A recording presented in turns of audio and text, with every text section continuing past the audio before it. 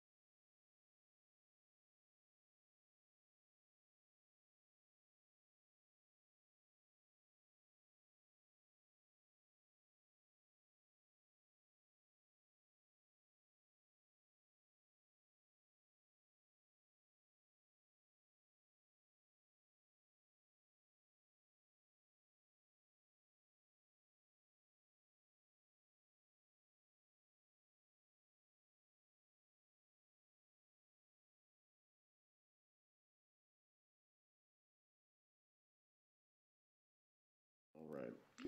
I like to call that the James Bevel Memorial Rule for for defense counsel who does not know what I'm talking about. I do know. Okay. Everybody knows.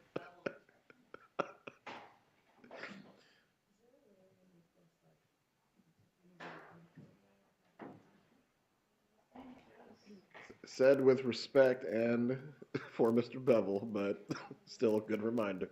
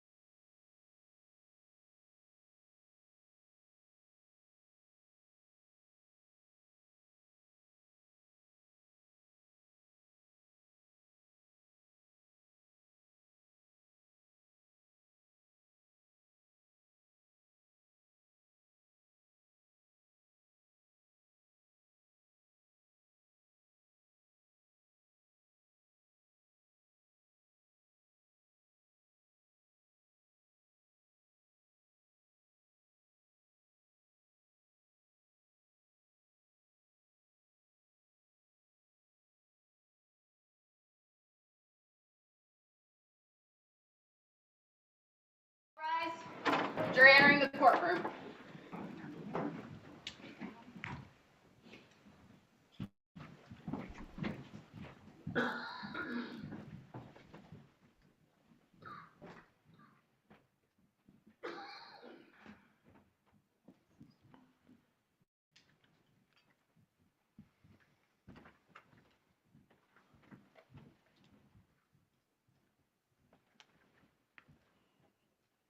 Everyone may be seated.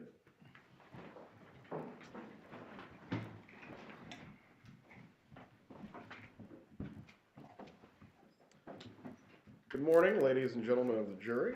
Good morning.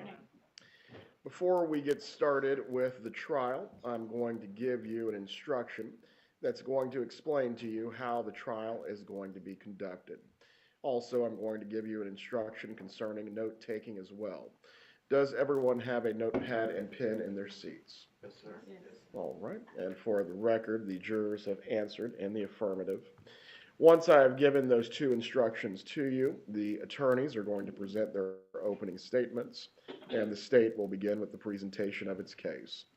Once again, I will be reading to you a fair amount during the trial. It's not that I don't wish to have a normal conversation with you, but rather the instruction on the law that you're to receive throughout the trial must be specific and uniform. Ladies and gentlemen of the jury, you have been selected and sworn as the jury to try the case of the state of Florida versus Charles Adelson. This is a criminal case. Charles Adelson is charged with first-degree murder, conspiracy to commit murder, and solicitation to commit murder. The definition of these offenses will be explained to you later in the trial. The state's charging document, which is called an indictment, is not evidence and is not to be considered by you as any proof of guilt. It will be my responsibility during this trial to explain the law to you. It is your solemn responsibility to determine if the state proved its accusations beyond a reasonable doubt against Charles Adelson in accordance with the law that I will provide to you.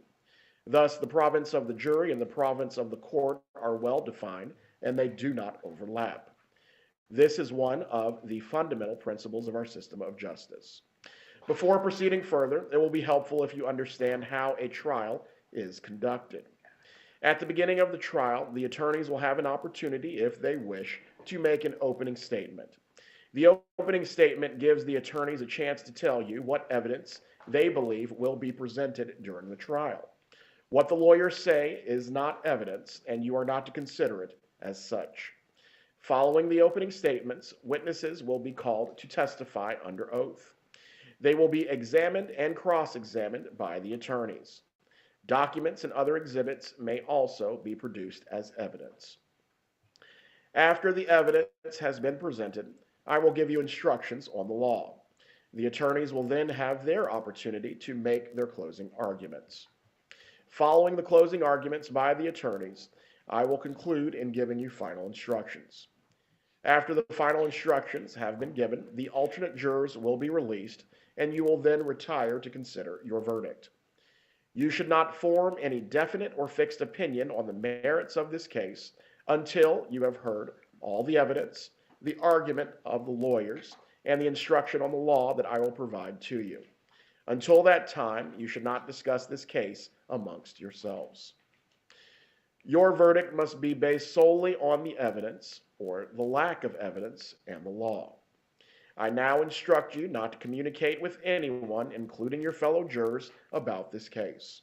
No communication includes no emailing, text messaging, tweeting, blogging, or any other form of communication. You cannot do any research about the case or look up any information that is related to the case. If you become aware of any violation of these rules at all, please notify my bailiff concerning the violation. During the course of the trial, we may have to take recesses or breaks. During these recesses or breaks, you will either be returned to the jury room or you'll be permitted to separate and go about your affairs.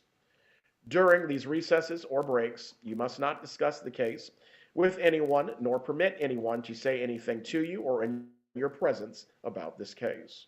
If anyone attempts to say anything to you or in your presence about this case, please tell him or her that you are on the jury that is trying the case and ask that person to stop.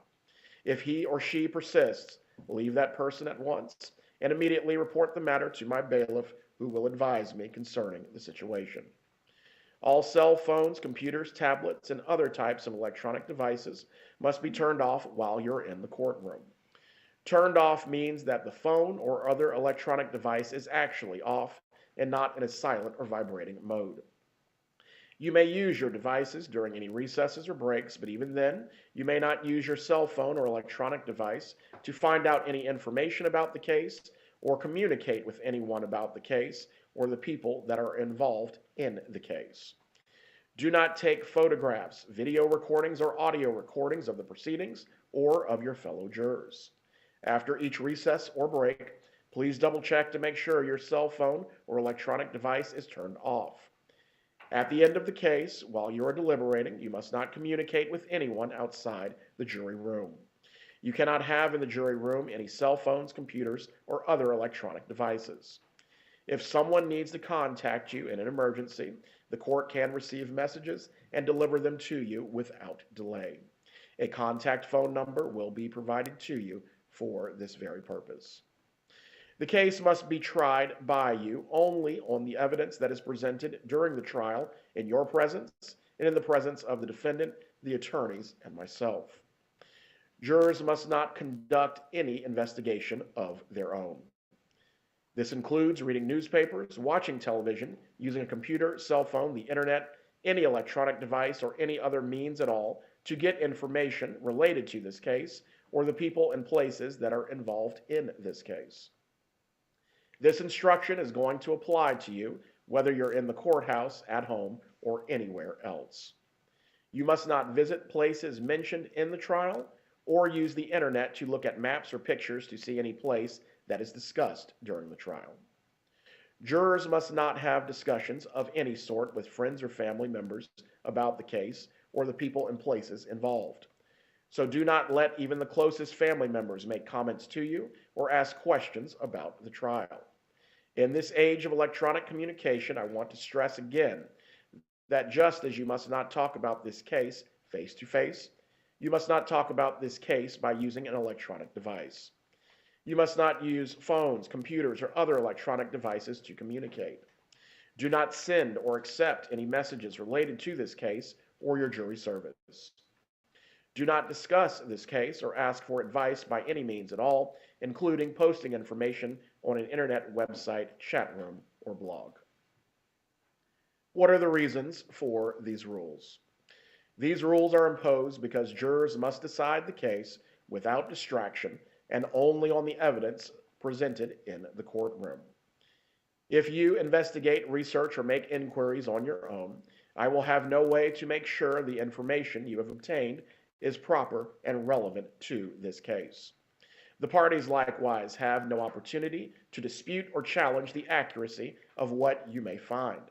That is contrary to our judicial system, which assures every party the right to ask questions about and challenge the evidence being considered against it, and to present argument with respect to that evidence. Any independent investigation by a juror unfairly and improperly prevents the parties from having the opportunity that our judicial system promises. Any juror who violates these restrictions jeopardizes the fairness of the proceedings, and a mistrial could result that would require the entire trial process to start over. A mistrial is a tremendous expense and inconvenience to the parties, the court, and all taxpayers. If you violate these rules, you may be held in contempt of court and face sanctions such as serving time in jail, paying a fine, or possibly both. In every criminal proceeding, a defendant has the absolute right to remain silent. At no time is it the duty of a defendant to prove his innocence. From the exercise of a defendant's right to remain silent, a jury is not permitted to draw any inference of guilt, and the fact that a defendant did not take the witness stand must not influence your verdict in any manner whatsoever. The attorneys are trained in the rules of evidence and trial procedure, and it is their duty to make all objections they feel are proper. When an objection is made, you should not speculate on the reason why it has been made. Likewise, when an objection is sustained or upheld by me, you must not speculate on what might have occurred had the objection not been sustained, nor what a witness might have said had he or she been permitted to answer the question. During the trial, it may be necessary for me to confer with the attorneys out of your hearing to discuss matters that require my consideration alone. It is impossible to predict when such a conference may be required or for how long that conference may last. When such conferences occur, they will be conducted so as to consume as little of your time as is necessary for a fair and orderly trial of this case. If you would like to take notes during the trial, you may do so. On the other hand, of course, you are not required to take notes if you do not want to.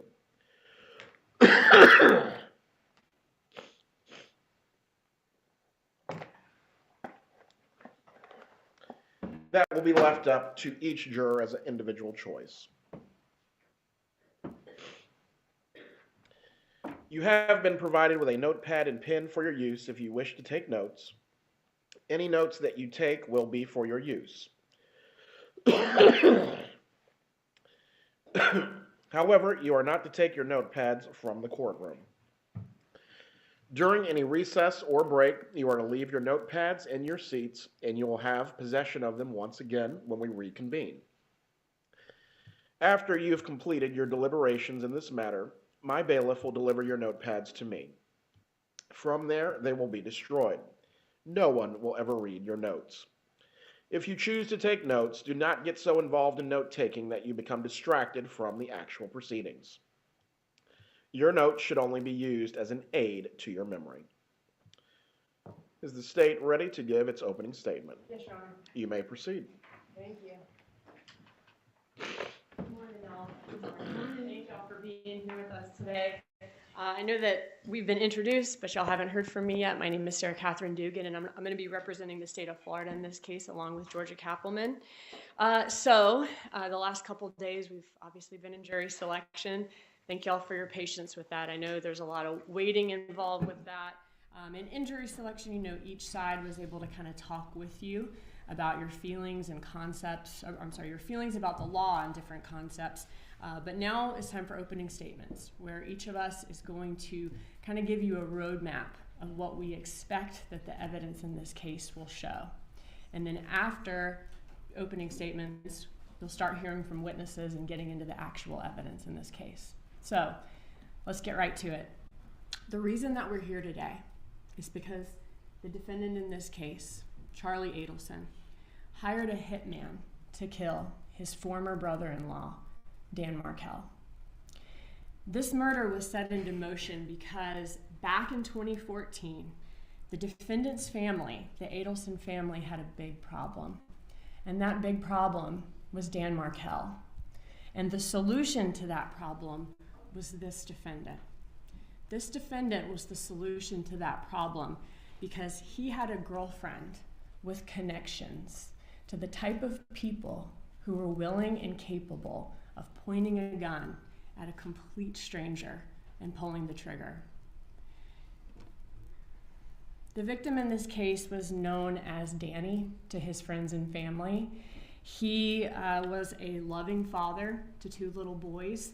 He was a highly respected professor at Florida State College of Law. And tragically, on July 18th of 2014, Dan Markel was shot twice in the head in broad daylight in the driveway of his home in the Benton Hills neighborhood here in Tallahassee. The last day of Dan Markel's life that day began like any other of his mornings that summer. He woke up, he drove his 2 little boys to preschool and dropped them off, and then he drove over to the gym to work out. After finishing his workout, he returned home. He pulled in his driveway, opened his garage, but little did he know that throughout his just normal routine that morning, he was being followed. He was being followed by 2 hired hitmen who traveled all the way from Miami to Tallahassee for the sole purpose of murdering him. And just like something out of a horror movie, he pulls into his driveway, and the car that, unknown to him, pulls in right behind him. Moments later, Dan Markel's neighbor heard a gunshot. He looked out the window and he saw a light-colored Toyota Prius backing quickly out of Dan Markel's driveway and then speeding away. The neighbor waited for a couple minutes to see if maybe Dan Markel came out of his house or backed out of his driveway too. And when nothing happened, this neighbor got that funny feeling that maybe something could be wrong here. So he walked over, and what he found was a gruesome scene. He walked in the garage and saw that the driver's side window of Dan Markel's car was shattered. He saw Dan Markel was still behind the wheel. He was alive, but he was moaning, he was unresponsive, and he was terribly injured. The neighbor then goes and calls 911. Law enforcement arrives, and they find Dan Markel unresponsive with gunshot wounds to his head. He was then taken to the hospital, where he survived for several hours before he was actually pronounced dead. Dan Markel was 41 years old, and his little boys that were deprived of their father that day were just 3 and 4 years old.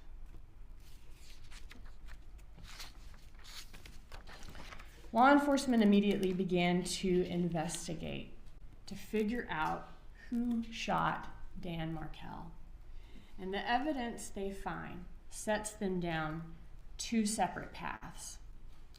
One path is that they had to track down that light-colored Prius that the neighbor saw fleeing from the crime scene and identify who was inside that Prius. And the other path relates to Dan Markel's personal life. They looked to see who, if anybody, in Dan Markel's personal life would hate Dan Markel enough to kill him. And after years of tireless investigation by law enforcement, both of these 2 paths led directly to this defendant. So let's talk about the path involving Dan Markel's personal life first. In looking at who might have a motive to kill Dan Markel, law enforcement learned that Markel was entangled in a very nasty divorce with his ex-wife, who is the defendant's sister. Her name is Wendy Adelson. A review of their divorce case file revealed that Wendy Adelson asked the court to allow her to move back to Miami, where she was from, with the kids, in order to be near her parents, whose names are Harvey and Donna Adelson, and her brother, the defendant. Dan Markel was adamantly opposed to his children being relocated to Miami. He was a law professor here in Tallahassee. This is where he lived. This is where his kids have been raised. He wanted his kids to live here with him. And for this custody dispute, the judge ended up ruling in Dan Markel's favor. So Wendy Adelson was not permitted to move to Miami with the children. Unless, of course, something happened to Dan Markel. A review of Wendy Adelson's emails revealed that her mother, Donna Adelson, hated Dan Markel and was desperate to find a way for Wendy and her children, who were Donna Adelson's grandchildren, to be able to move to Miami. Donna Adelson suggests in these emails that y'all will hear about several ways that Wendy Adelson could threaten or bully Dan Markel into submission, into getting what she wanted him to do. Donna Adelson even suggested offering Dan Markel a $1 million bribe to allow the relocation, and even said that this defendant, Charlie Adelson, would pay 1/3 of that $1 million bribe to Dan Markel to make that happen. The evidence in this case will show that Donna Adelson's closest confidant was her son, the defendant. She and the defendant talked multiple times a day, every day. He was the person with whom she would constantly vent and complain to about Wendy's situation. The defendant was also the person that Donna Adelson relied on to solve her problems. And this was a big, big problem for Donna Adelson. And she made it the defendant's problem to solve. So the divorce between Wendy Adelson and Dan Markel was final about a year before the actual murder. But that was not the end of that case. Litigation was ongoing, to say the least. Each side would continue to routinely file violations of the custody agreement, violations of the settlement agreement, and that continued right up until Dan Markel's death in July of 2014. This was a highly emotionally charged situation between them leading up to his death. However, there was no physical violence that Wendy Adelson needed to be rescued from or anything like that.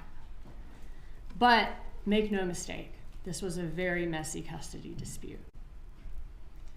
Shortly before the murder, in fact, Dan Markel, the victim, filed with the court and basically asked the court, he alleged that Donna Adelson was disparaging him to his children by saying bad things about him.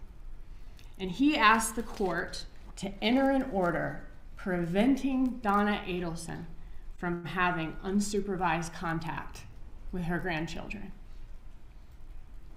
This motion was still pending in court when Dan Markel was killed.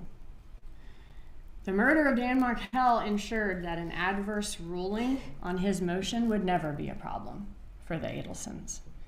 And just about 48 hours after the shooting, Wendy Adelson and the little boys relocated to Miami. Shortly thereafter, moved into a home within walking distance of the Adelsons' Miami home. Within a year of Dan Markel's murder, Wendy Adelson legally changed Dan Markel's son's last name from Markel to Adelson.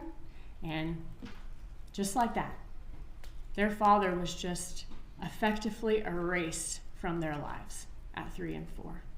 And the Adelsons' family, their big problem had been solved. You'll hear during this trial that the Adelsons are a very tight-knit family. The defendant and his parents, Harvey and Donna Adelson, they actually even all worked together at the Adelson Institute, which was their family's dental practice. At the Adelson Institute, the defendant and Harvey Adelson were dentists, and Donna Adelson managed the office. After Dan Markel was killed on July 18, 2014, law enforcement interviewed Wendy Adelson. And Wendy Adelson acknowledged that her family had a motive to kill Dan Markel or to want him dead. She admitted that her brother, the defendant, had even said that he looked into hiring a hitman to kill Dan Markel as a divorce present to her, but he decided to buy her a TV instead because it was cheaper. And coincidentally, or not, that TV that this defendant bought his sister as a divorce gift instead of hiring a hitman would be Wendy Adelson's alibi for the morning of the murder when the victim was killed by a hitman. So this path of looking into Dan Markel's life to see who would have a motive to want him dead leads law enforcement to the Adelsons, including this defendant, a man who told his family that he'd looked into hiring a hitman to kill Dan Markel. The defense asked yesterday in jury selection, who's talked trash or heard somebody talk trash about an in-law, which is not a rare concept. A lot of people don't like their in-laws. But the difference here is that the defendant's comment stopped being just a little bit of trash talk when Dan Markel was actually killed by a hitman.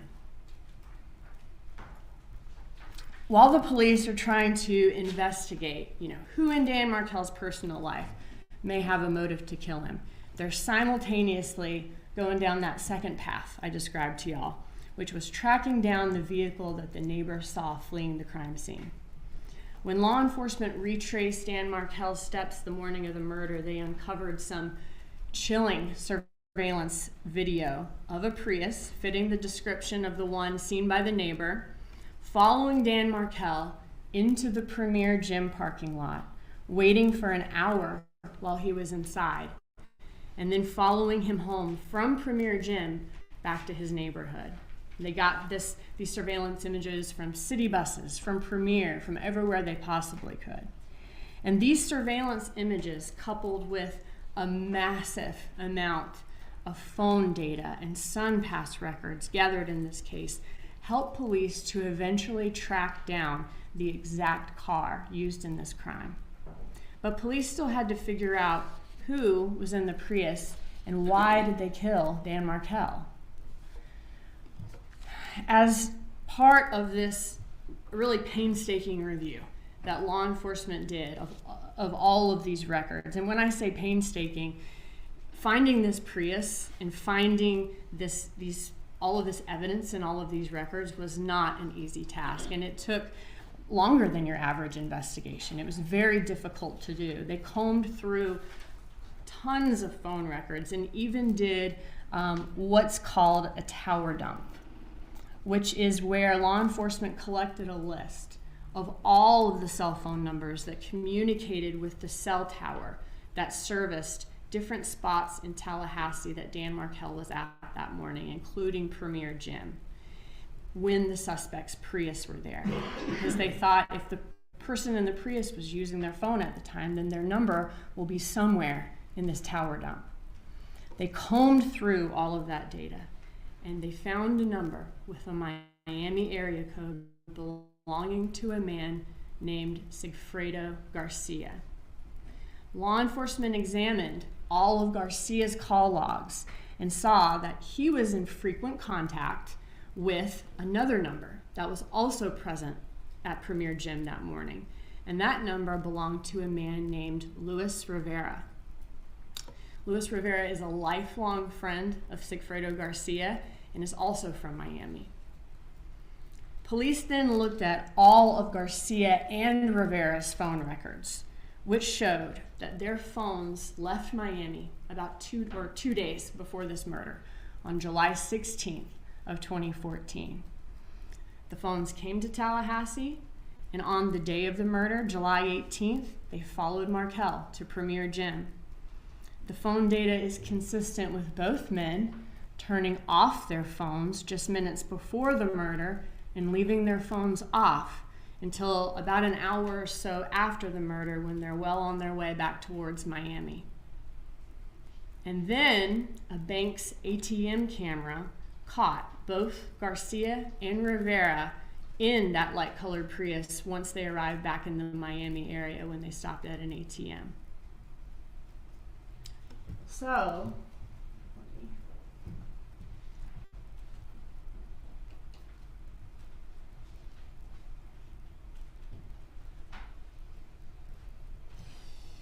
police figured out the identity, and this should appear on the screens in front of you.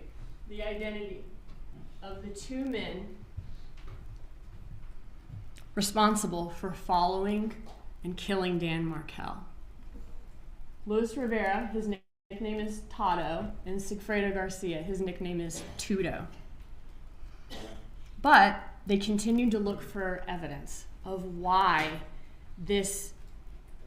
two seemingly random men came all the way to Tallahassee to kill a man, Dan Markel, that they'd never met. What or who is the connection between these killers and the victim? Well, phone records reveal that one of Sigfredo Garcia's most frequent contacts was a woman named Catherine Magbanua. Her nickname is Katie. Garcia and Catherine Magbanua have a long history of an on-again, off-again relationship over the course of many years, and they actually share 2 kids in common. And lo and behold, when looking at the phone records, Catherine Magbanua is also one of the most frequent contacts of this defendant, Charlie Adelson. Law enforcement learned that at the time of Dan Markel's murder, this defendant was dating Catherine Magbanua. She was his girlfriend at the time. So Dan Markel was a problem that this defendant needed to solve for his family. The defendant was looking to hire a hitman to kill Dan Markel.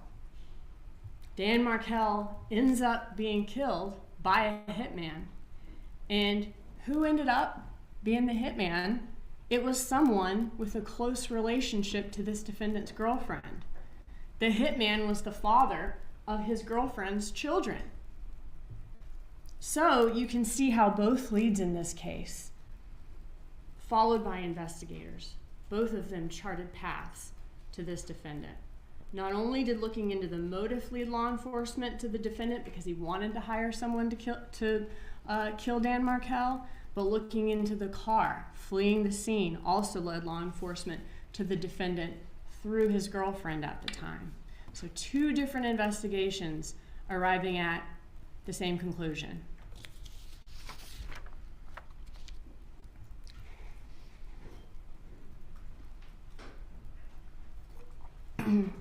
Law enforcement also tried to follow the money in this case, and that was a third way that the evidence in this case points to this defendant. Law enforcement reviewed bank records, employment records, DHS-MV records of all of the suspects and saw that in the months after the homicide, Sigfredo Garcia, Luis Rivera, and Catherine Magbanua all acquired some big ticket items. Rivera and Garcia both bought motorcycles and cars. Catherine Magbanua got a breast augmentation surgery and later received a black Lexus sedan whose previous owner was Harvey Adelson. Catherine Magbanua's bank records were analyzed, and there was no check ever written or matching cash withdrawal for the car or the breast augmentation, which was paid for in cash. Bank records also showed that Catherine Magbanua's account had a huge spike in cash deposits right around the time of the murder. She deposited more money into her account in the 5 weeks following the murder than in the entire previous year before the murder. This was during a time when there was no record of her being employed anywhere. Also, about 2 months after the murder, the defendant added Catherine Magbanua to the payroll at the Adelson Institute. And she began receiving regular checks from their business account every 2 weeks for 2 years after the murder. And this was despite the fact that she did not work at the Adelson Institute. So, the money was talking, but what were the suspects saying? That's what law enforcement wanted to know. So, as they're examining the phone records in this case, they see a distinct pattern surrounding important events and dates in this case. The phone calls, and they can't see the content, they can't hear the content of these calls in these phone records, but they see that the calls are occurring.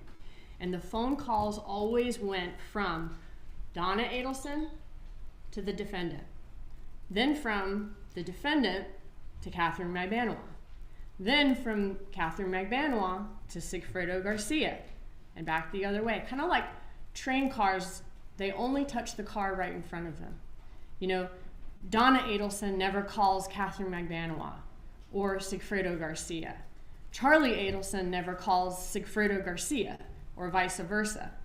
So if this is a murder for hire, as law enforcement suspects, could it be that the defendant was wisely insulating himself from the actual shooters by having Catherine Magbanua act as a middleman between them? Law enforcement decided to launch an undercover investigation designed to clarify who the members of the conspiracy were and how information traveled within this conspiracy. So police applied for and received court authorization to listen in real time to the phone calls of the defendant and Catherine Magbanua. And this is what's known as a wiretap.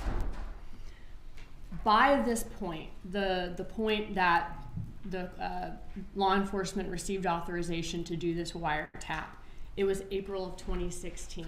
So it's been not quite, but almost 2 years since the murder of Dan Markel, which occurred in July of 2014. So by April of 2016, the defendant and Catherine Magbanua are no longer dating at that point. They've been broken up since the fall of 2014. Catherine Magbanua is actually back together with Sigfredo Garcia, the father of her children, at that point. The defendant has moved on to many other girlfriends since Catherine Magbanua, but the defendant and Catherine Magbanua are still in regular communication and have remained very close friends since the murder. And Rivera, who was the second hitman in that Prius, he, in April of 2016, was actually in federal prison doing time on another charge unrelated to this murder. So all of the members of this conspiracy have presumably gone on with their lives, believing they've gotten away with this murder. So even though law enforcement has authority to listen to their calls now, you know, what reason would these people have to still be discussing the murder at this point? So police needed to stage an event that would generate conversation between the conspirators about the murder. And the plan was to send an undercover agent posing as somebody on behalf of Luis Rivera, who was incarcerated, to walk up to Donna Adelson on the street and try to extort money out of her. And law enforcement refers to this as the bump. So this undercover agent walks up to Donna Adelson one day as she's leaving the Adelson Institute during the day. The undercover agent hands Donna Adelson a piece of paper. And on the piece of paper is an article about the murder of Dan Markel with his picture on it and, you know, FSU professor killed. Also on the piece of paper are a phone number and the amount of $5,000. The undercover agent tells Donna Adelson that he knows that the Adelsons are taking care of Katie, and he's there to extort money out of her on Rivera's behalf in order to even things out. The undercover agent never says the defendant's name or anything about the defendant's involvement to Donna Adelson. Then law enforcement listens to see what will happen next. Will Donna Adelson go straight to the police to report this extortion attempt, or will something else entirely happen? As suspected, based on the previously observed communication pattern, the first person that Donna Adelson calls after the bump is the defendant, despite the fact that the undercover agent never mentioned the defendant to her. On that first call, one would think that Donna Adelson would say to her son, you know, it's so crazy, some man came up to me and he's handed me this article about Danny's murder, and he's you know, seems like he's demanding money from us. She never says any of that. In fact, she never says Dan Markel's name at all. Instead, she tells the defendant that she needs to talk to him in person, not over the phone, about some paperwork that was hand-delivered to her. She said that this paperwork, she says this to the defendant, it involves the two of us, and that he should know what she's talking about. She says that he should bring cash to their meeting, and she also says that this TV is about 5. Donna Adelson tells the defendant that the man who approached her mentioned an ex-girlfriend. Donna Adelson never says which ex-girlfriend she's referring to. She never says Catherine McBanois or Katie's name to the defendant in that phone call. She only says that the blackmailer mentioned an ex-girlfriend. The defendant never asked his mom, whose ex-girlfriend? My ex-girlfriend? Which ex-girlfriend? He never asked that. Because as the evidence will show, he didn't need to. He knew that this TV is about 5 meant that she was being blackmailed about Danny's murder for $5,000. And he knew that the ex-girlfriend in question was Catherine McBanois. And we know that because after this call with his mother, who does the defendant? The defendant calls Catherine McBanois. He doesn't call his most recent ex-girlfriend. He doesn't even call the most recent ex-girlfriend because before the most recent ex-girlfriend, the one before that. No, he calls Catherine McBanois. And his call to Catherine McBanois is the only call that he makes to any ex-girlfriend after getting the information from his mother that the blackmailer mentioned an ex-girlfriend. And he had not dated Catherine McBanois for 1.5 years at that point. And although the defendant threatens to do it often, neither he nor his mom ever report the matter to the police. The only people that he discusses it with in these calls is Donna Adelson and Catherine McBanois. And you'll hear these phone calls between the conspirators, and as you listen to these calls, y'all will notice that they are being cautious about what they say over the phone. It's very apparent that they are very careful with their words because they are immediately suspicious that law enforcement could be listening to their conversations. So Donna Adelson calls the defendant, and the defendant's first call is to Catherine McBanois. After that, the defendant then meets up with his mom in person, like his mom requested, and his mom gives him this paperwork that the undercover agent gave her. Then next, the defendant and Catherine McBanois meet up in person, and they meet up at a restaurant in Miami called Dolce Vita. And while they sat at their table, in this Dolce Vita is a busy, noisy restaurant, an undercover FBI agent sat at a table nearby with a hidden camera in their bag and recorded this conversation. And in the recording, we hear the defendant discussing whether the man who walked up to his mom could be an undercover police officer or someone who's trying to blackmail them. And if it's the latter, if it's a blackmailer, is it somebody who's just trying to make a quick buck, or is it somebody who actually knows information from the inside? The defendant reassures Catherine McBanois that if it is the police, that's a good thing. The defendant thinks that if it's the police, that means that they do not have enough evidence to charge anybody. In fact, the defendant tells her if they had any evidence, we would have already gone to the airport.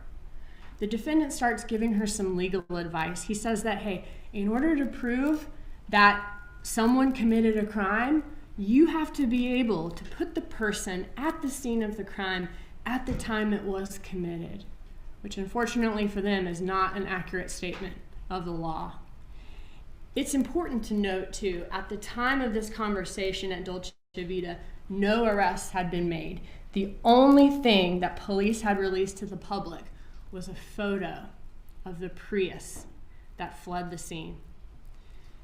This was the Prius that Garcia and Rivera rented and used the day of Dan Markel's murder. So police knew at that point that it was Garcia and Rivera who were in the Prius, but the public did not know that yet, and no arrests had been made because they wanted to do this undercover investigation. And so the fact that this photo of this Prius had been released to the public is interesting in light of some of the things that y'all will hear the defendant say to Catherine Magbanua in the Dolce Vita recording. He starts giving Catherine Magbanua several analogies, all involving rental cars used to commit crimes. He reassures her that, hey, if DNA is found in a car, all that means is that at one point the person sat in the car. And if that car was later used in a crime, police can't prove that just from a person's DNA being in the car. The defendant points out to her that if a rental car is found that was at a crime scene, police also have to prove who was driving it at the time. He gives her a very relevant hypothetical of her renting a car in Miami and someone asking to borrow it and driving to Orlando to commit a robbery, and how she would be innocent in that hypothetical because she wasn't in the car at the time of the robbery. So through these analogies, the defendant is reassuring Catherine Magbanua that even if police identify who rented the car that fled the scene, they still would not have enough evidence to hold anybody responsible for the murder, even if they did find out it was Garcia and Rivera. The defendant also says that crimes are tough to prove unless someone actually witnessed the suspect commit a crime, or a suspect makes a confession, or a suspect is caught on a wire talking about the crime. So the defendant's trying to reassure her about the lack of evidence. And hey, as long as we all stay quiet, then we don't have anything to worry about.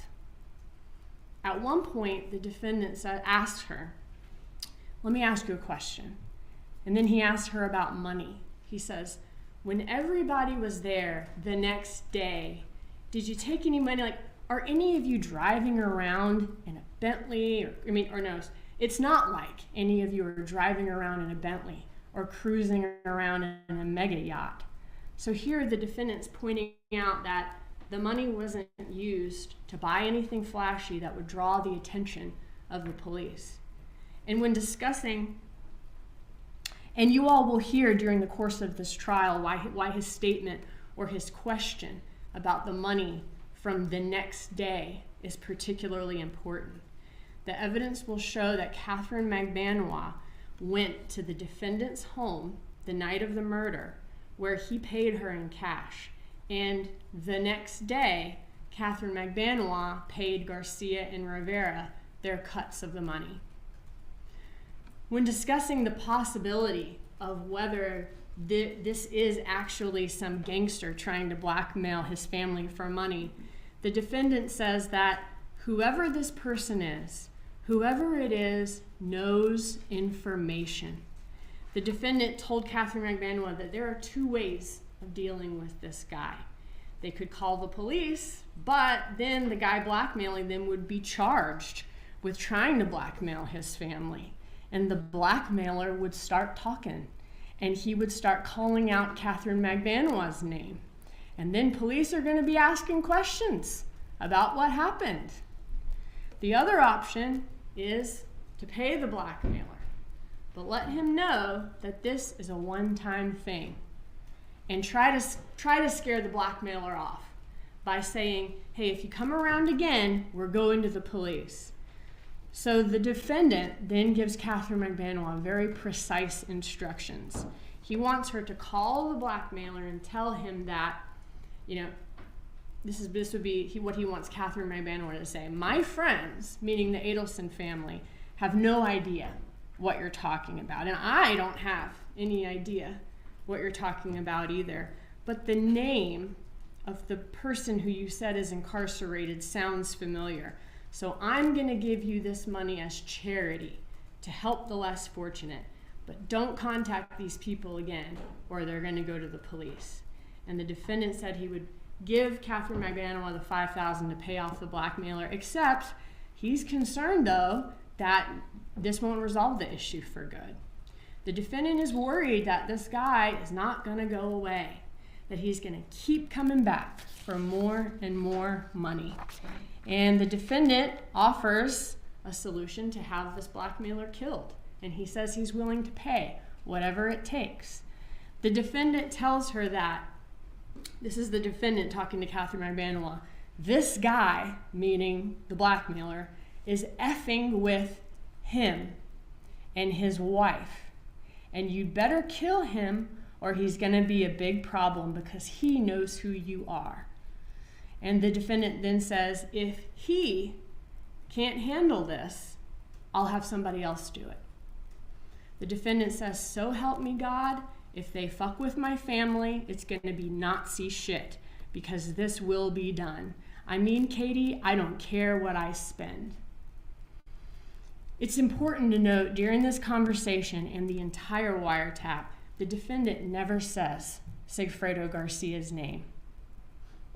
But the evidence will show that the defendant was talking about Sigfredo Garcia when the defendant says that the blackmailer was effing with him and his wife. And if he can't do it, I'll find someone else who will. Because immediately after that, the defendant checks with Catherine Magbanua to make sure that Garcia has no hard feelings towards him, no reason not to help him. He says, hey, I have you on salary. You think he'd be happy about that? And he also says, I mean, our paths never crossed, meaning, hey, Garcia wasn't in the picture when he and Catherine Magbanua were together. There wasn't any overlap. After hearing that the defendant wants someone killed and is willing to pay whatever it takes to get it done, Catherine Magbanua then asks the defendant to help her out. And the defendant reassures her that she'll be taken care of by saying, he says, I don't have to. Sometimes his chairs can be a little wobbly. I know this is taking a bit, but I'm almost done. Thank y'all for being patient. All right, so she asked him to help her out. And the defendant reassures her that she'll be taken care of. He says he doesn't have to tell her the things that he'll do for her. He shows her what he'll do for her. She doesn't have to ask him for anything. He looks for things to do. He says, hey, when someone's birthday's coming up or there's car problems, she doesn't have to ask. He looks for ways to help. And after his meeting with Catherine Magbanua, the defendant immediately calls Donna Adelson to let her know that everything's fine. And he does this using some pretty obvious code words, which y'all will hear, and you'll hear the conspirators often use words to mask the meaning of what they're actually talking about. Catherine Magbanua then, also using these code words, tasks Garcia with calling the number on the paperwork and finding out if a blackmailer is a legitimate associate of Rivera or not. And in the series of recorded calls that follow, you guys are going to hear these conspirators talking and using words like TV, false leads, listings, properties, clients, rap songs, CDs, pot-bellied pigs, relationship advice, all these different terms that are normal terms any of us may use, but they're used in context in these calls that if you're listening to the conversation do not make any sense. For example, in the calls, the defendant and Catherine Magbanua don't outright debate the pros and cons of whether they should pay this blackmailer. Instead, they talk about the fact that this property is cheap. They might expect a property like this to even be $1 million. This property seems like a great deal, but if you get the wrong tenant in there, the tenant may keep increasing the rent. And that tenant may become a leash that never leaves you. So it will be up to y'all to decide whether this defendant is actually worried about a future tenant of a property that might raise the rent and pay him more money, or if the defendant is actually worried that if he pays off the blackmailer, then the blackmailer may continue to come back again and again, or send a cousin or a friend to become a leech that never leaves him, that he can't get rid of. In another of these calls, the defendant tells Catherine McBanois that whoever this person is, this blackmailer is, he's got a lot of effing details. And in another, they discuss the fact that this blackmailer is not from the inside. And the defendant says that this guy is probably not from the first layer, but the second layer.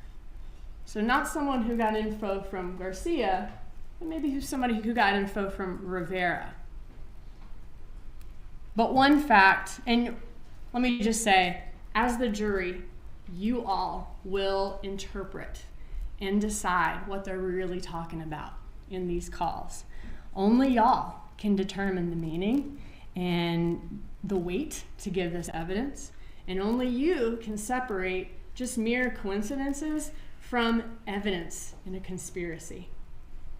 But one fact, though, is really clear throughout these calls, is that all of these conspirators are hopeful that this blackmailer is law enforcement just trying to get information, because they think if it's law enforcement, then the police don't have enough to bring charges, just fishing for information, versus the other possibility, which would obviously be much worse for them, that the Adelsons are being blackmailed by somebody who actually knows inside information about their roles in Dan Markel's murder and may tell the police what they know.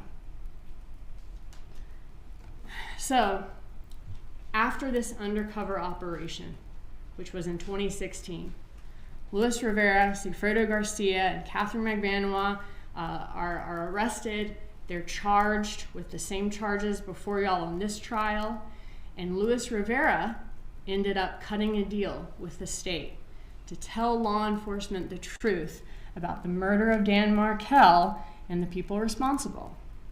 Rivera told law enforcement that he was hired by Sigfredo Garcia to help kill Dan Markel. And Rivera described how Garcia told him that Catherine McBanois, the mother of Garcia's children, secured this job for them. And the job was in Tallahassee, and it paid $100,000, with Rivera's being about a third of it, $35,000. Rivera explained that he and Garcia actually made 2 trips to Tallahassee with the intent of killing Dan Markel. The first one was a month before the murder. It was in June of 2014. And the second was when Dan Markel was actually killed in July of 2014. Rivera said that he bought a gun off the street for that second trip, and Garcia rented a car. For the June trip. Rivera bought a gun off the street, and Garcia rented the car for that trip.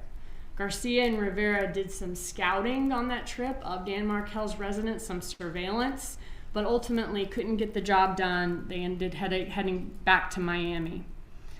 During the trip to Tallahassee, he said that Garcia had a piece of paper with a picture of the man that they were supposed to kill on it, and some handwritten notes as well. Cell phone records corroborated Rivera's information about the June trip.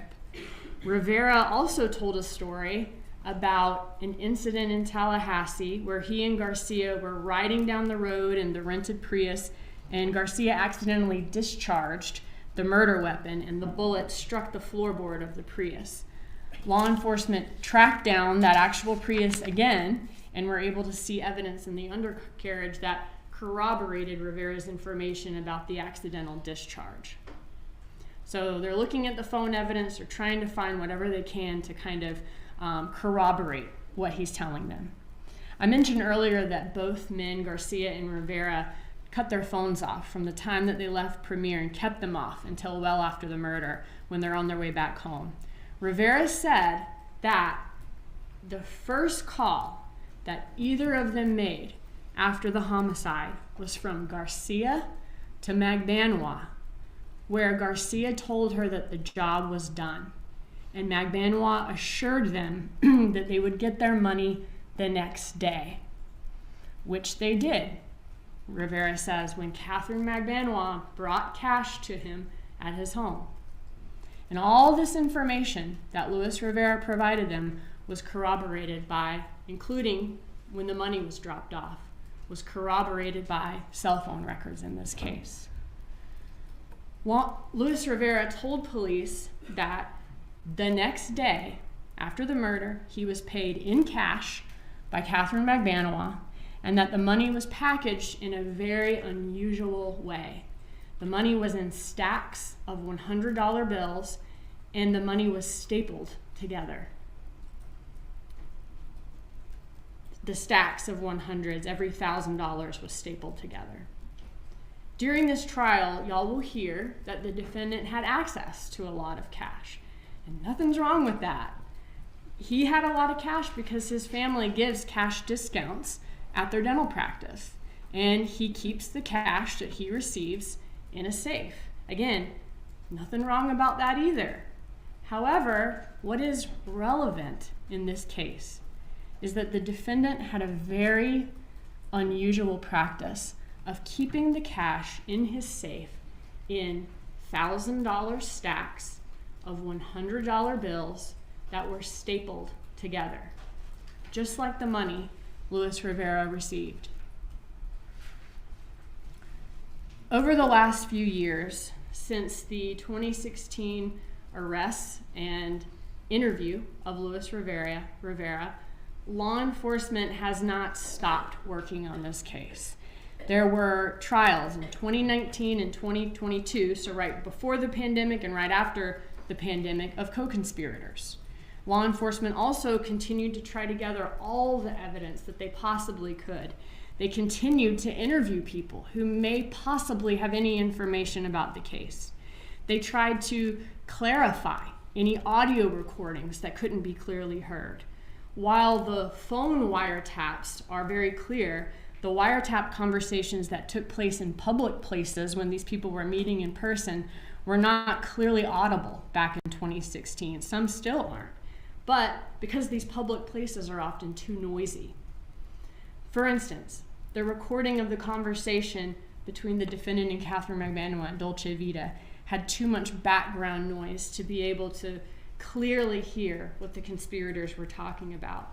However, since 2016, as technology developed over the years, and thanks to law enforcement's just continued dedication, law enforcement eventually found an expert that was formerly employed by the CIA with improved technology and enough expertise to clarify this recording at Dolce Vita that y'all will hear. And he did that by being able to reduce as much background noise as possible.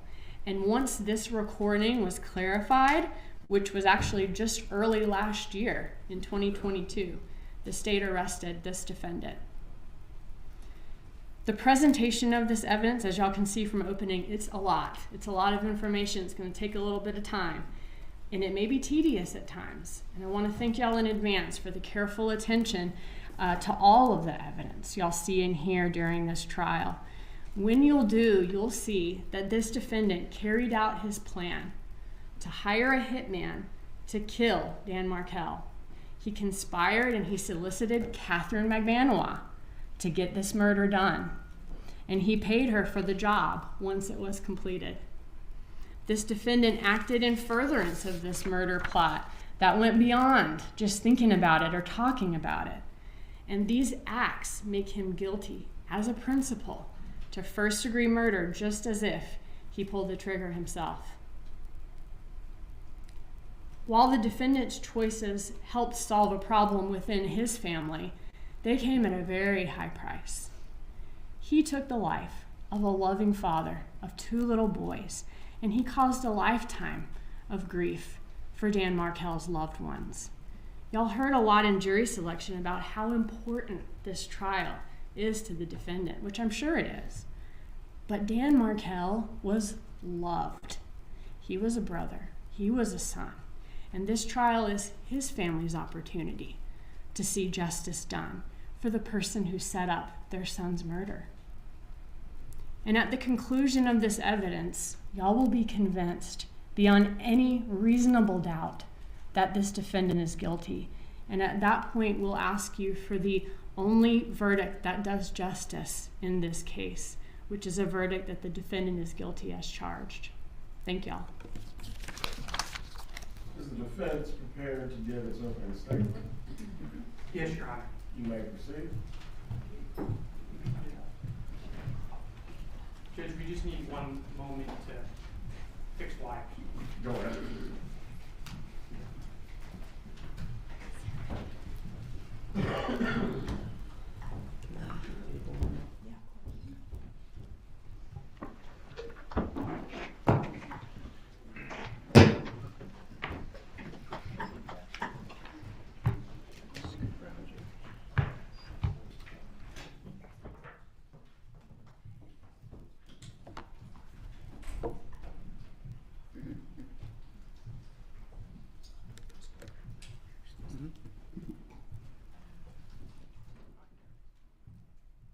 May I proceed, Your Honor? Oh, you don't have to. Adjust the guns.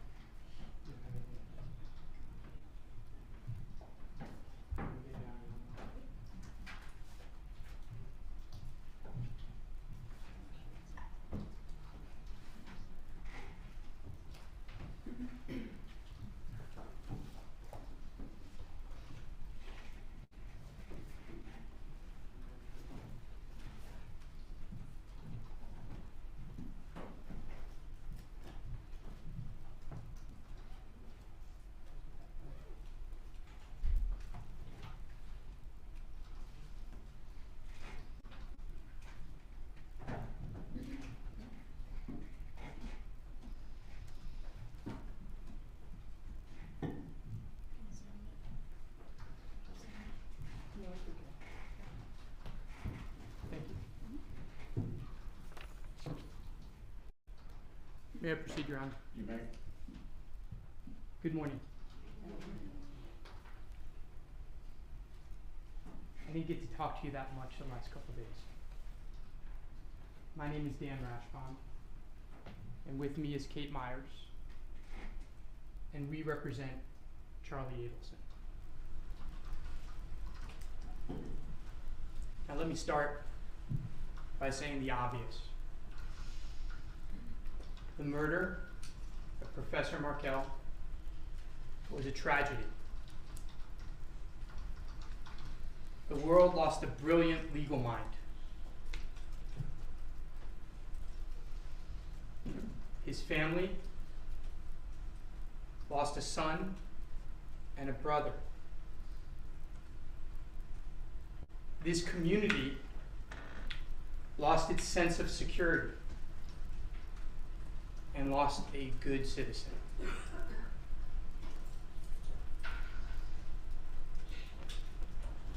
And his two boys, the nephews of Charlie Adelson, lost a loving father. His senseless murder continues to be felt throughout this community and others. It was inexcusable, despicable, evil. But what I'm going to tell you today is what actually happened. You will see that Charlie Adelson had nothing to do with the murder of Professor Markel. You will see that the state cannot come close to meeting its burden.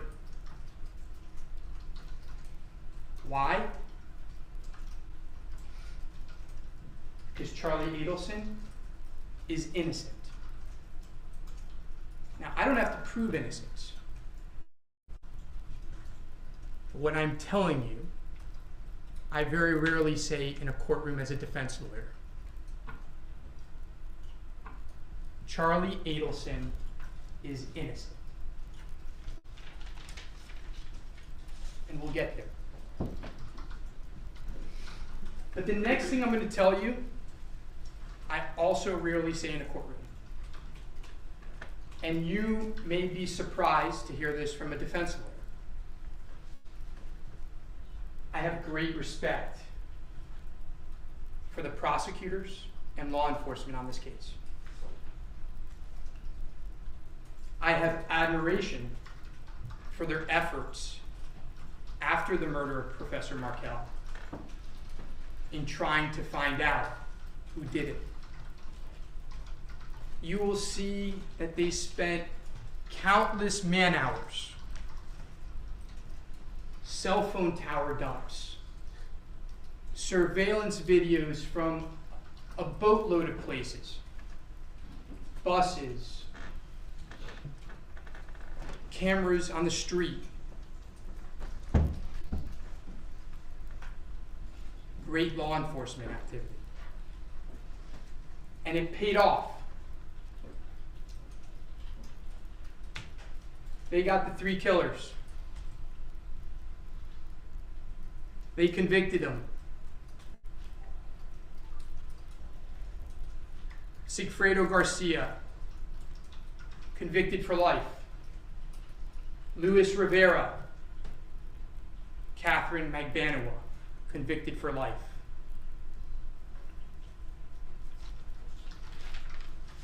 Problem is, as you just heard, the state saw no connection between these people and Professor Markel. So from the very outset, the state suspected the Adelsons, the family. You saw the chart. It wasn't limited to Charlie Adelson. Unindicted co-conspirators in this case, the state has said it, Wendy Adelson, Donna Adelson, Harvey Adelson. The state knew, as you heard, that Wendy Adelson and Professor Markel had gone through a brutal divorce. And you're going to see it. But they couldn't find the connection. But then they had their aha moment. As you heard, they determined that at the time of the murder in 2014, Charlie Adelson was dating Catherine Magbanua. And they learned that Catherine Magbanua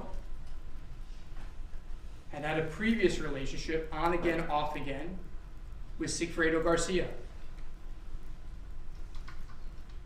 They learned that Sigfredo Garcia and Catherine Magbanua shared 2 children together. They had their connection. The problem is, that's where the state began to guess, began to make assumptions. And you will see, we will show it, that those assumptions didn't make sense. Now, I love jigsaw puzzles. I've loved them since I'm young. The reason why I love them is because they only work if every piece fits. No matter what you do with the jigsaw puzzle, if a piece doesn't fit, it becomes a mess. You can't hammer it, and you can't ignore it. Because if you ignore it, you have holes in the puzzle.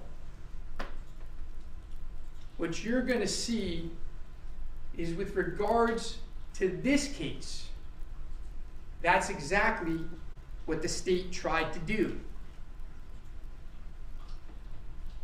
They heard things, they saw things, but there were problems.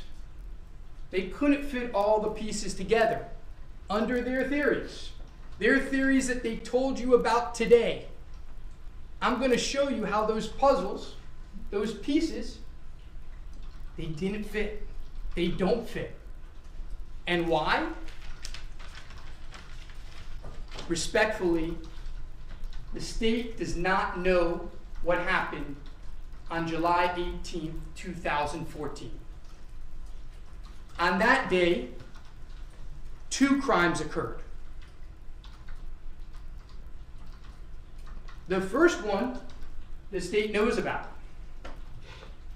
and that was the brutal, heinous murder of Professor Markel.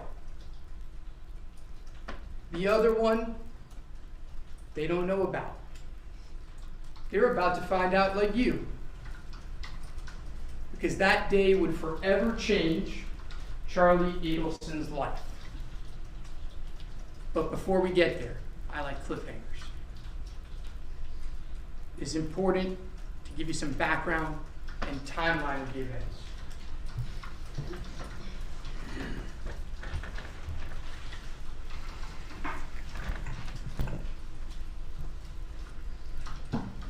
Charlie Adelson is 46 years old, single with a young son.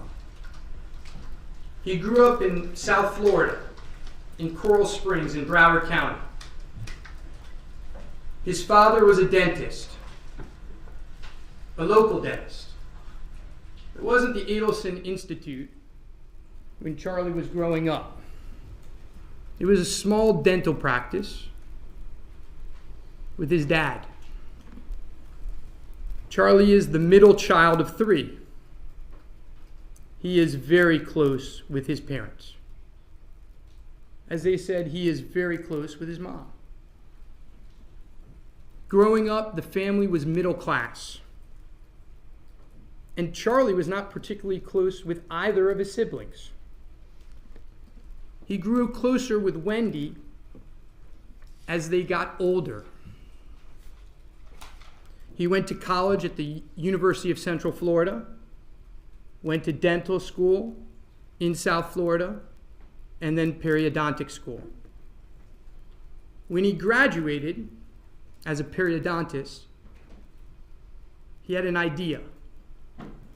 Rather than work in his own practice, he figured that he could travel around to dental practices all over South Florida. He would be a traveling periodontist.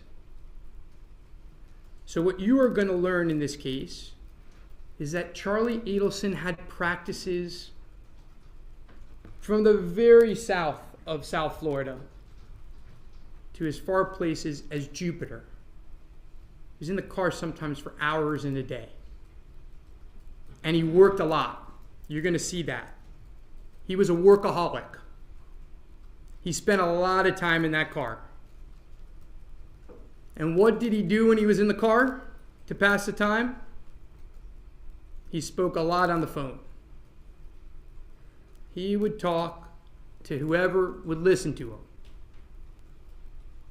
And you're going to see in this case, this is one thing we won't deny, Charlie Adelson likes to talk. And he likes to repeat himself. And who would he speak with the most? He'd speak with his girlfriend. He'd speak with his mom. He'd speak with his friends. Now, Wendy Adelson, who's a state witness, followed a different path. She went to a prestigious university in Boston. She then went to school in England on a Truman Fellowship, and later went to law school. She got scholarships for law school and college. Soon after starting law school, she met Dan Markel, and they fell in love. They got married.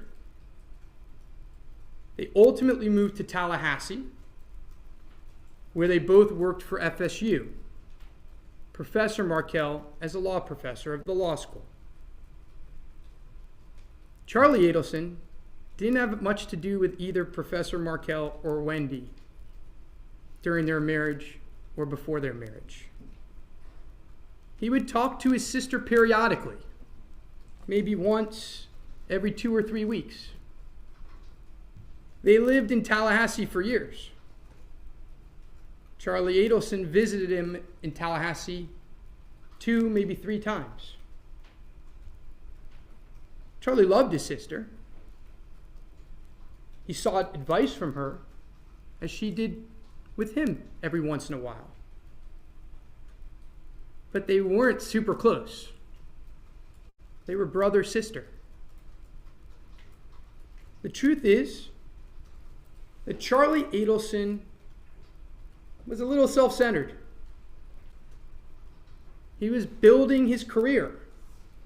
See, that traveling periodontist, in the beginning, it wasn't that successful. But by the time of this case, in the 2013-2014 time period, you're going to see that Charlie Adelson was making a lot of money. His practice was booming. He was working 6, sometimes 7 days a week. You'll see it on the wires. You'll see it in text messages. He would start his day early in the morning, and most days he wouldn't get home till 8, 9, 10 at night. At the time when this murder occurred, he was not married. He had no kids. He had a lot of money. And he was living a very good life. Now, in 2012, Wendy Adelson, on a trip down to South Florida, confides in her brother that she was having problems in her marriage. She told Charlie that she and Professor Markel had been going through marriage counseling. She asked him what he thought. He said, "Look, I want you to be happy, but you have to do what's best for you. I'm here to listen." Charlie had no involvement whatsoever in Wendy's decision to divorce Professor Markel.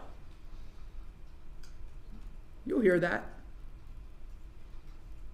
And in September of 2012, Wendy filed for divorce. And you're going to hear about how she filed for the divorce, and you're going to learn that Charlie had no involvement in her leaving the house. Had nothing to do with him. But we got to talk about TVs. And you're going to hear a lot about TVs in this case. Excuse me.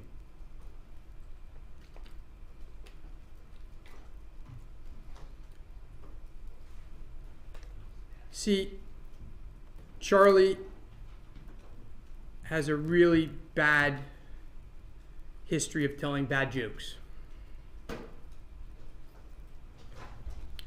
So when Wendy left the house, his mom told him that she didn't have a TV. He asked her, he said, "What can I do to help Wendy? She's moved to a new place. She's left most of the stuff behind. What can I do to help?" And his mom said, "She doesn't have a TV." He said, "Okay, when you go to Tallahassee, go to Best Buy, buy a TV for Wendy, and I'll pay you for it." And so Wendy got the TV, and she called Charlie. This is back in 2012. The murder's in 2014. And she thanked him for the TV. And he didn't say he looked into hiring a hitman. He joked, a bad joke. And he said it was cheaper than hiring a hitman. Now, not only was it a bad joke, but you're going to hear in this trial, Charlie repeated the joke. He repeated it a lot to a lot of people. You're going to hear that he repeated it as late as March of 2014. So the man that they think hired a hitman is joking to others about hiring a hitman. Puzzle pieces. And you're going to learn why his repeating of that joke is going to be so important. I'm going to tell you in a little bit. Keep in the back of your mind. But let's first go back to the divorce. The divorce was bitter. It was emotional. Wendy Adelson and Professor Markel, they'd have good times. But when things were bad, they would fight about everything. And in January of 2013, Wendy Adelson filed a motion to relocate to South Florida with her 2 boys. That motion was opposed by Professor Markel. Now, what you're going to learn in this trial is that Wendy Adelson never thought that motion would be granted. Her lawyer told her that motion would never be granted. But she said, let's give it a shot. Charlie had very little to do with the motion. He knew she was filing it. He knew she didn't have much chance of getting it. And the motion was denied. When it was denied, it didn't change Charlie Adelson's life one bit. But unlike Charlie, his mom and dad were upset. They were upset because their daughter had a job opportunity in South Florida. She had no family support in Tallahassee, and they wanted her home. And you will see that Donna and Harvey Adelson are very involved in their children's lives. We won't run away from that. You will see that Donna Adelson and Harvey came up with a lot of crazy ideas. I mean crazy ideas. You're going to see them. You've heard about some of them. When they show you those crazy ideas, take a look if any of them includes murder. Doesn't. Take a look at any of those crazy ideas include anything illegal. It doesn't.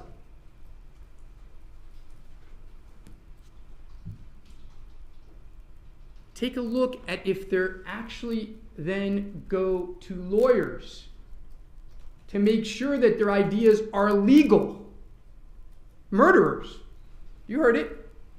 Unindicted co-conspirators going to lawyers to make sure that what they're offering is allowed. You're going to see that. But the ideas were crazy. You're going to read the emails, a lot of emotion. A mother-in-law, a grandmother with a lot of emotion.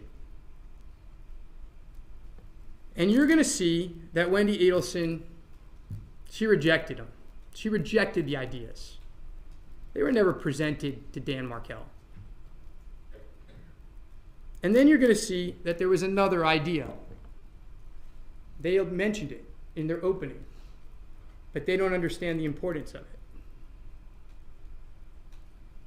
See, at one point in time, Donna Adelson and Harvey Adelson came with an idea to pay Professor Markel $1 million to allow their daughter to relocate. And they went to Charlie, who frankly by this point in time had more money than them. And they said, will you lend your sister $350,000? She'll pay you back or we'll pay you back. And he said, sure. And you're going to see that they presented this idea to Wendy Adelson. And the idea wasn't to take the boys out of Professor Markel's life. The idea was that with $1 million, if Professor Markel agreed, he could live in South Florida and commute back and forth to Tallahassee. He could work out his schedule. He didn't teach every day of the week. He could work out his schedule so that he could still teach at the university and go back and forth. You're going to see that Wendy Adelson never made that offer. But it's very important. Like the joke, I want you to put it in your back of your mind for now.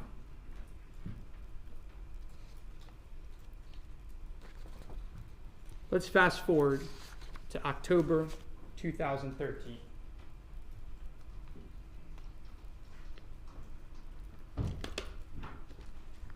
October 2013, Charlie started dating Catherine Magbanua. We'll call her Katie. She was beautiful. She was smart. Like Charlie, she graduated from UCF. She was hardworking. He met her in one of the dental practices. At first, the relationship was casual. They wanted it that way. Charlie particularly liked it, and liked Katie, because she had 2 children. He worked a lot. His priority was his job. And Katie didn't bother him a lot. He only saw her like once, maybe twice a week. That's what he liked. And she was smart. She was fun. And he treated her very well. And that was very different, you'll learn, from how she was treated previously. Now, you'll hear that he spent a lot of time with Katie over the months that they dated. And remember how I told you Charlie talks a lot and repeats himself a lot? Well, when they were together, he did just that. He talked about his day. He talked about what was going on in the world. He talked about his family, which, by the way, was a constant topic every single day. Because when Charlie's driving in the car, every morning for an hour to work and an hour home, sometimes longer, he talked to his mom on the phone. And when he talked to his mom on the phone, what would be a topic of heavy conversation quite frequently? Wendy's divorce. All the problem is in the divorce. They told you that. They told you that in opening. And what would Charlie do? He would tell these things to his girlfriend. And what were some of the things he told her? Well, he told her about the $1 million offer. He told her that he could pay it in cash. She said, that's a lot of money. He said, no, I have it in cash. And I'm going to get it back. He told her several times the joke. Over time, you're going to see through text messages that Katie wanted a deeper relationship. And you'll see that Charlie didn't want that. You'll also learn, and the timeline is important. They meet in September. They start dating in October of 13. You're going to see that over time, it takes a couple months, Charlie starts to learn a little bit more about Katie's ex, Sigfredo Garcia. And what you're going to learn is that Charlie Adelson never meets Sigfredo Garcia officially, but by all accounts, he was not a good guy. Violent. Long criminal history. Sigfredo Garcia and Katie had been high school boyfriend, girlfriend. And Katie was the love of Sigfredo's life. He lived for her. And you're going to see that Sigfredo Garcia hated Charlie Adelson. Puzzle pieces. So let me repeat it. You saw their chart. The shooter of Professor Markel, the man who murdered him, hated Charlie Adelson, according to them, his co-conspirator. And you're going to hear, not from our witnesses, from their own witnesses, that he wanted to kill Charlie Adelson. You're going to hear that in March of 2014, just 7 or 8 weeks before that first attempt of murder that they talk about, he tried to kill him. Puzzle pieces.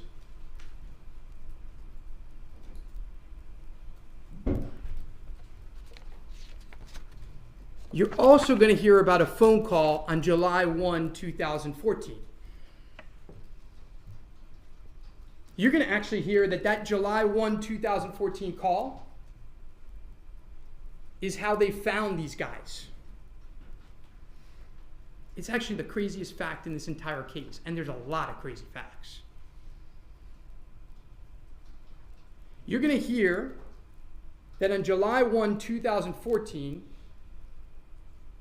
Sigfredo Garcia made a call to the cell phone number of Harvey Adelson. It's the only call that helped investigators connect these folks to the Adelsons in the beginning. It actually broke the case. What they don't know, what you're going to see, it's in text messages. It's discussed on the wires. They don't know it because they don't understand it because they weren't there. Is that on July 1st, 2014,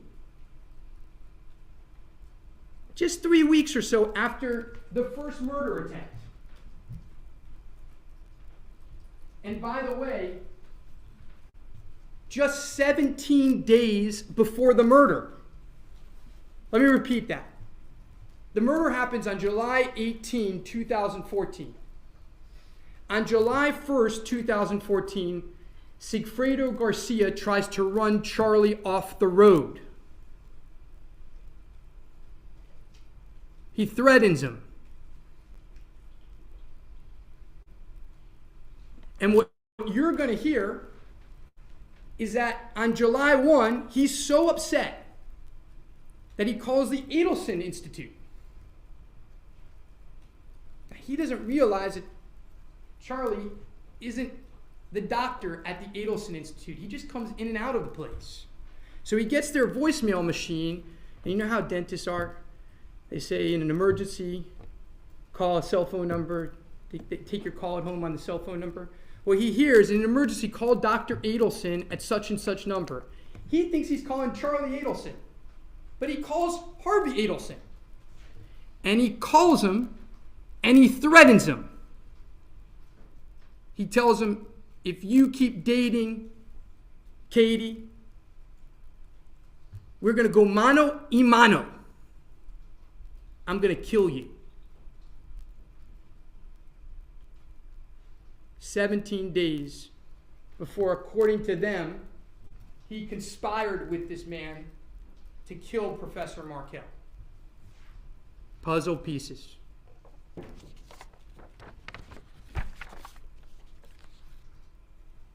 what you're going to learn is that in the spring of 2014, it became apparent to Katie that her dreams of financial security with Charlie were not going to work out.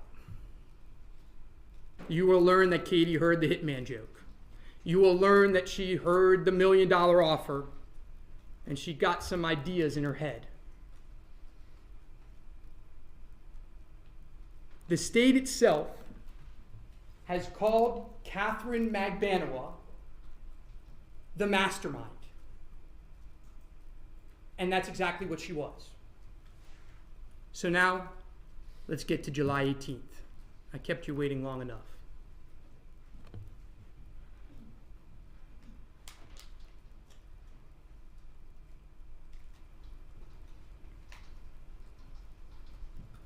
The June attempt didn't happen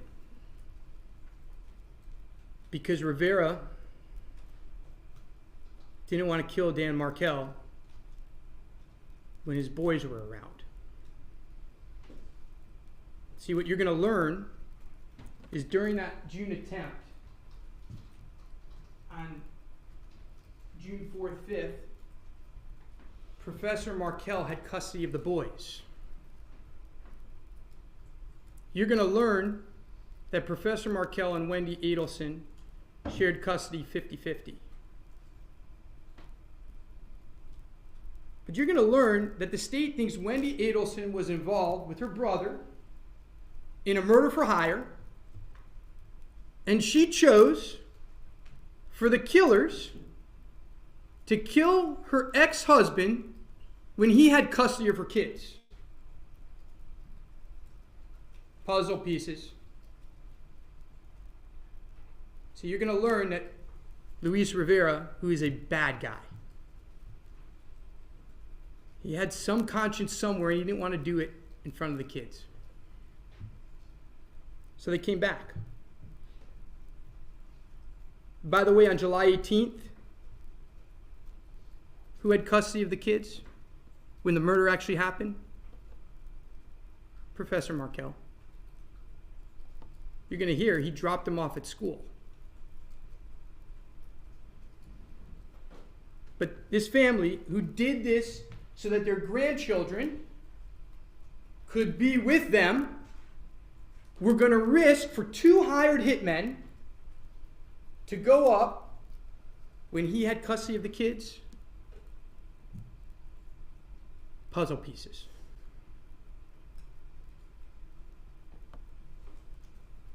July 18th for Charlie starts as a normal day. He works. You're going to see he lives in Fort Lauderdale. Now, I don't know how many of you are familiar with South Florida, so I'm going to give you a little bit of geography lesson. He lives in Fort Lauderdale. That day he's working in 2 offices, because he'd often work in 2 offices a day. He'd work in the morning at one place and the afternoon at another. So he's working in 2 offices. The first office he's working in, both of them actually, are in Jupiter, Florida. Now, if you're familiar with South Florida, Fort Lauderdale and Jupiter are not close. With South Florida traffic, in the morning, he was in the car for at least 2 hours. Now, he came home late that night, you're going to hear, so traffic was a little bit better, but it's probably still an hour to an hour and a half. Jupiter is north of Palm Beach. When I drive up here and I hit Jupiter, I know I'm about a third of the way here. That's a good way to look at it. If you live in Fort Lauderdale, when you hit Jupiter, you're 1/3 done. He's in the car and he's talking on the phone. And you're going to see it. We're going to show you what the phone calls are about. He talks to his sister, talks to his mom, talks to his girlfriend. We'll talk to you about it. There are phone calls. You're going to see it. There are a lot of phone calls.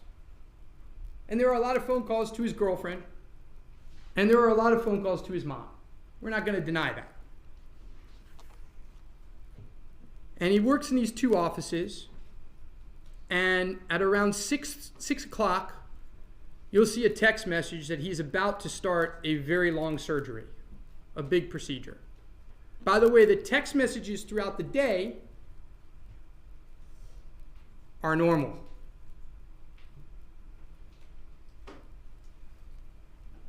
Just after 7 p.m.,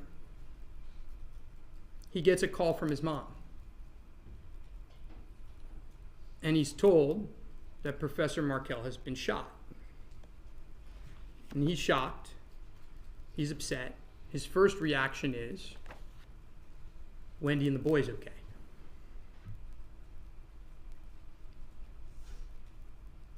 He's supposed to have dinner originally with a friend that night. But earlier in the day, that changes, and he's supposed to have dinner with Katie. And you're going to hear that Katie and him had gotten in a fight a couple days earlier about dinners. You'll hear it. And what you'll learn is after he finds out what happened, tells Katie he doesn't want to go to dinner. He leaves the office at around 8 o'clock in Jupiter. And you'll learn that Katie tells him she'll come to his house that night to comfort him. He's shook up. Now, let me be clear. You're going to hear he wasn't close with Professor Markel. They weren't friends. They had nothing in common. But he was shook up because someone he knew, the father of his nephews, had been shot. When Katie arrived that night, and you're going to learn more details of how she gets there, what she has to do to get there. It's not planned. You're going to see that. The state's going to put on that evidence. You're going to learn that she's scrambling to get a babysitter. You're going to learn, by the way, that Charlie had seen her for lunch the day before. So if it's a murder for hire, why didn't she get the money then? Puzzle pieces. But you're going to learn that she gets there that night, sometime after 11. And when she gets there, she is frantic.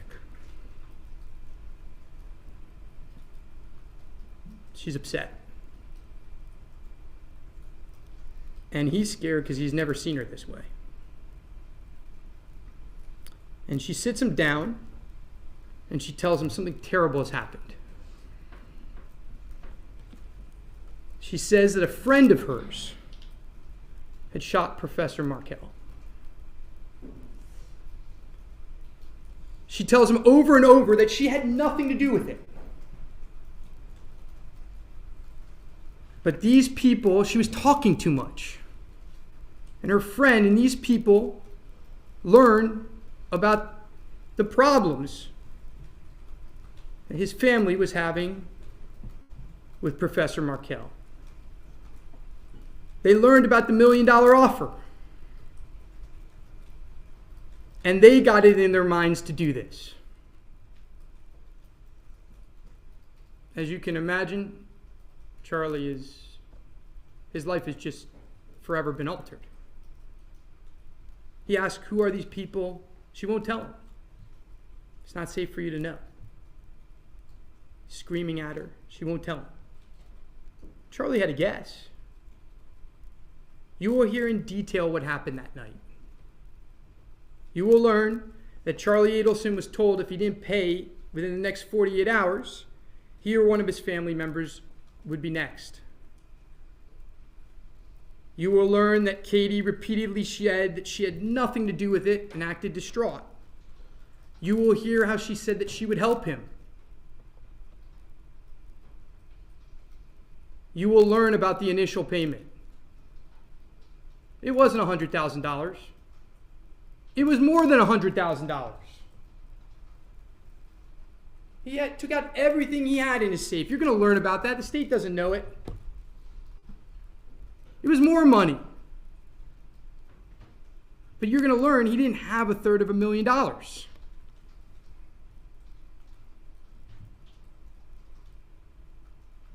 So he had to pay every month. They don't know about that either. Payments every month. Does that sound like a murder for hire? Or does that sound like extortion?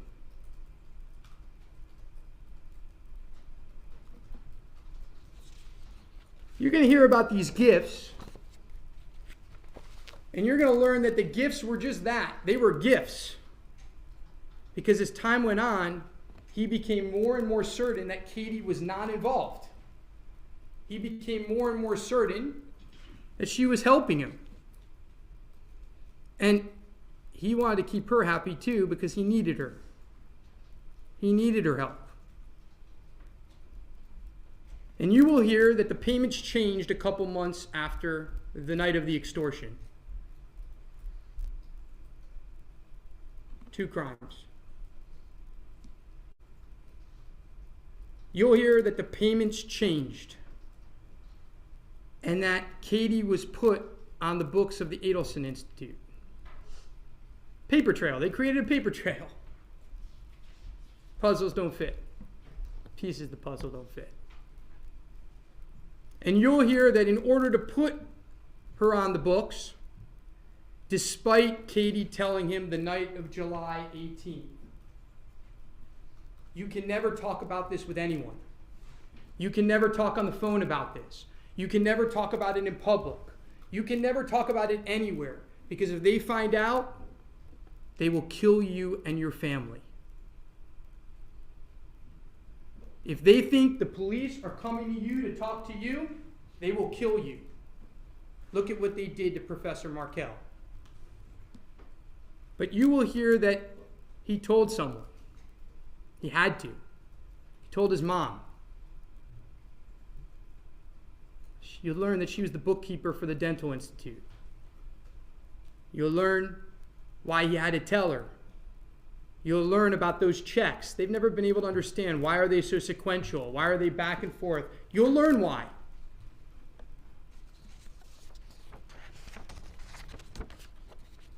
They talk about the bump in 2016. What I like to call is the second extortion. What they don't realize is that their undercover operation was an extortion on an extortion. They don't know it. It's not their fault. And we're going to go through the wires with you. We're going to go through Dolce Vita with you. And we're going to show you how they actually prove his innocence.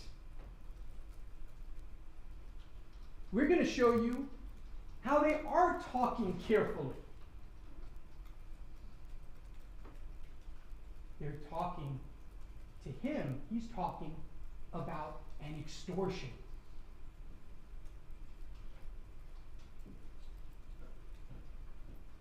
They're happy if this bump is the police, because if it's the police, none of them are going to get killed.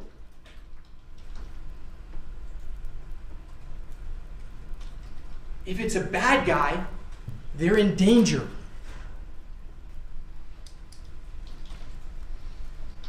If you do a murder with someone, the last person in the world you want this bump to be is the police. Because it means they're on to you. Puzzle pieces.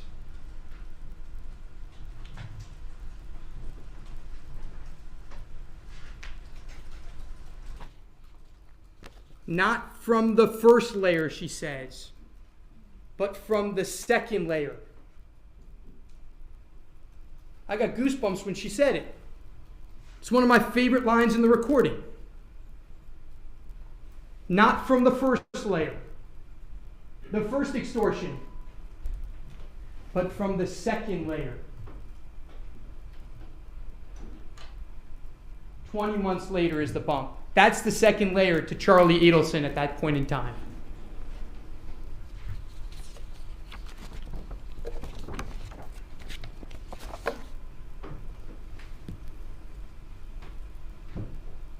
You will also see And what's going to be weird about this case, ladies and gentlemen, and you're going to start to see it today, much of their case, I agree about.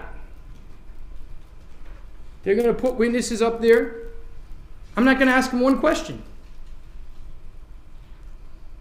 Some of their evidence is exactly the truth.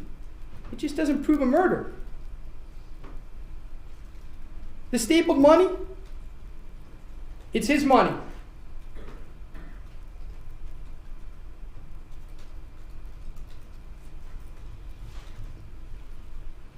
You will also see that Sigfredo Garcia was arrested on May 25, 2016. You will see that Luis Rivera was arrested on June 2nd, 2016. You will see that Catherine Magbanua was arrested on October 1, 2016. Guess who wasn't arrested? Charlie Adelson. He wasn't arrested for 6 more years.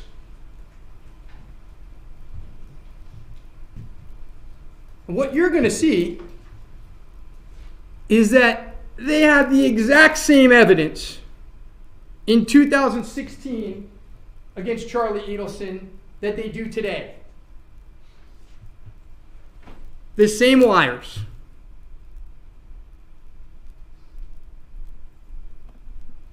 They talk about an enhanced Dolce Vita recording.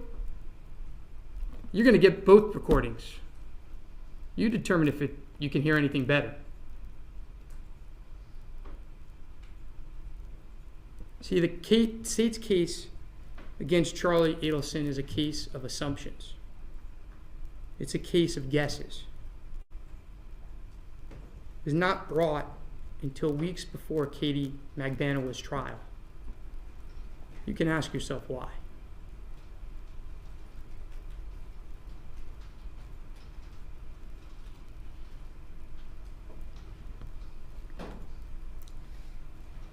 Ladies and gentlemen, I want to thank you for your attention. I want to ask for your patience in this case. A man's life is in your hands.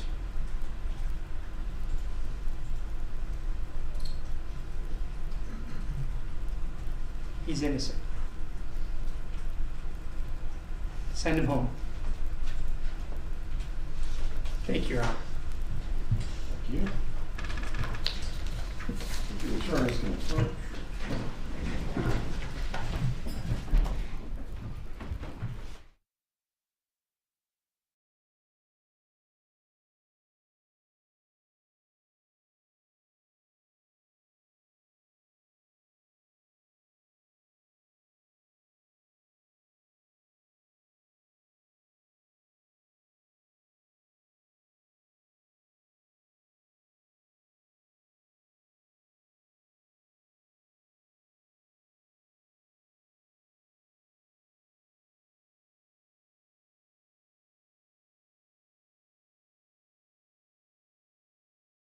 Before the first witness is called, the bailiff will escort you all into the jury room. Please place your notepads face down on your chairs.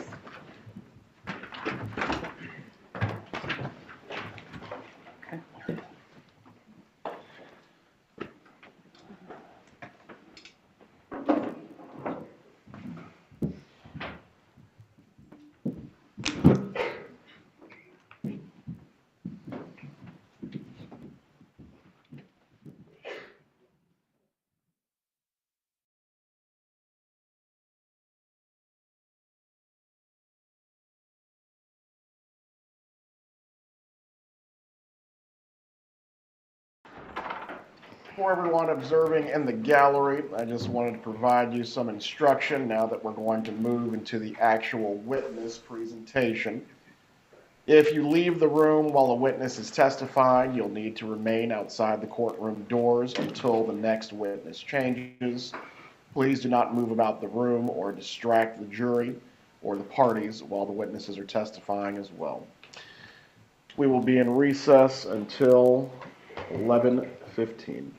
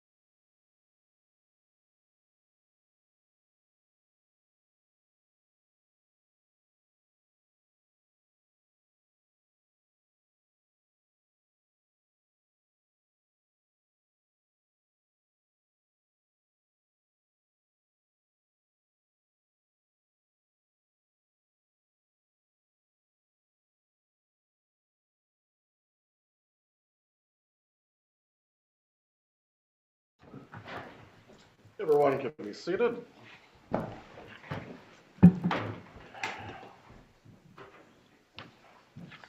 Just as a brief scheduling matter before, oh, I'm still missing the state.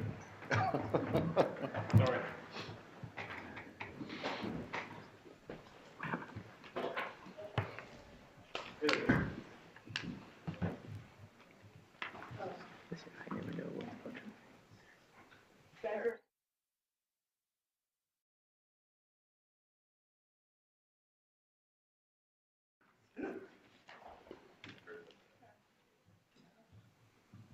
You never compliment me. Brief scheduling matter before we bring in the jurors and the first witness.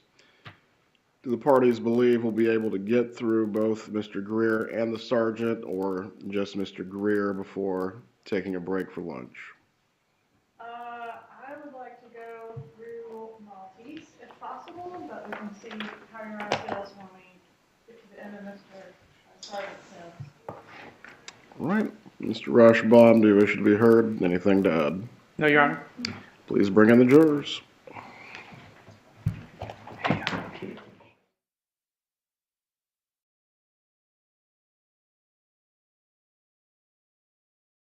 Now, everyone in the gallery is to rise.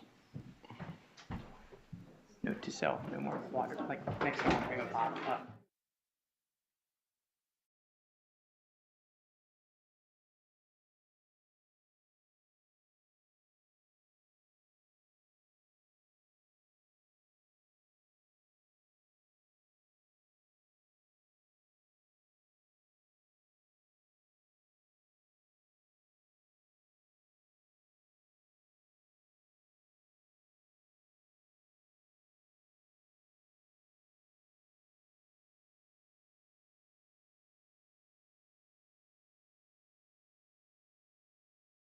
Be another moment. They're still using the restroom, but when they come in, please rise.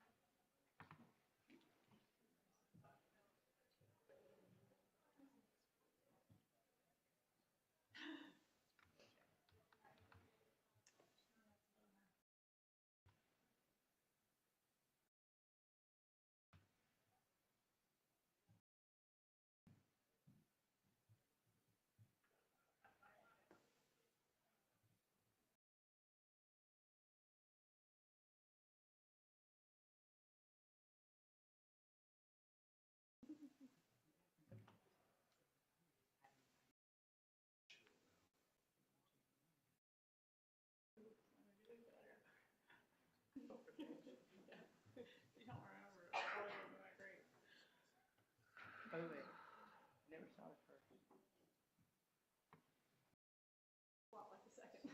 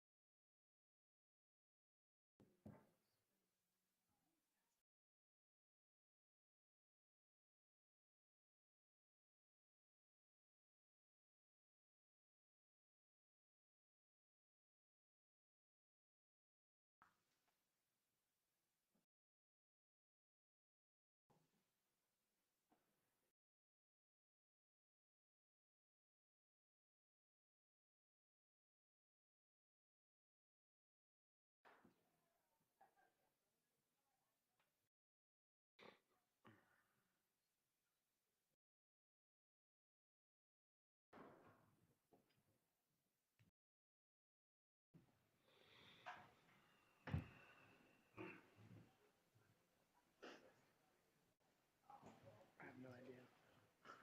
They don't.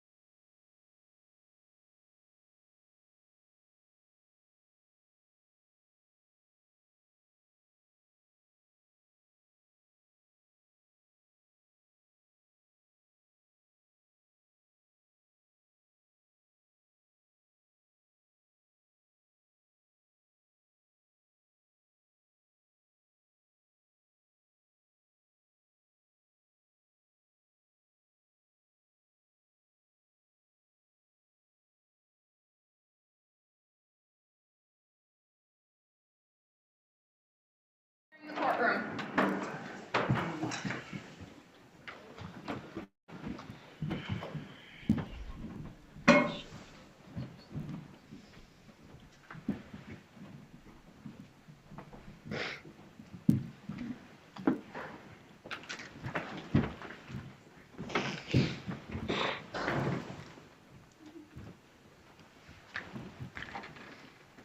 Everyone can be seated. State, you may call your first witness. State calls James Geiger.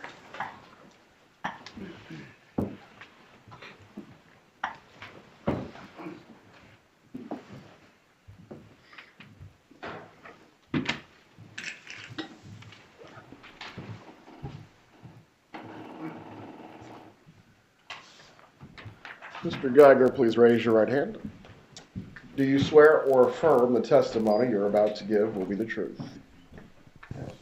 You may take your seat. Please speak loudly and clearly. You can adjust the microphone if you need to.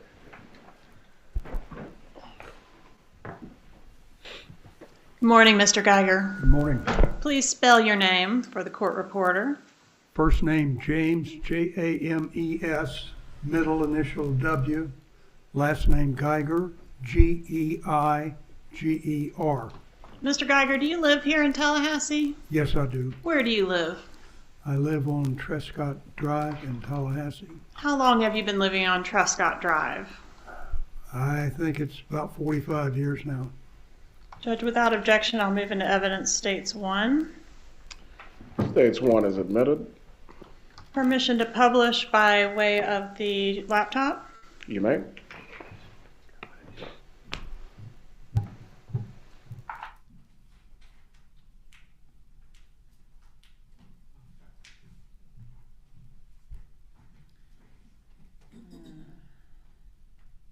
Okay.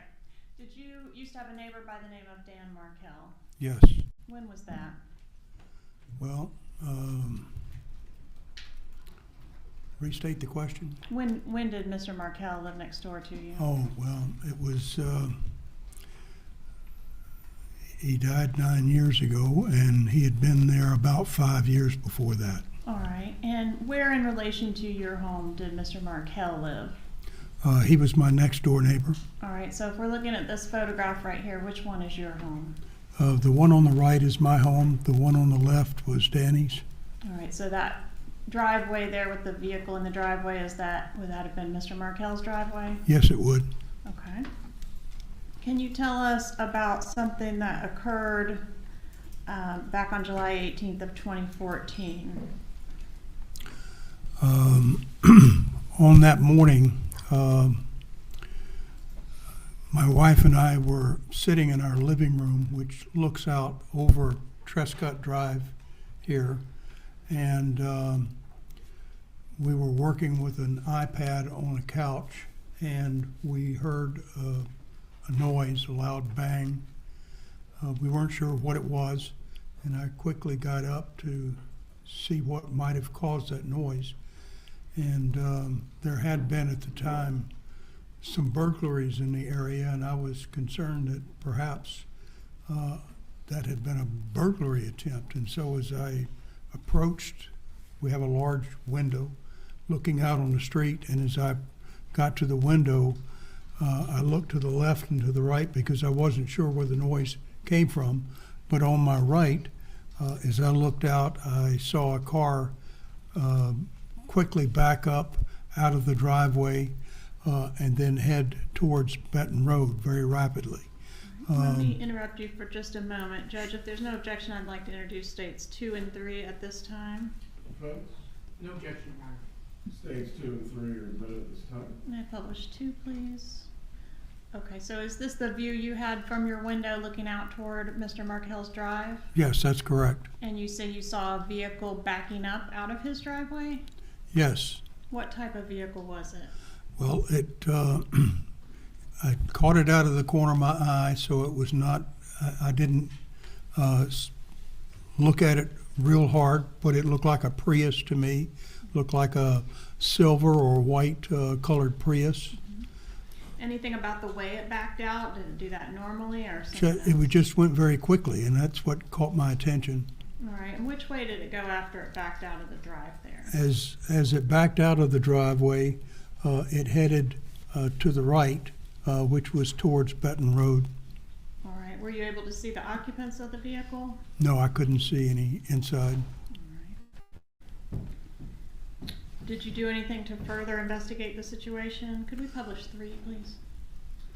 Well, as I said, I was concerned that we had heard that there had been some burglaries in the area, and so I thought that I would walk next door to see if that might have been what happened. And as I approached Danny's house, I noticed that the garage door was up, and his car was in the garage, and it was running. And so I stopped then almost as I got to the garage, and I thought, well, so much for a burglary. If he's getting ready to leave, it wasn't anything like that, and so there must not be a problem. And I turned around and went back to my house at that point. All right, what about once you got back inside the house? Did you do anything else? Yeah, I as I got back in, I kind of stood right at this window, and why, I'm not sure, but I just thought I would stand there for a minute or two and wait for him to go ahead and back out and leave. After maybe 3 or 4 or 5 minutes, he hadn't backed out yet. And I said to my wife, I said, something seems wrong to me. I don't know what it is. Danny hadn't left yet. I think I'm going to walk back over there and check things out. And so that's what I did, was to walk back over again. What happened when you got over there? Well, as I got back over, the garage door was still up. The car was still in the garage. It was still running. And I thought perhaps then that maybe he was on a phone and was simply staying there while he had his phone conversation. But again, I just wasn't quite sure. And I said to myself, well, I'm going to walk on into the garage and make sure everything's okay. And Mr. that's Geiger, what I did. in the 5 years or so that you'd lived next door to Mr. Markel, had you ever had an occasion to go over there and check on him before? No. So he probably sat in his driveway talking on the phone before, right? He may have, I don't know. He was in the garage this time. I wouldn't have known if he was there or not. All right, but for whatever reason, the hairs on the back of your neck stood up this time. I don't know that they stood up, but there was just something that said I need to check it out. All right, so what happened when you got over there? Well, as I said, I decided I'd walk on into the garage. I felt a little awkward doing that, but I walked on in, and I looked at the driver's side window, and it was busted out. And at that point, I recalled stepping on glass. And as I looked in, then I could see a man's head. It was bloody, and it was looking through. Part of the glass was still there from the driver's side window, but part of it was blown out. And I looked inside, and I saw a head. It was bloody, and it was moving back and forth slowly. Mm-hmm. And was it Mr. Markel inside the car? Yeah, and I said, Danny, what happened? And there was no response, just that slow moving back and forth. And I hollered out again, Danny, what happened? And there was still nothing. And at that point, I knew he needed help, and I had to call 911. And so I reached into my pocket, which is where I normally keep my cell phone, and it wasn't there. And then I recalled that while I was sitting on the couch, I'd taken it out and set it down there. So I quickly ran back to the house. It's not very far away, as you can see, and got my phone and then called 911. And did you know anything about Dan Markel? Did he have a family living there with him? Yeah, he and his wife had just been married when they moved into that home, and they were there, and then a couple of years later they had a child, and then another child, and they had some difficulties, and they divorced, or I guess we're in the process of being divorced, and she had moved out, and so Dan stayed there. Frankly, we didn't see him a whole lot. All right, but he was living there and had the boys sometimes. Yes. All right, at the time that this happened. Correct. Okay, were the children there with him when he was injured in this way? Not that I'm aware of. So you didn't see the children there? No. All right. So you go back and get your phone and call 911. Is Correct. that right? Okay.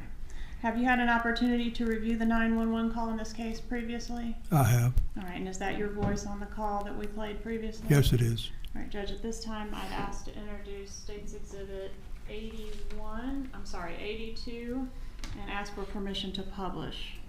Any objection? No objection, Your Honor. Case 82 is admitted. You may publish.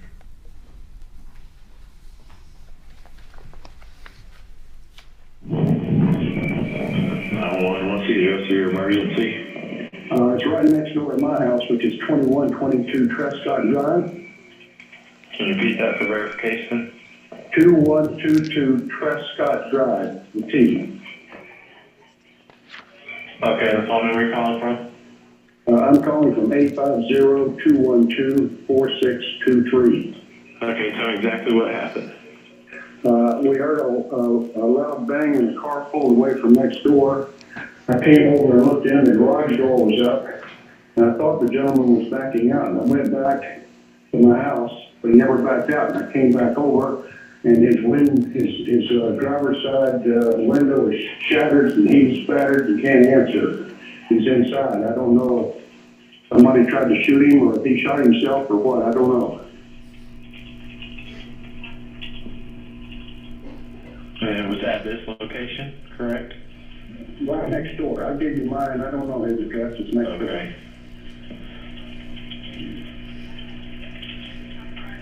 You can send an ambulance in a hurry. EMT. He's still alive. He's moving. Okay.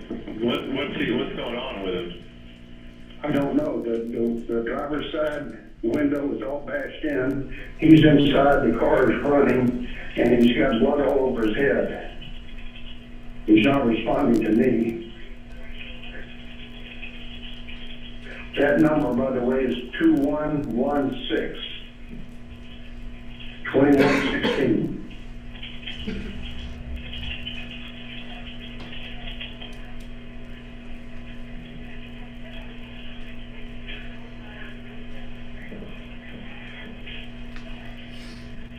What's your name, sir?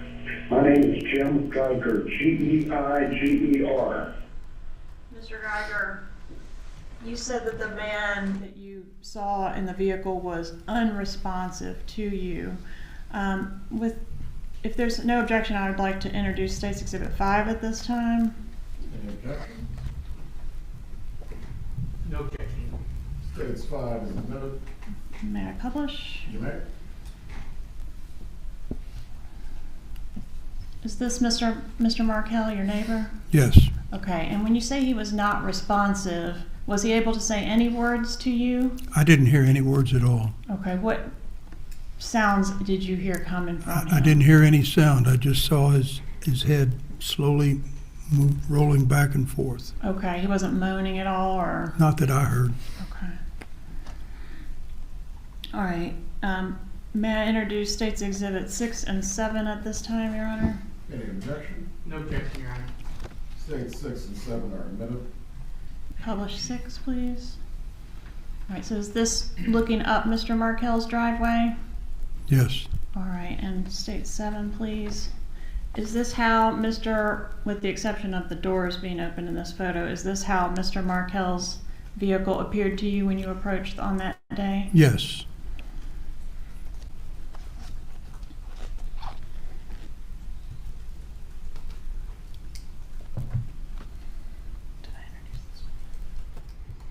I'm going to approach with State's Exhibit 4.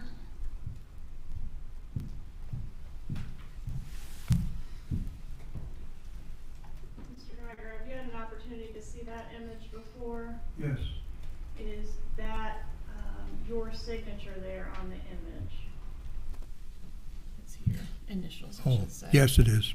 Okay, and is that indicating that the vehicle pictured in this exhibit is consistent with the vehicle you observed in Mr. Markel's driveway that day? Yes, that's true.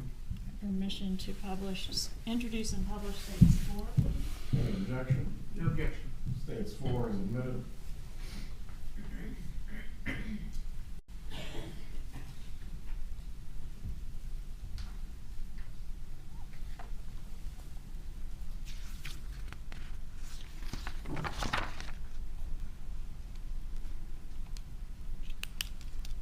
And I believe you said on the recording there that the car was running. Is that true? That's true.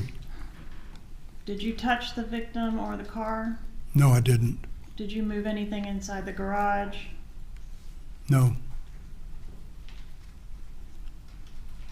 Can you estimate how much time passed between the time you heard the loud bang and the time that you called 911?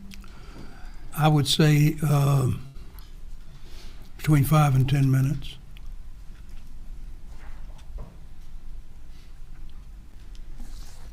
I'm going to show you State's Exhibit 81.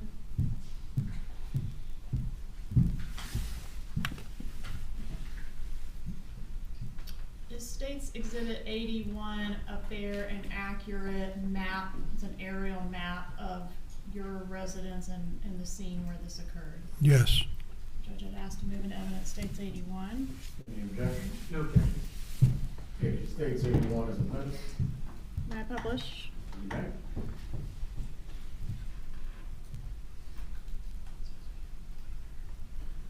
Can you zoom in all?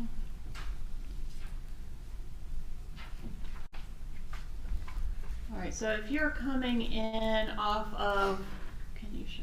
Yeah, off Thomasville Road there, the yellow line, how would you get to Mr. Markel's residence from Thomasville Road?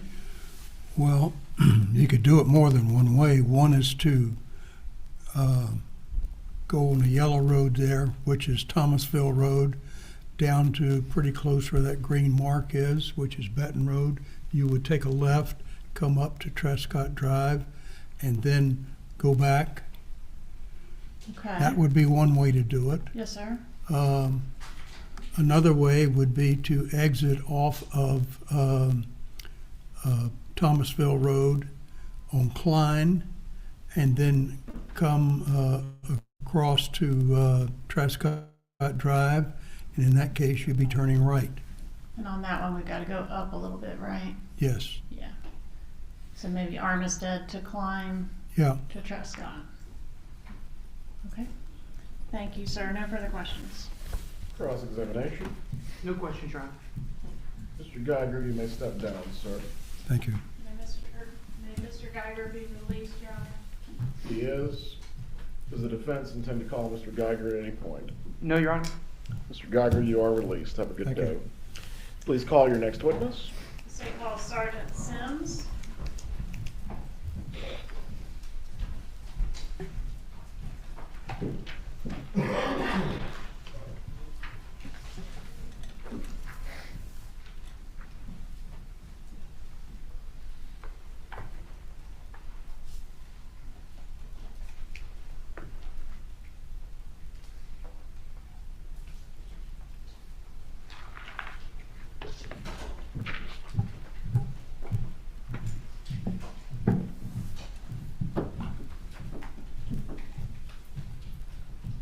Sergeant, please raise your right hand. Do you swear or affirm the testimony you're about to give will be the truth? I do. You may take your seat.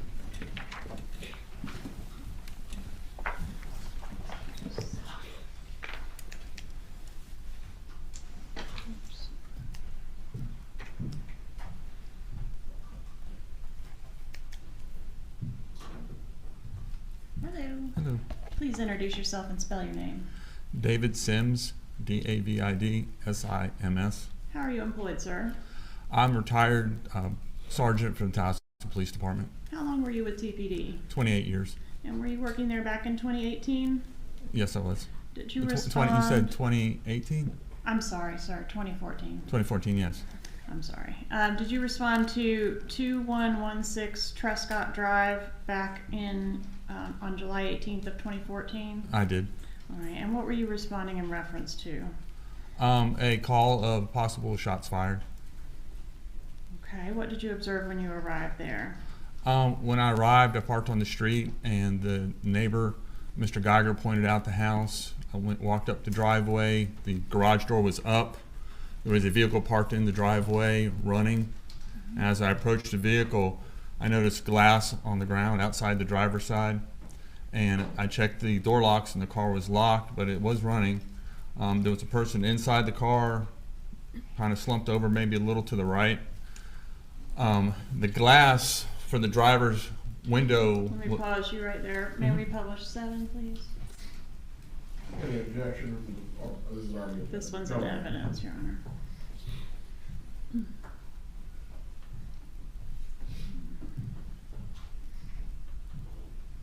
All right, so proceed with your answer. So you arrive, and is this what you see? Yes. Except for the doors were shut, correct? Yes. Okay, go ahead. And as I approached in the picture there, the vehicle door is open, but it was closed and locked when I arrived, and the glass in the driver's door was partially broken out, and there appeared to be a small half circle in that glass as if a projectile had entered or exited through that window. So at this time, I'd like to move into evidence, State's Exhibit 8. Any objection? No objection, Your Honor. States 8 is admitted. Please publish 8. All right, does this photograph show the little shattered glass with the half circle you were referencing? Right, up there in the corner. Okay. What else did you observe there? Inside the vehicle, I called the victim's possible name. I was given the name of Daniel. I called Daniel. There was no response. He was breathing, but in a gasping manner. It was just kind of repetitive gasp. No movement, no response to me. I went around to the other side of the vehicle after I had unlocked. I reached in the window, unlocked the door, went around to the other side, opened that door, turned the car off so the car wouldn't possibly be put into gear when EMS got there, plus the fumes. So I dropped the keys on the floor in the garage, and I tried to call his name again, no response. By that time I heard EMS, their sirens right down the street, so they were almost there. I did notice that in his left hand he had a cell phone, and in his right hand he had like a business card. And he also, the glasses, there was eyeglasses, half was laying in his lap and the other half was laying on the floor of the car, like they had just been broken right across the bridge. All right, this time I'd ask to introduce into evidence States 9 and 10. Any objection? No objection. States 9 and 10 are admitted. Publish 9, please. All right, so this, could you zoom in a little bit on the floor of the garage next to the driver's side? All right, so what is this that we're seeing on the ground here? That looks like possibly the cell phone, and I don't know if that's the glasses or not, because once this picture would be after EMS arrived and they took him out of the vehicle, and I'm not sure what on that side, what was moved and everything that was done when EMS was trying to extricate him from the car. Okay, before the doors were open and EMS extricated the victim, were you able to observe some shattered glass? Oh, there was definitely glass. definitely glass on the outside, yes. Okay. And next photo. 10.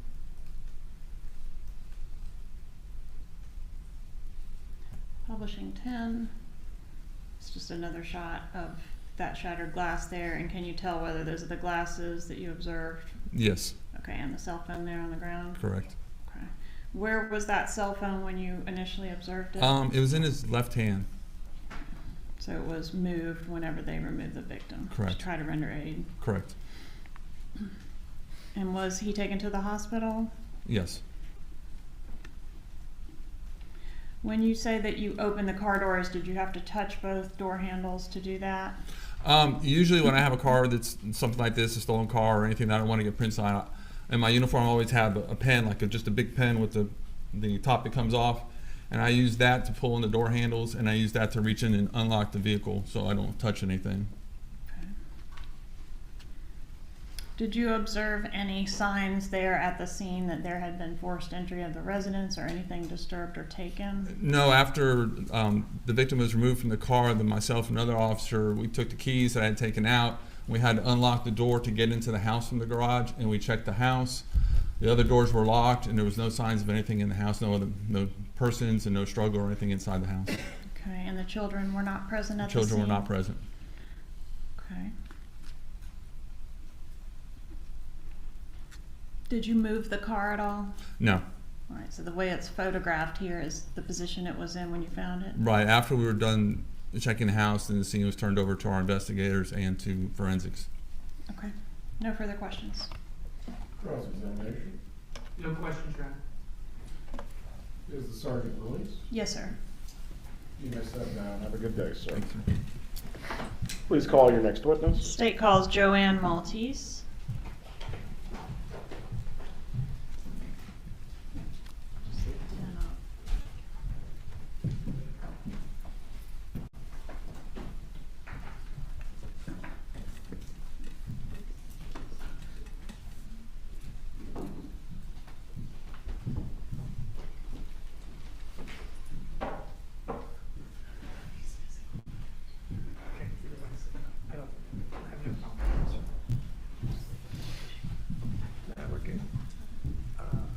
Good morning. Please raise your right hand. Do you swear or affirm the testimony you're about to give will be the truth? Yes. You may take your seat.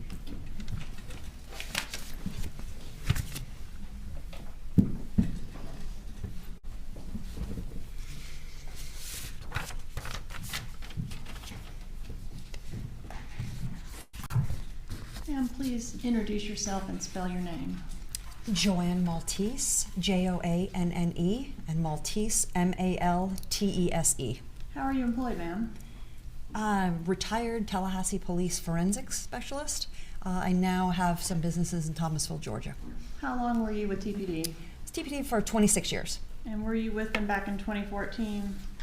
Yes, I was. What were your duties back in 2014? In 2014, I was a forensic specialist, and my primary duties were the documentation, collection, and preservation of evidence at a crime scene. And what training and education did you receive to do that type of duty?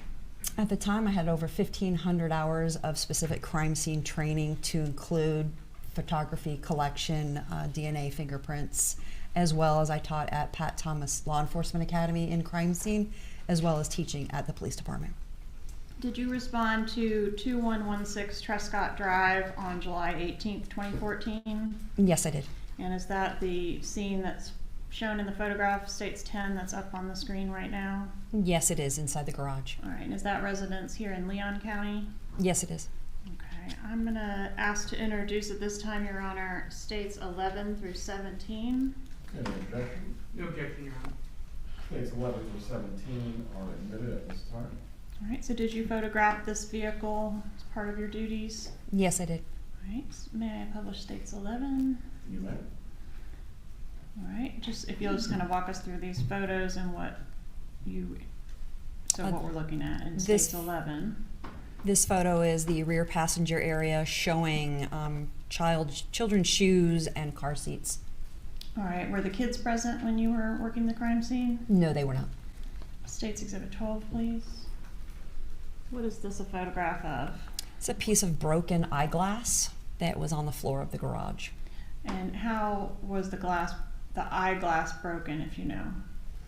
The opticals or the lenses were located still inside of the vehicle. Just half of the eyeglass was outside, and there is damage to the nose piece of the eyeglass. Potentially consistent with the bullet causing the damage to the glasses? It would be consistent.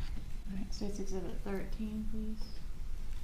What is this show? This is the optical or the lens of a pair of glasses located on the floorboard of the vehicle in the driver's compartment. States Exhibit 14. What is this? It's going to be a wallet found in the glove box of the vehicle. Was the glove box open or shut when you arrived on scene? It was closed. All right, States Exhibit 15. Did it appear that the box had been rifled through or that any items had been taken from the wallet? No. States Exhibit 16. What does this show? This is going to be the driver's side door window, the driver's door window with a hole in the glass. Consistent with a bullet hole? Yes, it would be. States Exhibit 17. What does this show? This is another photograph from a different angle of the same hole in the window that would be consistent with a bullet hole. And did you collect some physical items of evidence from the photographs that we've just looked at? Yes, I did.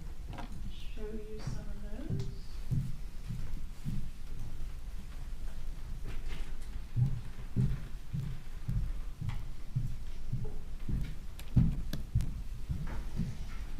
Start with States Exhibit 115. Do you recognize 115?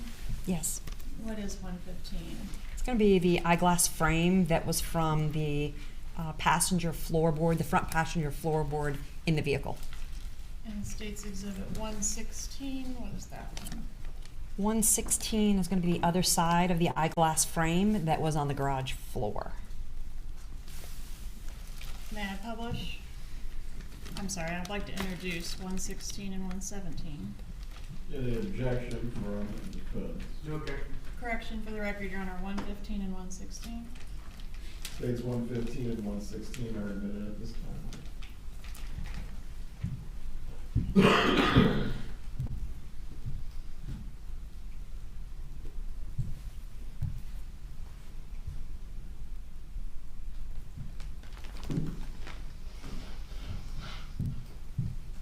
Moving on to 117. Do you recognize 117? Yes. What is that? It's going to be the lens or the optical located on the front driver's floorboard in the vehicle. And we're about about 118? 118 is going to be a piece of the other lens or eye optical from the glasses that were on the front driver's seat. Are those in the same or substantially the same condition as when you impounded them? Yes. Judge, I'd move into evidence 117 and 118. Any objection? No objection. States 117 and 118 are admitted at this time. And then 119, if you could tell us what that is, please. 119 is going to be the wallet and its contents, other than the cash that I had to take out, that was located in the glove box. All right, and that item in the same or substantially the same condition as well? Yes. All right, and move into evidence, states 119, Your Honor. Any objection? No objection. 119 is admitted. May I publish? You may. And whose driver's license was in the wallet, States Exhibit 119? Daniel Markel.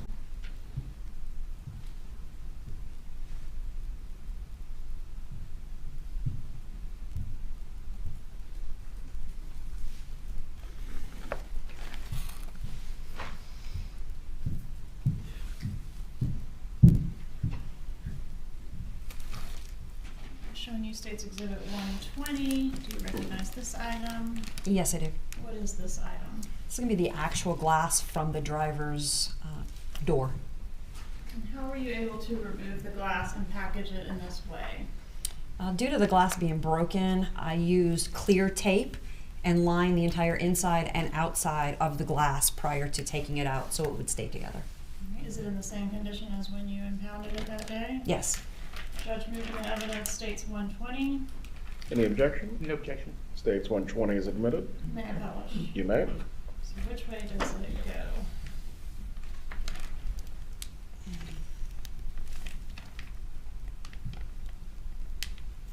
And the photo's up there if that helps. Oh, here's mine.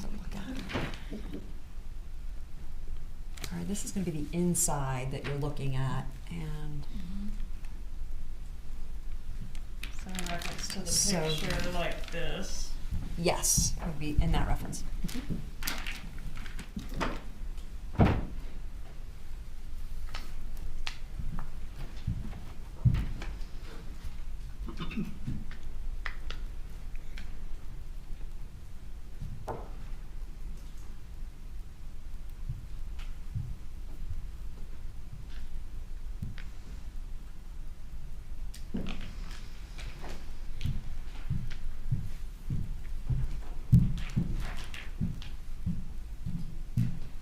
Next, I'm showing you States Exhibit 121.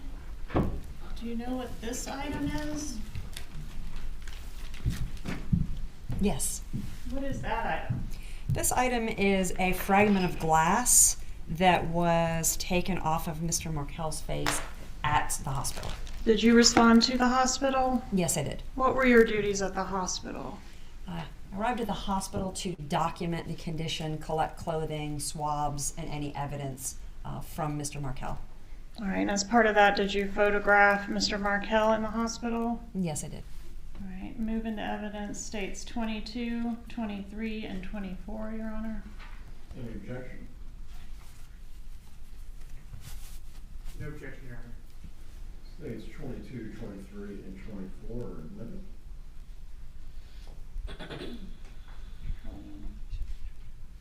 Wait. One moment, please, Your Honor. Yes, Your Honor, at this time I'd ask to publish states 22. You may.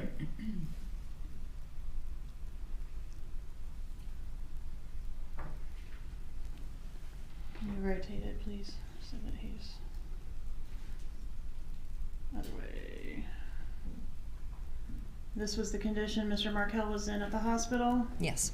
How long after you arrived at the scene, the crime scene, were these photos taken at the hospital, if you know? The crime scene I arrived at around 11:30 in the morning, and then these photos would have been taken around 12:30, so an hour later. Okay. And Mr. Markel was still alive at that time? Yes. Right. Please publish states 23.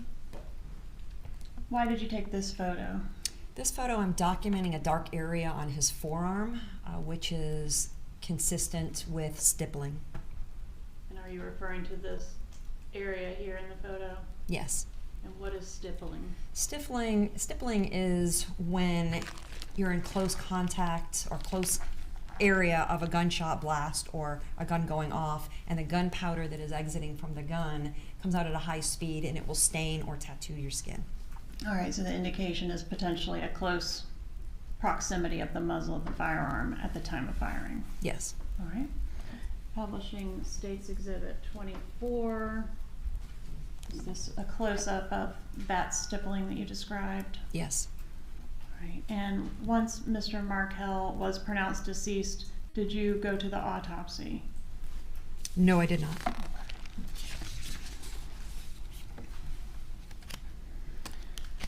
I have a couple other photos to show you in reference to your work on this case. This is 18 through 21. Do you recognize these photos? Yes, I do. And what are these photos of? These photos were taken at the Tallahassee Police Department. I was requested to document a vehicle there. All right, what type of vehicle was that? It was a 2007 Honda Odyssey van. All right, and was that Wendy Adelson's vehicle? Yes, it was. All right, move to introduce 18 through 21, Your Honor. Any objection?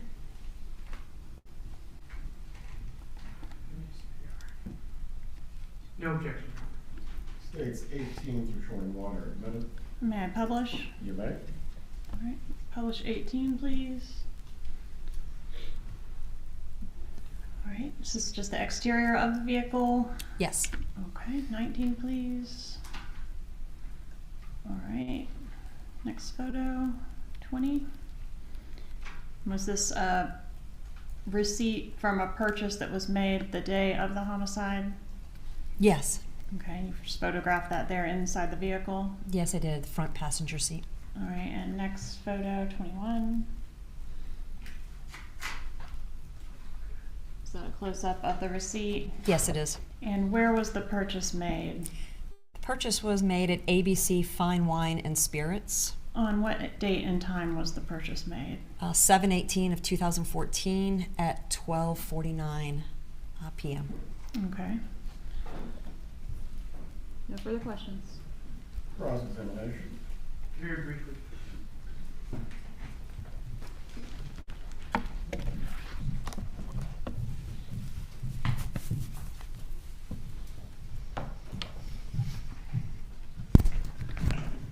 Good afternoon.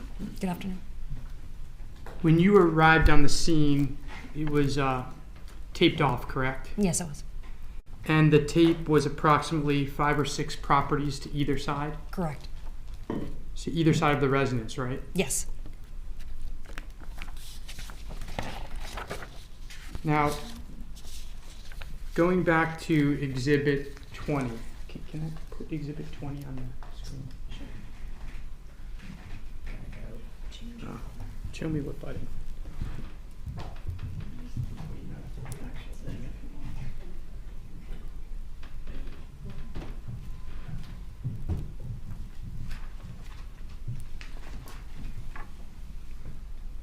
This is a picture that you took, Yes.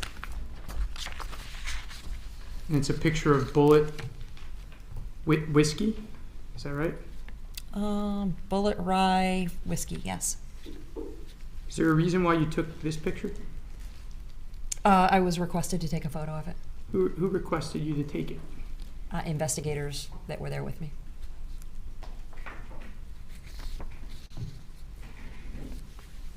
And I would have also photographed everything in the vehicle.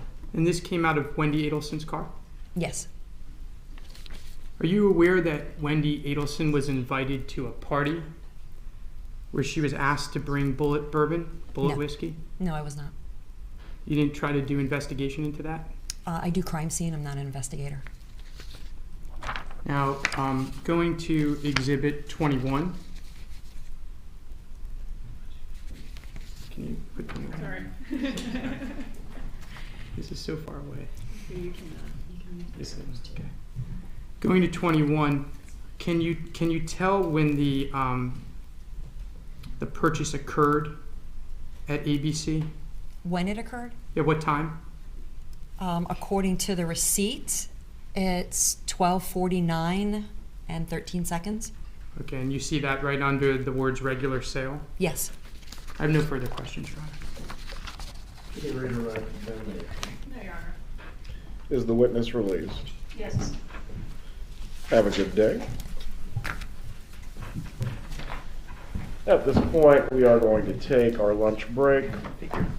Members of the jury, you've heard this instruction from me several times. I'm going to add yet another log to the fire. Do not discuss this case with each other or anyone else, or look at any of the news reports or find any information concerning this matter. If you choose to have your lunch together, you certainly may. Again, the only prohibition is you're not to discuss the case itself. You will need to return by 1:15, and at that point, we will resume with the trial as quickly as possible. Enjoy your break.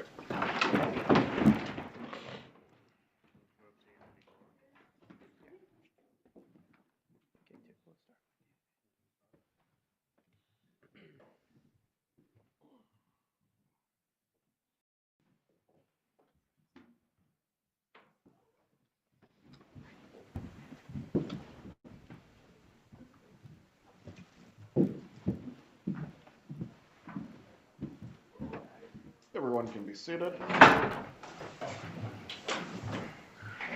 The parties will need to be back by 1:10. From there, we'll just be waiting on the jurors to be settled and come back out, and we'll resume with the testimony. Judge, I'm advised there will be an objection to the photos with the next exhibit. Would you like to take that up now or when we get back at 1:10? Let's go ahead and deal with it now. Next witness is the medical examiner, and the state intends to publish state's exhibits 25 through 34. May I approach, Your Honor? You may.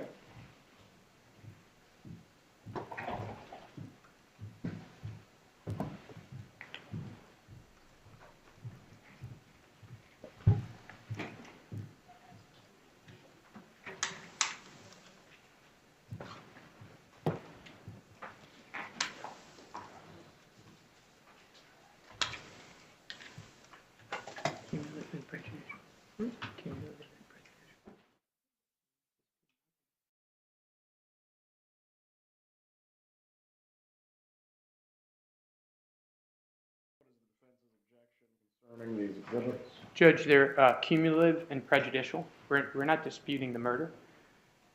They've already put in one picture. We don't see the need to put in, I think it's 10 or 12 more. You're conceding element 1 of the murder charge. We're conceding that Professor Markel was murdered and that he died. State response. With all due respect, Your Honor, the state still has the obligation to prove each element and has the right to do so through the use of these photographs and the testimony of Dr. Clark. They've already proved it. Mr. Rauschbaum, we're not going tit for tat. Is there anything else that you need to raise that has not been already? No, Your Honor. Well, as to the evidence being cumulative, I'm going to overrule. As to that objection, I will permit the state to admit these items with a proper foundation through the doctor. The doctor will be permitted to testify as to the manner and method of the homicide and document his findings.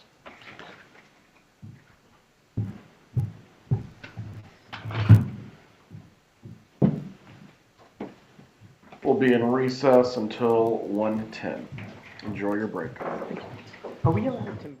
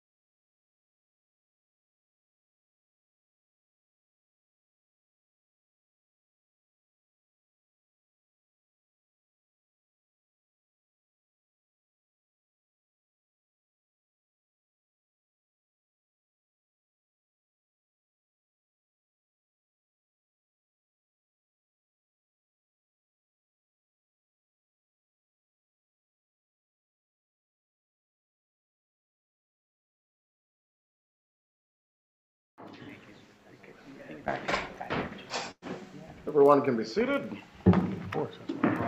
All the jurors back in the jury room. Okay.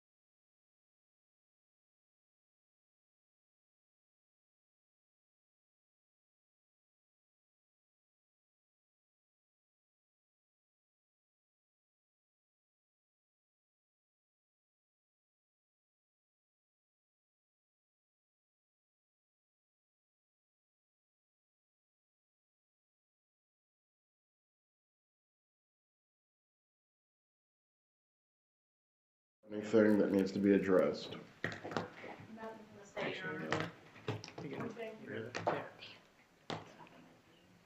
Do I?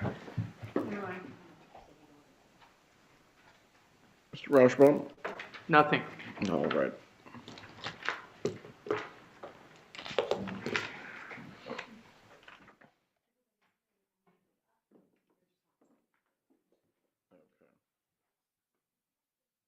And of course, we'll have to wait for them to use the bathroom.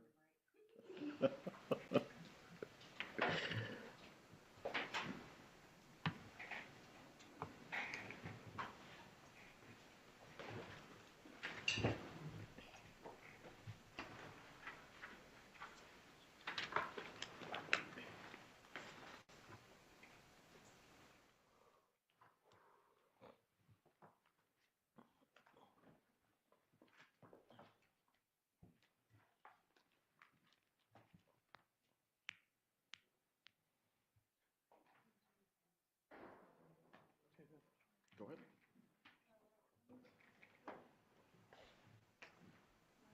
I talked gonna give her a little leeway. I can say that what she said. I'm okay with that. If she goes overboard, then I'm gonna object. The evidentiary grounds is he wasn't there. If she goes overboard.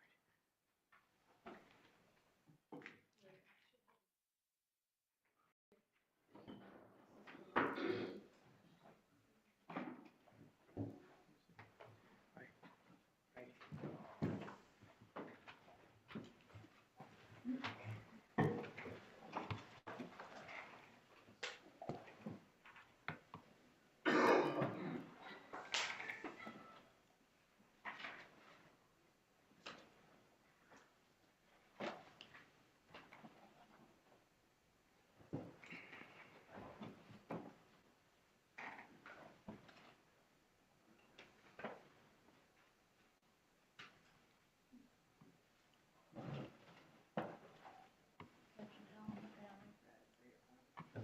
What's that?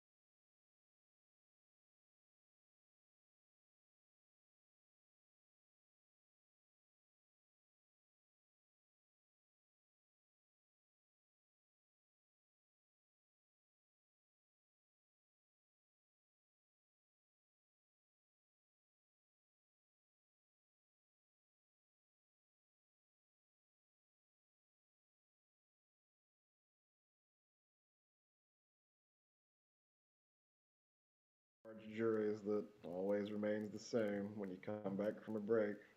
Did you go to the bathroom? Who needs to go to the bathroom? Once we're done with the bathroom, we'll get started.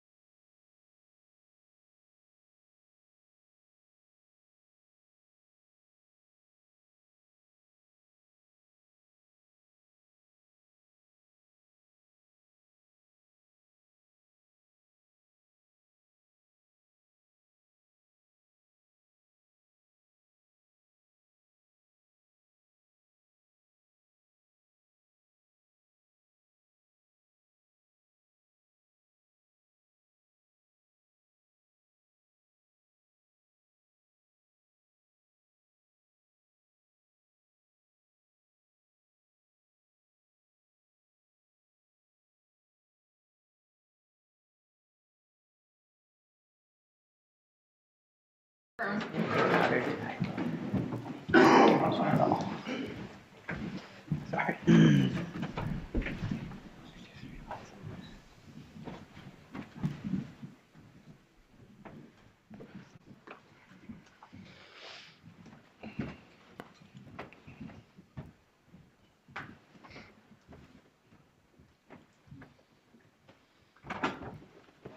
Everyone can be seated. Members of the jury, we will continue with the state's case at this time. State, you may call your next witness. State calls Dr. Clark.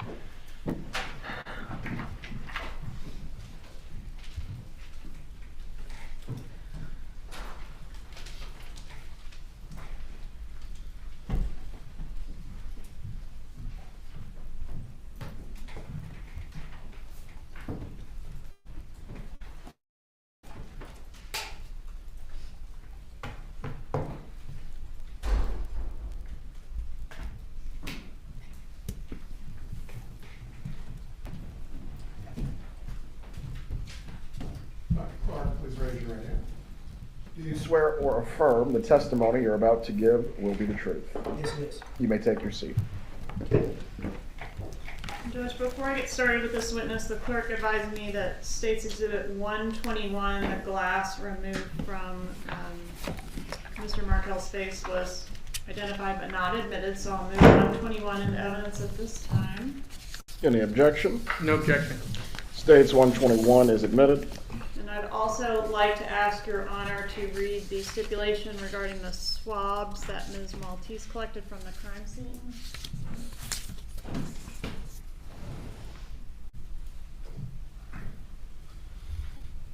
Members of the jury, when parties agree that certain facts are true, that is called a stipulation of fact. You must accept stipulated facts as having been proven. However, the significance of these facts, as with all facts, is for you to decide. In this case, the stipulated facts that you must accept as true are the following. Miss Carrie Rosanna, a crime laboratory analyst in the biology section at the Florida Department of Law Enforcement, conducted DNA testing in this case and reported the following results. The swabs collected from the crime scene by Joanne Maltese were tested for the presence of DNA. Ms. Rosanna analyzed the swabs and opined that due to the limited nature of the DNA results obtained from the swabs, the data was not interpretable, meaning there was not enough information present to make an identification. Thank you, Your Honor. May I proceed? You may. Sir, please introduce yourself and spell your name.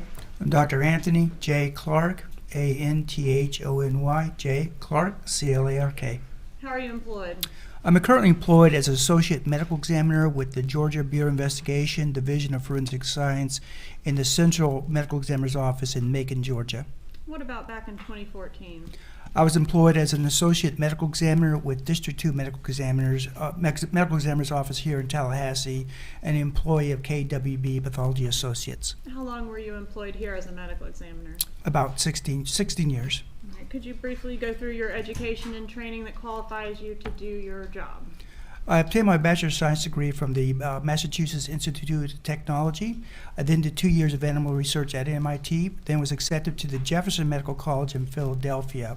I graduated from the college and went to New Britain General Hospital in New Britain, Connecticut, and did a 2-year general surgical residency internship. I then went to the Hartford Hospital in Hartford, Connecticut, and did 4 years of anatomic and clinical pathology.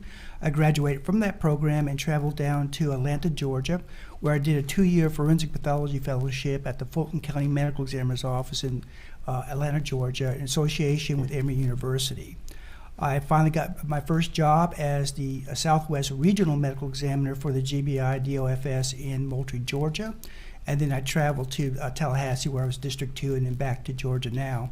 I am board certified in anatomic and forensic pathology. I have medical licensures both in Georgia and in Florida. All right. And what are the duties of an assistant medical examiner? As an associate medical examiner, I am involved in death investigation. I'm the individual that examines the dead person and determines the cause and manner of death. How How many autopsies have you conducted throughout your career? It's well over 7,500. Have you testified as an expert in a court of law before today? Yes, ma'am. How many times? Several hundred times. Tender the expert judge in the area of forensic pathology. Does the defense wish to deny the witness any further? No, Your Any challenge to his qualifications to render an opinion? No, Your Members of the jury, the witness will be permitted to provide you with an opinion in the field of forensic pathology. You may continue. Dr. Clark, did you conduct the autopsy of Dan Markel? Yes, I did. When was that autopsy conducted? We performed the autopsy on July 19, 2014, and we started at 11:55 hours. Where was the autopsy conducted? This was performed at the Tallahassee morgue at that time. All right. And did you take photographs to assist you in documenting the autopsy process? Yes, ma'am. Okay, I'm going to show you what I've marked as States Exhibits 25 through 34.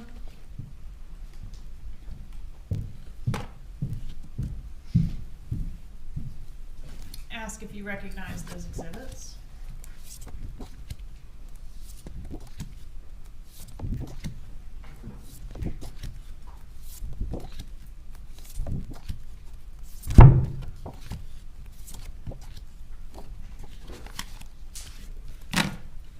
States Exhibits 26, this one?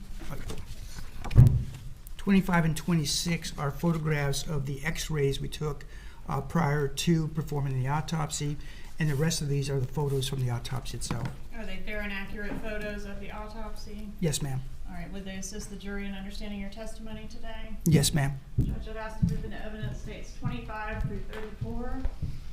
25 through 34 are admitted over the defense's objection. Permission to publish? You may. All right, let's start with 25, please.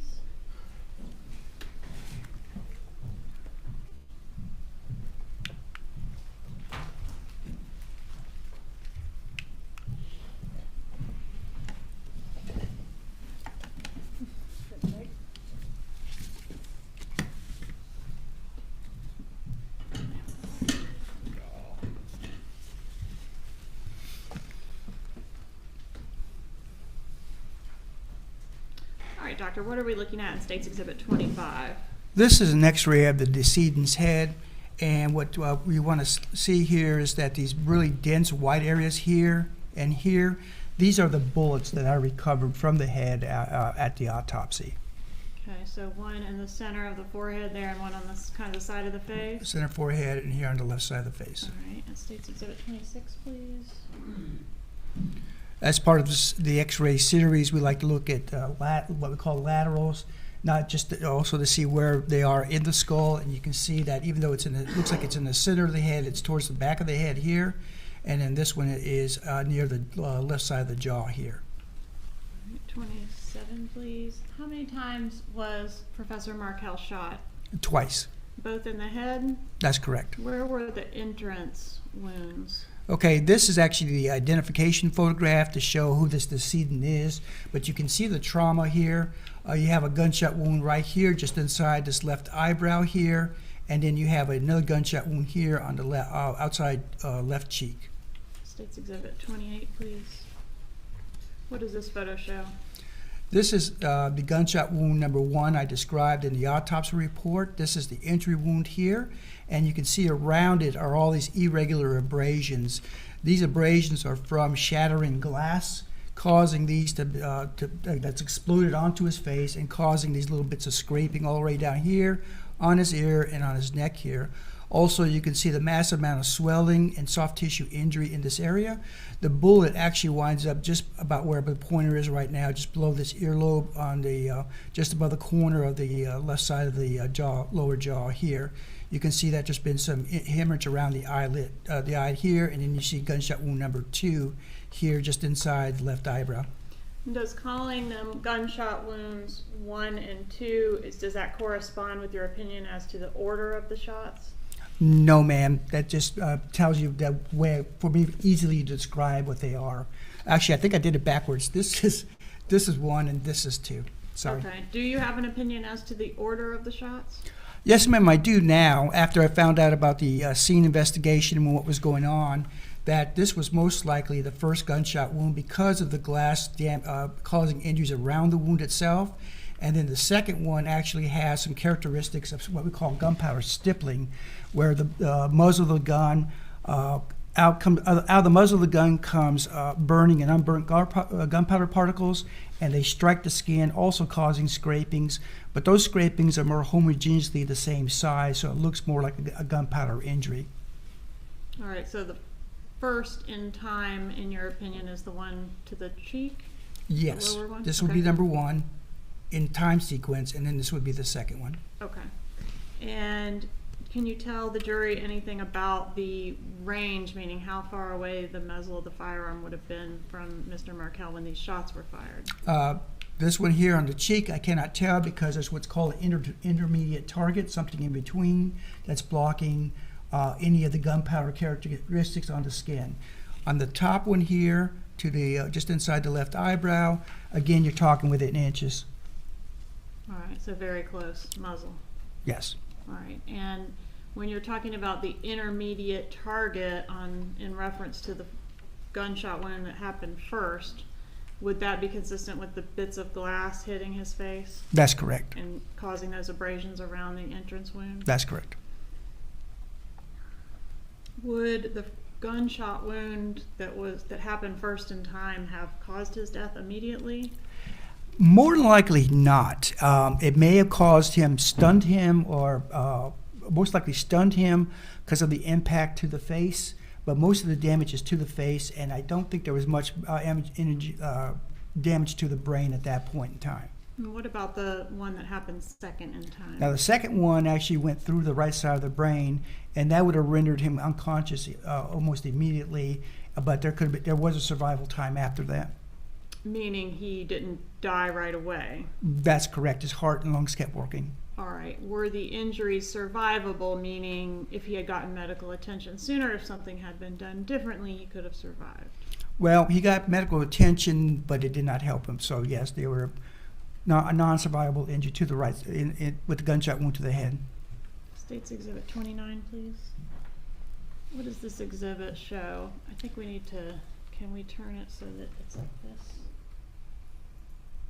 Yep. No. Yes. What are we looking at in this image, Doctor? Okay, again, what I was looking at was this coarse abrasions or scrapings of the skin on the ear, and there's some scattering on the neck here. Most of it's on the face up here. And again, that's what I called pseudo-stippling in the autopsy report. Also, you can see that the side of his neck is kind of discolored and it's very swollen here. There's been a lot of hemorrhage into the soft tissues from the gunshot wound that has traveled from here down to here. All right, State's 30, please. What are we looking at in this image, Doctor? Now we're looking at gunshot wound labeled as number 1. This is the entry here. And you see these fine specks up here. Those are small abrasions or scrapings of the skin, consistent with gunpowder stippling. So there was no intermediate target at that point in time. So the gunpowder from the discharge from the muzzle of the gun struck the skin and left these marks. Can you tell them anything about what type of firearm it would have been or could have been based on? Not from the stipple pattern of the gunshot wound injuries themselves. The bullets were more consistent with being fired from a revolver. And what's the difference between a revolver and other types of weapons? Well, the revolver usually can use just lead slugs, and they're usually not copper jacketed or metal jacketed. Okay. And is the revolver the one that has the cylinder like a cowboy gun that spins around? Yes, ma'am. Does not eject casings when it's fired? That's correct. Okay. Next photo, please.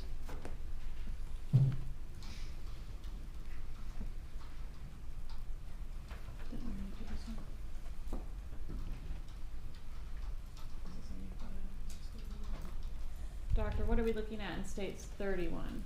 Okay, this is depicting the gunshot wound to the outside of the left cheek here.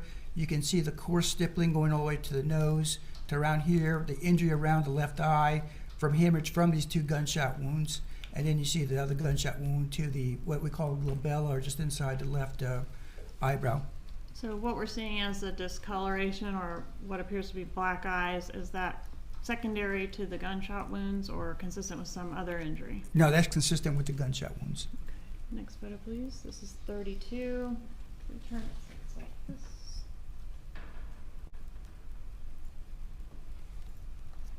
What does States 32 show? This is a close-up of his left forearm. His wrist is over here, his elbow is here. And what you're seeing here is a crescent-shaped deposit of soot. Okay? Now, soot not only in a revolver not only comes out of the muzzle, but it also comes out what's called a cylinder gap.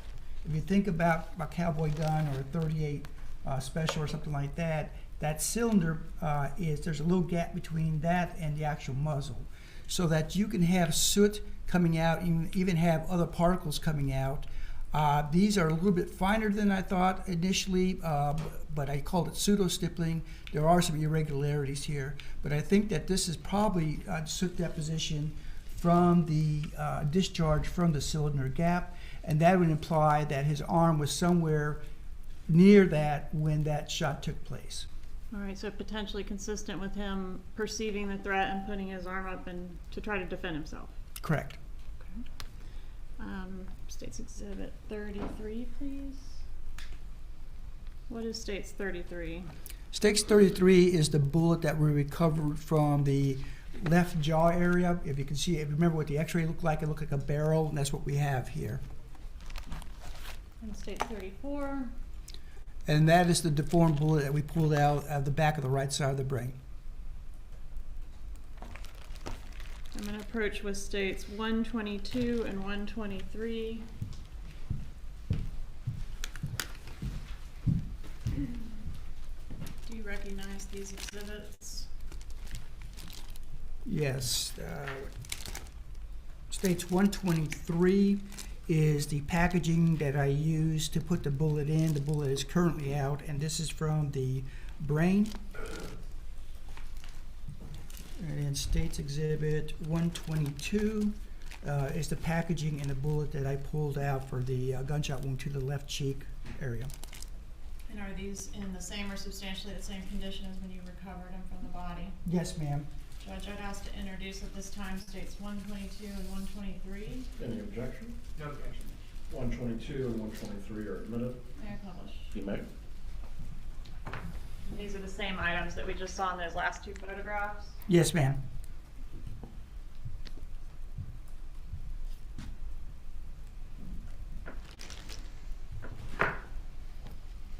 Doctor, what was the cause of death in this case? I put the cause of death as gunshot wounds to the face and head. And what about the manner of death? This was considered a homicide. Thank you. Nothing further. Cross-examine. No questions, Your Honor. Doctor, you may step down. Will he be recalled at any point? No, sir. You may call your next witness. Judge, do you have a stipulation at this time? I would ask Your Honor to read the stipulation in reference to the firearms. All right.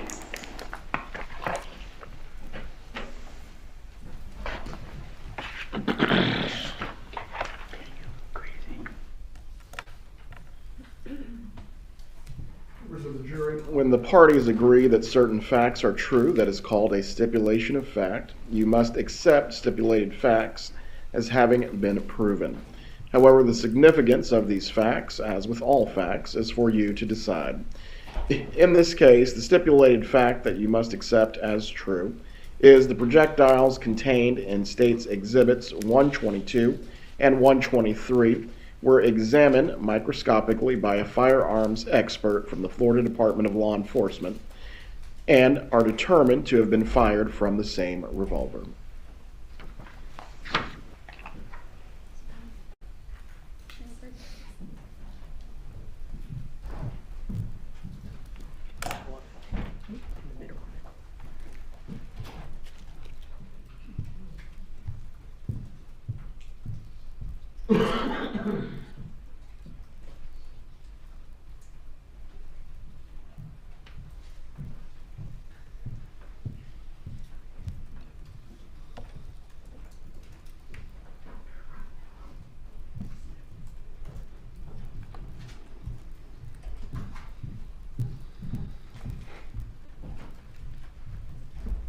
Please raise your right hand. Do you swear or affirm the testimony you're about to give will be the truth? Yes, I do. You may take your seat.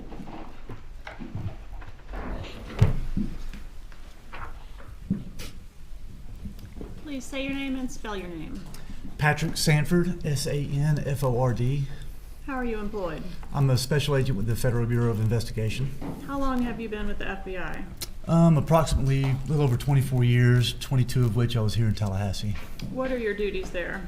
I'm a special agent. I investigate cases and protect national security. And were you assigned to investigate a murder case involving the murder of Dan Markel? Yes, I was. Were you the lead investigator on that case? Correct. Did you assist the Tallahassee Police Department in that case? Yes, I did. Why was the FBI included in that particular investigation? At the beginning, they had several leads, like interviews, things that they need to track down that were outside of the city of Tallahassee. That we have agents, all over the country, so we're able to facilitate some of those leads and track down certain aspects of the case. And were some of those leads in the Miami area? Yes, they were. Right. And were you assisted by Miami authorities as well in the investigation? Correct. As part of the investigation, were the people that were considered to be closest to the victim interviewed? Yes, they were. And would that include the ex-wife, Wendy Adelson? Yes. What did you learn in the investigation about the relationship between the victim and his ex-wife, Wendy Adelson? They had gone to through a very contentious divorce, which even after the divorce was finalized, they still had several issues that they dealt with through the court system. I'm going to approach with what I've marked as State's Exhibit 56. Do you recognize this exhibit? Yes, I do. You had an opportunity to look at that exhibit before? Yes, I have. Okay, is that a fair and accurate copy of Wendy Adelson and Dan Markel's divorce file? That's correct. From the clerk's office here in Leon County? Correct. All right, Judge, at this time I'd ask to move into evidence State's Exhibit 56. An objection to State's 56. Just our previous objection, Your Honor. Very well. State's 56 is admitted at this time over defense objection. Did you review this divorce file as part of your investigation in this case? Yes, I did. About how many pages are in that? Around 576, I believe. Okay. And I want to draw your attention to a couple things specifically, like on page 82, paragraph 13. They were arguing over everything, right? All the belongings. Correct. Down to a tennis racket. That's correct. Okay. As part of these proceedings, did Wendy Adelson seek to relocate with her children from Tallahassee to Miami, Florida? Yes, she did. Right. And why did she want to relocate to South Florida, according to the filings? The filing stated that she had a job offer in South Florida that was more lucrative than her current job. All right. And did Mr. Markel object to her petition to relocate with the children? He did. Right. Did he file quite a lengthy and emphatic objection to that? Yes, he did. Okay. And in his motion, and that's going to be on page 82, why did he indicate he believed was the sole reason that Ms. Adelson wanted to move to South Florida? He says that he stated that the sole reason was because she could relocate with the party's minor children to be near her parents. And was the relocation petition that Wendy filed, was that ruled on? Yes, it was. All right. So what did the court say about that? The court ruled against that and ruled against her, saying she had to stay in Tallahassee with the children. And if I said that was June 20th of 2013, does that sound right? That's correct.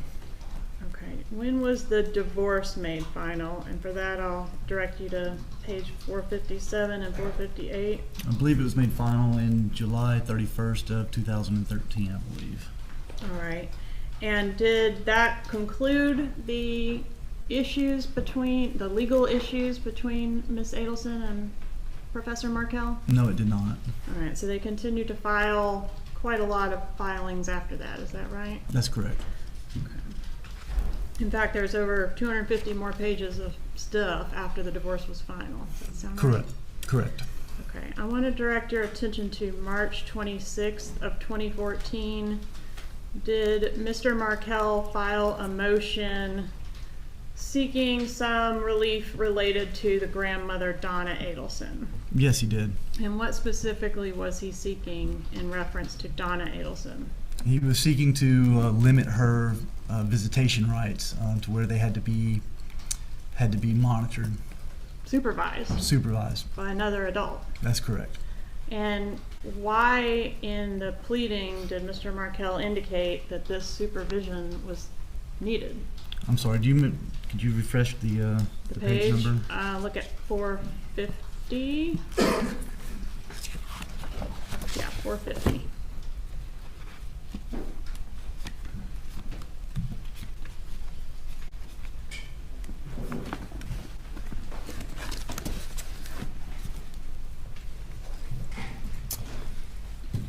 Mr. Markel stated that that the children informed him that Grandma says you're stupid, and that she says you're trying to take your sunshines away. That Grandma, meaning Donna Adelson, That's correct. was saying that Dan Markel, telling the kids that Dan Markel was stupid? That's correct. Did you also come into possession of some emails that were exchanged between Wendy Adelson and Donna Adelson? We did. All right, I'm going to show you what I've marked as States Exhibit 57. Have you had an opportunity to review those emails Yes, I have. prior to today, which we can't find? Have you had a chance to review those before today? I have. Okay. Anything in those emails that goes to motive in your investigation? Yes, there is. And what is that? She was being very assertive. Mrs.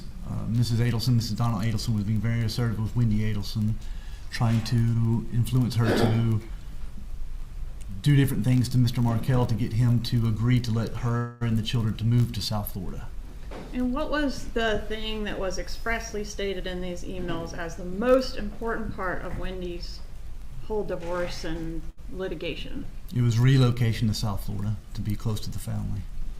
All right, and was there mention in those emails of a bribe that was to be offered to Dan Markel to potentially facilitate this relocation? There was. And who was going to pay for the bribe? There was going to be a three-way payment between Donna and Harvey Adelson. We're going to pay 33% of it. Charlie Adelson would pay 33%, and then Wendy would pay the other 33%. All right, and what was the total amount of this potential bribe? $1 million. All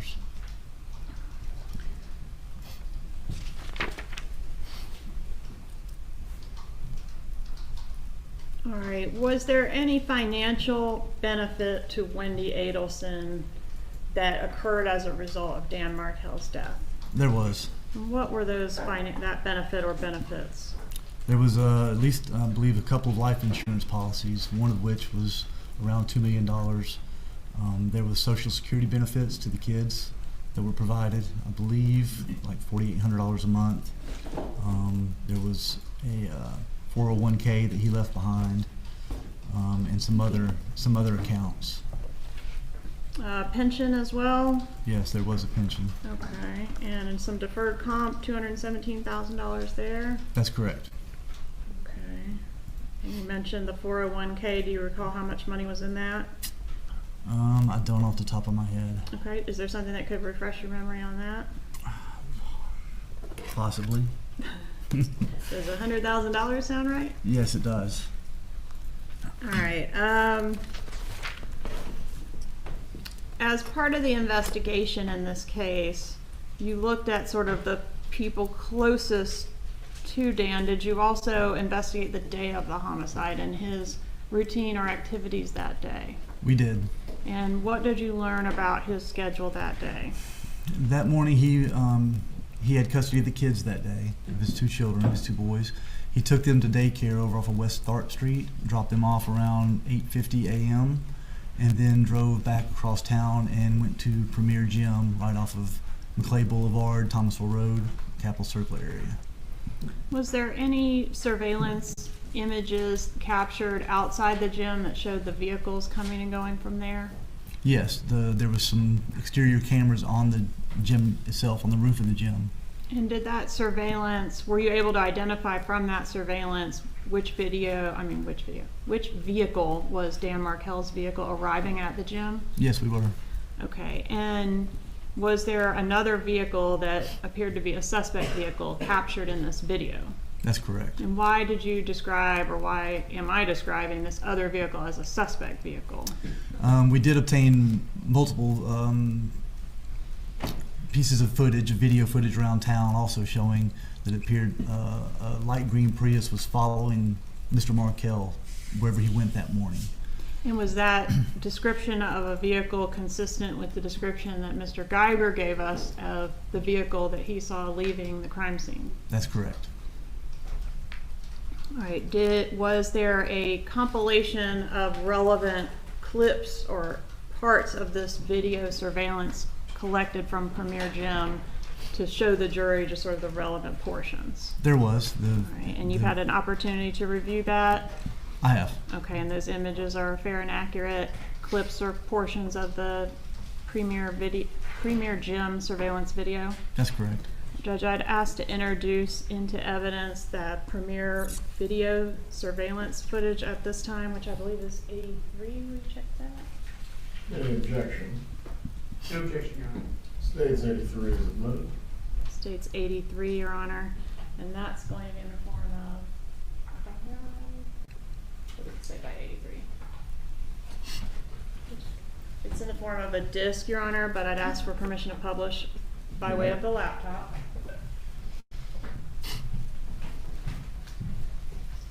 All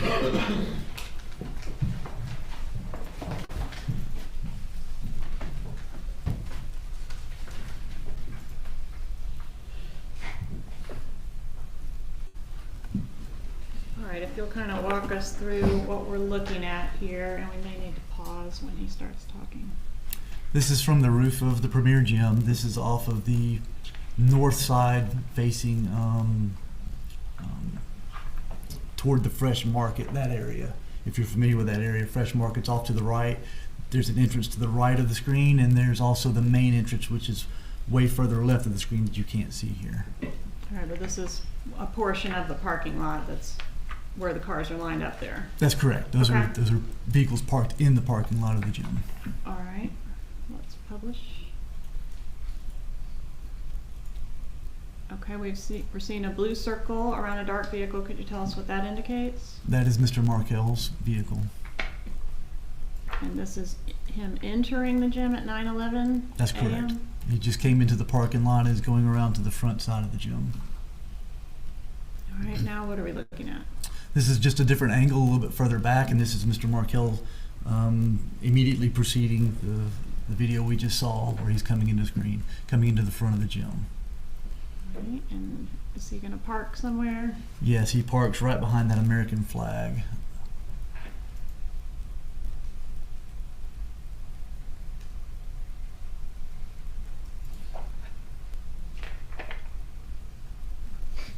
All right, that was 9:12. What is this camera angle? This is the same angle, it's just a little bit further to the left, and that is the front of the gym right there, where the green Prius just drove right in front of the front door of the gym.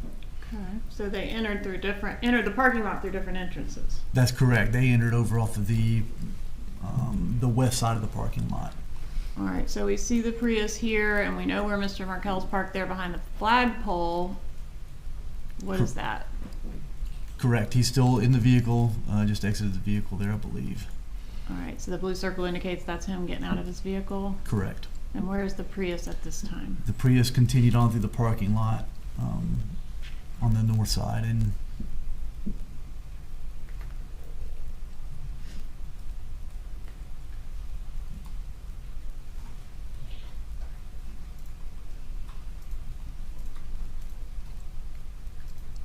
All right, now we're at 9:13 a.m. Is that Mr. Markel in the red? yes, it is.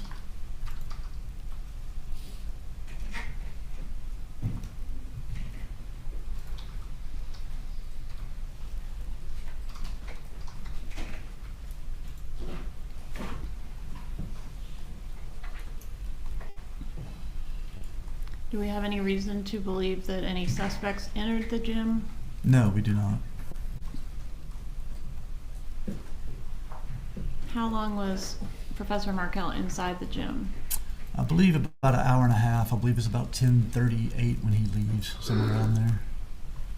All right, and what are we looking at here outside at 9:16 a.m.? 9:16, the green Prius is still driving through the parking lot, but it's coming back from where it had passed through.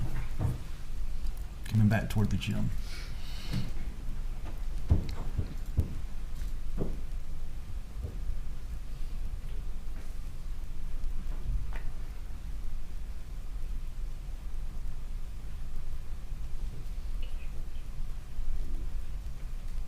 This is on the south side of the parking lot of the gym. And the green Prius just drove through there and is driving around the parking lot still.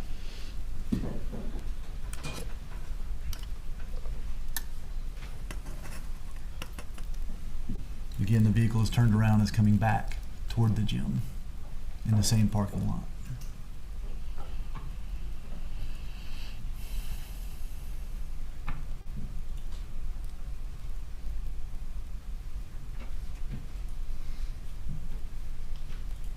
Almost managed to get in a wreck there.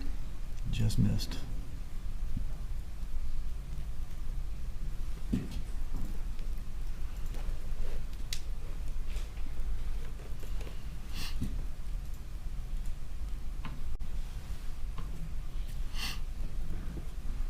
Okay, what's happening here? This is Mr. Markel exiting the lobby of the gym, coming through the lobby.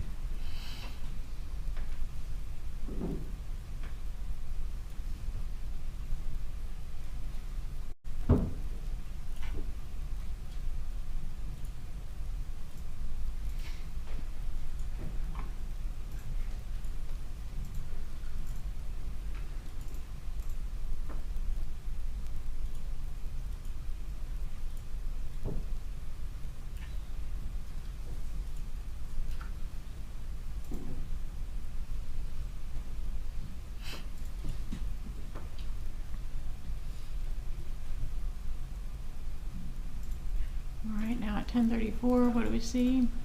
We see Mr. Markel walking away from the front doors of the into the parking lot toward his vehicle.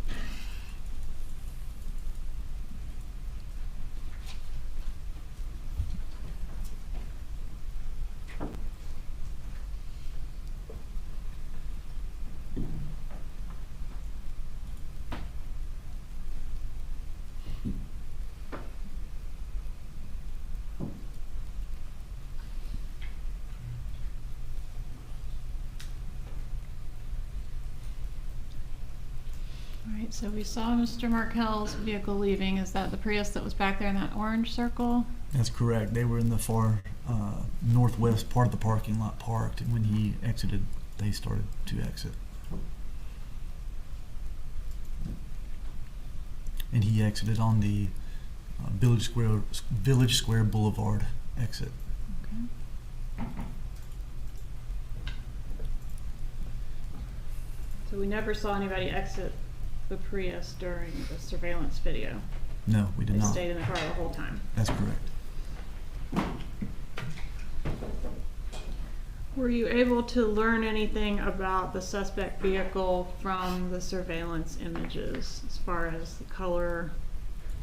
We were able to determine the approximate year range of that type of vehicle based on the body style, going through the Toyota dealership and other experts, we're able to determine that it was a 2006 to 2009 Toyota Prius with a silver pine mica is the name of the paint, which is kind of a light green. Were you able to learn anything or find any other surveillances to establish anything about the route the victim took to and from the gym? Yes, we were. What evidence was that? We were able to obtain city bus video. All the city buses had video on the exterior and the interior of them. We went back along the route that he took, and we believe he took, and reviewed bus footage video of that and found footage of both vehicles. All right, and just to try to get our timeline as narrow as we can, this gym video ends at 10:38 a.m. What time did the 911 call come in? Came in, I believe, 11:02. And have you had an opportunity to review the exhibit, State's Exhibit 84, with the video from the buses that's been put together similarly to how we did the gym surveillance? Yes, I have. And is it fair and accurate? It is. All right, Judge, at this time I'd ask to introduce State's, let me check on the exhibit numbers, 84, correct? 84, which is the bus video clips. Any objection? No objection.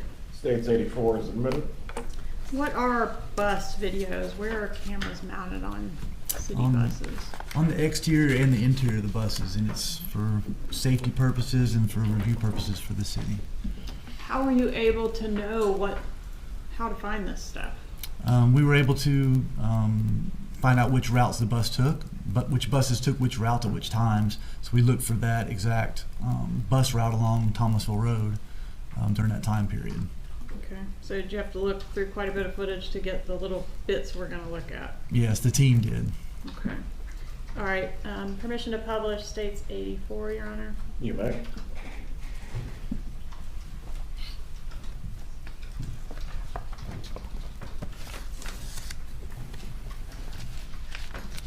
The actual exhibit is in the form of a disc, Your Honor. All right, so where are we right here on the video? This is right in front of the Circle K gas station, which is right on Thomasville Road at the Capitol Circle flyover. I believe it's Maclay Commerce Boulevard is the actual road that they're on. All right, so if we're the bus, we're on Maclay Commerce. That's correct, and the Circle K is to the right, and right in front of us is Thomasville Road with the divider where Capitol Circle flyover starts. And what does the blue circle indicate? That is the vehicle of Mr. Markel. What time are we seeing him pass that area? That is at 10:44. Okay, so is that consistent with going back home from the gym? That's correct. Okay. And this is bus, you've got a couple different buses in play here, right? This one's 505? Correct, 505. Okay, proceed please.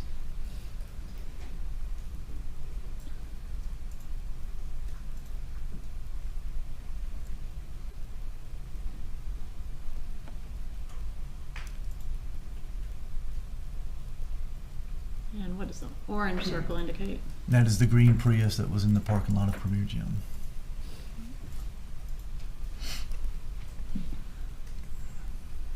All right, we're still on bus 505. What does this show? So this is on Thomasville Road heading south, just south of the I-10. This is the entrance where the hospital is to the right. It's a red light. And by hospital, you're talking about the new ER. The new ER, exactly, right by I-10 and Thomasville Road. Were you able to get the tag number from this image from the bus?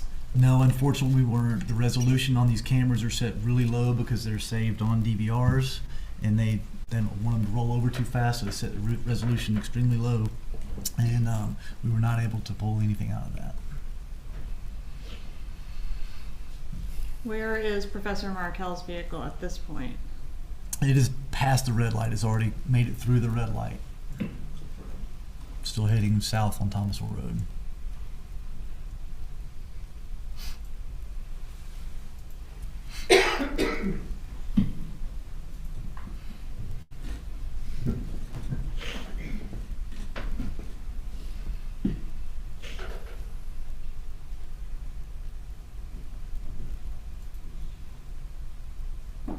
And that's almost 10:48 a.m. Is that time correct at the bottom there? Correct. Okay, and now we're at 10:51 p.m. I'm sorry, a.m. Still bus 505. What will you pause it, please? What does the orange circle indicate here? Where are we, and what does the circle indicate? We're still southbound on Thomasville Road. This intersection is Benton Road, which is where Winthrop Park is. Benton Road is where the cars are stopped at. In the left-hand turn lane on the far left side of the screen is the green Prius waiting to turn left on the Benton Road. And is that a route to get to Professor Markel's residence on Trescott? That's correct. All right, and that's 10:51 a.m.? Correct. Okay. Go forward.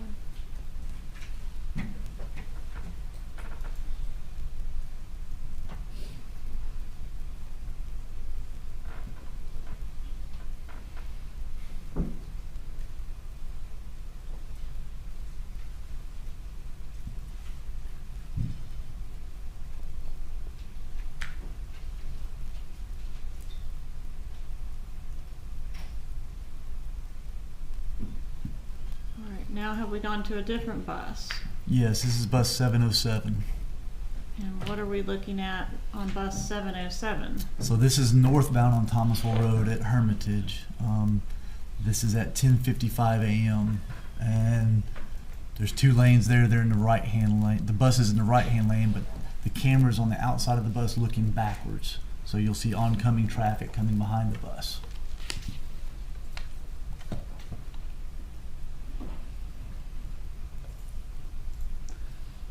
And what do we see here? We see the green Prius pulling up next to the bus. All right, so this is 10:55. We last saw him at 10:51. Does that narrow our murder window down to that 4 minutes? That's correct. This is north of where the victim was, and this is coming from the victim's house. I think we've prepared a second clip, if you just let it play through, of that in slow motion. Tell us what we're supposed to be looking for in this clip. So you can see inside the vehicle, even though it has tinted windows, you can see the driver's wearing dark clothes, but the passenger appears to have a long sleeve white shirt on, and he's very animated in the passenger seat. You can also see some distinctive features of the car. Okay, I think we've got those highlighted here in a moment.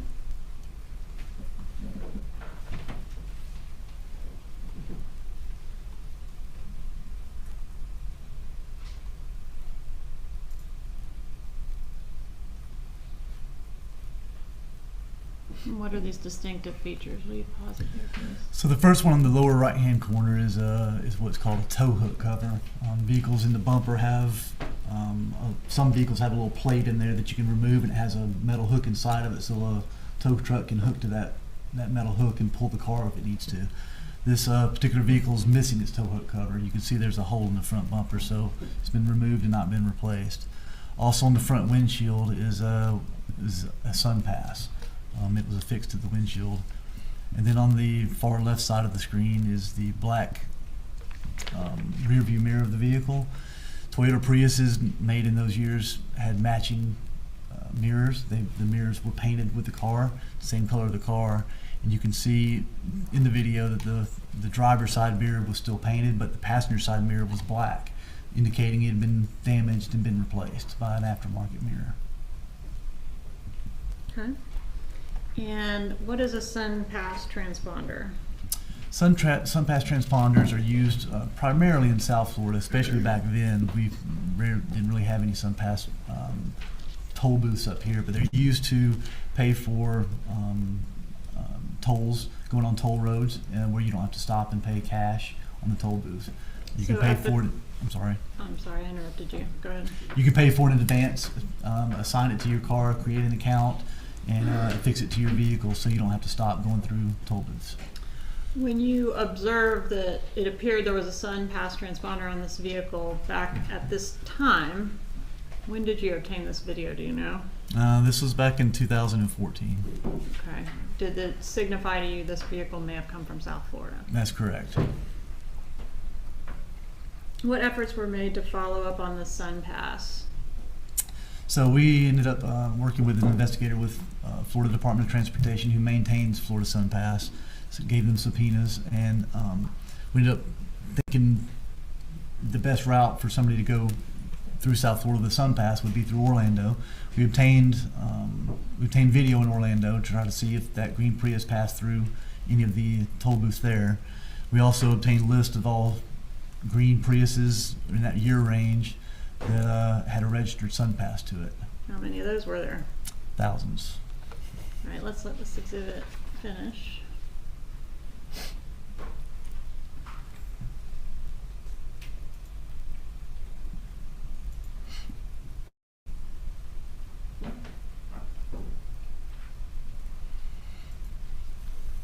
And one more view here. Can you explain what this is?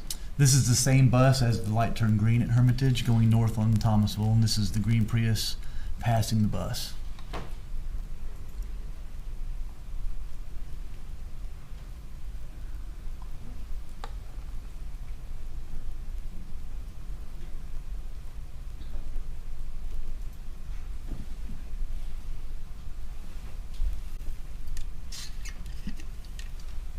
So as far as pulling the needle out of the haystack, finding this one Prius, it didn't work as from the Sun Pass alone.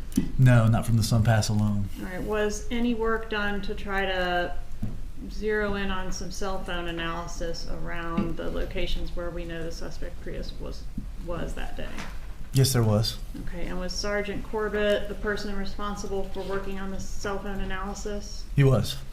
Including looking for any phones of interest traveling in those areas that might have been following Dan Markel? That's correct. All right, and based on the analysis that we're going to hear from Sergeant Corbett, did you develop an idea of the route that the suspects may have taken? We did. I know you said you had already tried the Sun Pass booths in Orlando, which is one potential route to South Florida. That's correct. Okay. What did the phone evidence lead you to look at instead of that route? We were able to obtain those phone records that showed the vehicle traveled down 75 and did not go through Orlando. Took I-10 to 75 all the way down, actually on the way up also, but on the way down 75 through Tampa, through Naples, then across Alligator Alley on 75 to Miami.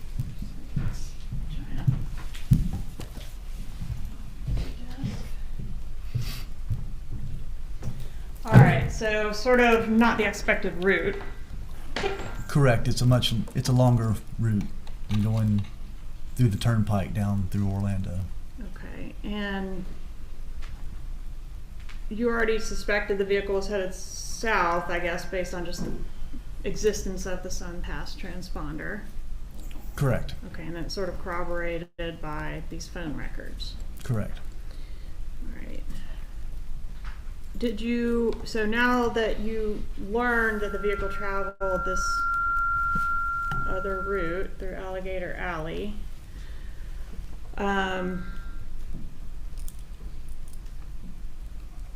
did you find any place where the Sun Pass transponder went through? I guess there are some toll booths that you have to go through if you go that route as well, right? That's correct. There was only two. Where are those located? They're basically on Alligator Alley. There's one going eastbound going westbound on the east side in Broward County. When you leave Miami going across Alligator Alley, there's one there going if you're traveling westbound. And then on the way back, there was one going eastbound just outside of Naples. And were you able to find a Prius going through those Sun Passes that might have been our Prius? Yes, we were. How were you able to do that? What did you ask for? We asked for particular times. We knew about what times they went through the toll booth, so we asked for any green Priuses around those times that had activated the Sun Pass. And how many green Priuses traveled through the Sun Pass booths, both going and coming in the same time windows you were looking for? Just one. All right, and from that, were you able to identify the particular Sun Pass transponder that we were looking for that was affixed to the suspect vehicle? We were. How'd you do that? We went to Florida Department of Transportation and asked for that particular details of that transponder. They gave us a subscriber for that particular one. And who was the subscriber? It was a company called Hybrid Auto Rental. also called Save Gas, and it's out of it's down on Biscayne Boulevard in North Miami. All right. Did you go there? I did. All right. What did you learn about the suspect vehicle from Save Gas? By the time we got there, he'd already sold the vehicle. It was over a year later, but it was rented by Luis Rivera. He provided us with the basically a receipt, the contract where it was rented during that time period. So from the paperwork that you got from Save Gas, you learned you got a rental contract that showed who rented the vehicle? That's correct. Okay, and also any information about the vehicle itself, like a VIN or a tag number? Yes, correct. It gave all the information on the vehicle too.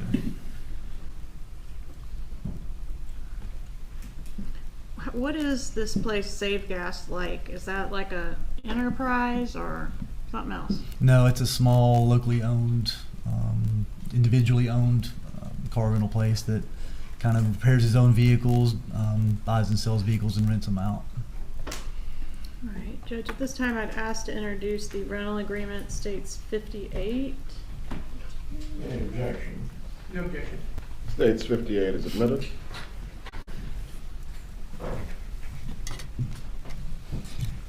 So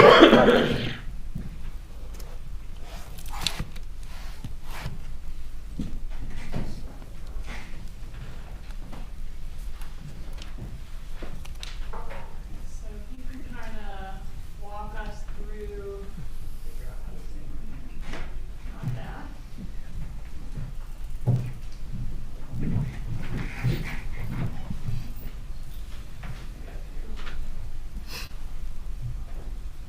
All right.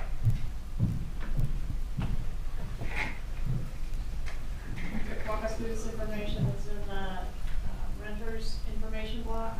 Yes, at the top left, it's renter information is Luis Rivera. It has his address that matches his driver's license address, and then it has a telephone number down below that. This phone number here. Correct. Okay, and was this information up here also of interest to law enforcement? It was. That number that has brother next to it, that was one of the numbers that numbers of interest that gave us the pattern going down to South Florida. And was this number associated with a person eventually? It was. Who's that person? Sigfredo Garcia. And then we've got some other information on here about when the vehicle was rented. Were you able to deduce from this when the vehicle was due back? Yes, it was supposed to be back. I believe that's toward the bottom, if I'm not mistaken. Okay.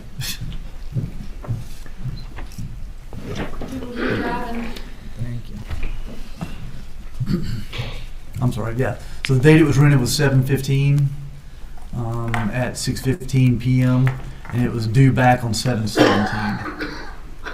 So July 15th of 2014? Correct, 2014. That's when it was rented. Correct. And it was supposed to be back July 17th? Correct. That was the And date did it due get back. returned on time? No, it did not. All right, is there anything on that document in reference to the extension of time? Yes, down at the bottom, it also shows that from 7/18 through 7/20, it says, I believe 965 paid cash, and then 7/20 to 7/21, so it shows a $55 balance and some other numbers where they ended up having to pay it, and some other notes about paying cash out of the deposit. So it looks like they didn't return it until July 21st? That's correct. All right, and you said that the phone number listed on top there with the word brother turned out to be Sigfredo Garcia's phone number. How do we know that's his phone number? It was listed one time on a Facebook page that was associated with him, and also listed on a pawn receipt where he'd pawned some, I believe it was some jewelry, and used his fingerprint on that, had to place his fingerprint on the pawn receipt when he did it, and listed that phone number as his.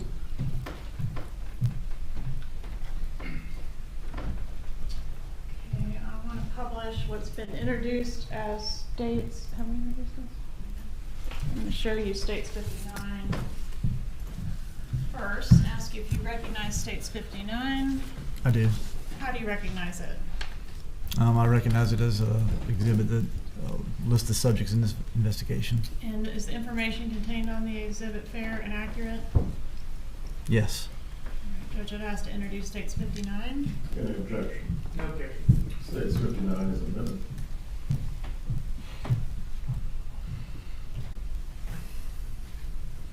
All right, so you were saying there was a Facebook post or a Facebook account linked to this phone number with a photograph of Sigfredo Garcia as the owner of the account? Correct. It was labeled Tudo Day, but it was a picture of Sigfredo All right. Garcia. And throughout the course of your investigation, have you come to know Tudo Dade or Tudo as a nickname for Sigfredo Garcia? That's correct. And does anybody else on this State's Exhibit 59 have a nickname? Yes. Who is that? Luis Rivera is also known as Tato. Okay.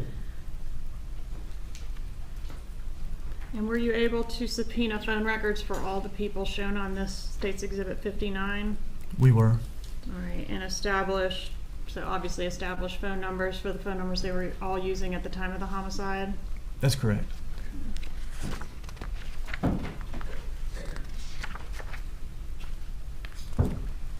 Did you conduct any investigation into Catherine Magbanua and her employment status around the time of this homicide? We did.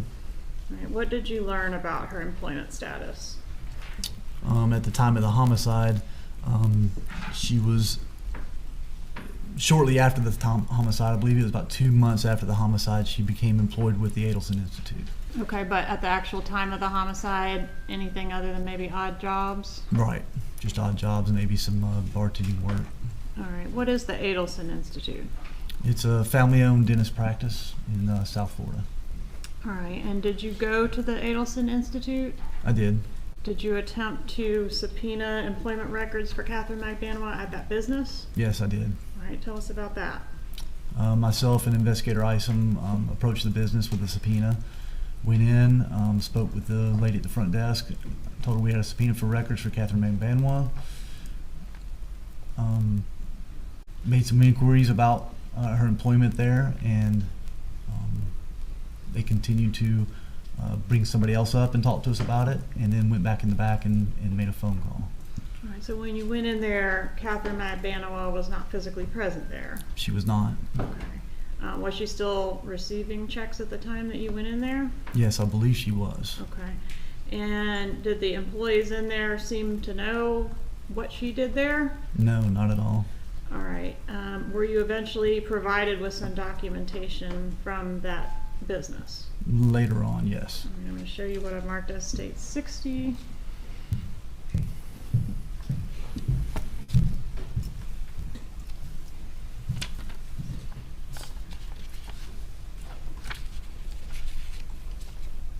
Yes. You recognize it? Yes, I do. Okay, what is State 60? It's a list of checks that were issued to Catherine Magbanua. And is this exhibit the complete information that you were provided by the Adelson Institute in response to your subpoena for the entire employee file of Catherine Magbanua? Yes, this is it. This is all they provided. All right, and you mentioned a list of checks. Was there anything in here that, why we're getting that feedback? IT, if you're listening, we need feedback support. Any indication of what her job was there? No. Any indication of like her schedule? No. Timesheets? Nothing. An employment application? Nope. W-2? Nope. Any tax forms? No. Performance evaluations or anything like that? Nothing. And over what period was she being paid according to the records that were provided to you? I believe it started in September of 14 and went through early 2016, maybe March 31st March. of 16? That's correct. And so that those payments began about 2 months after the homicide? Correct. And did you notice in the records that were provided that some of the check numbers were consecutive, meaning consecutive numbers? Yes, we did. Did you ever get any evidence that Ms. Magbanua was physically going to the Adelson Institute to perform any kind of duties? there? No, we never obtained any evidence to show that at all. All right, and there was some surveillance at some time being performed of her person, right? That's correct. Can you tell us about that? What time frame was she being monitored? We started monitoring her in late 2015, probably November. Basically had electronic surveillance on her residence. Plus we also were monitoring her phone, location services on her phone historically and prospectively too. And how long was that the case? How long was she being monitored? What period of time? Electronic video surveillance was from November of 15 until she no longer lived at that apartment. All right, and through any of those means that you described, were you able to deduce what it was she was doing for the Adelson Institute in person or remotely? No, not at all. All right, and we heard in opening that there was a wiretap in this case. Anything on the wiretap that indicated what she was doing for that business? There was a couple of references about cleaning up on the weekends. That was about it, though. Okay, and again, we would have known if she'd gone there to clean up on the weekends, right? At least during the time frame she described. That's correct. And that didn't happen. It did not. Okay. 1 moment, please, Your Honor.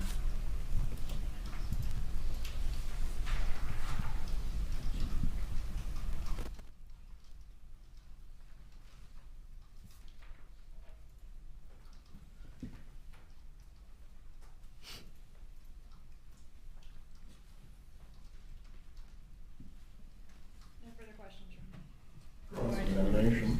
Thank you, Your Honor. Ms. Kappelman, if you can move the left turn slightly over to the left, and it's not sitting on any wires, is it? Don't think so. I'm gonna move it anyway, don't worry. Okay. I'm gonna move it way away. Try not to jockey with the microphones, because that might be causing some of the feedback. Okay.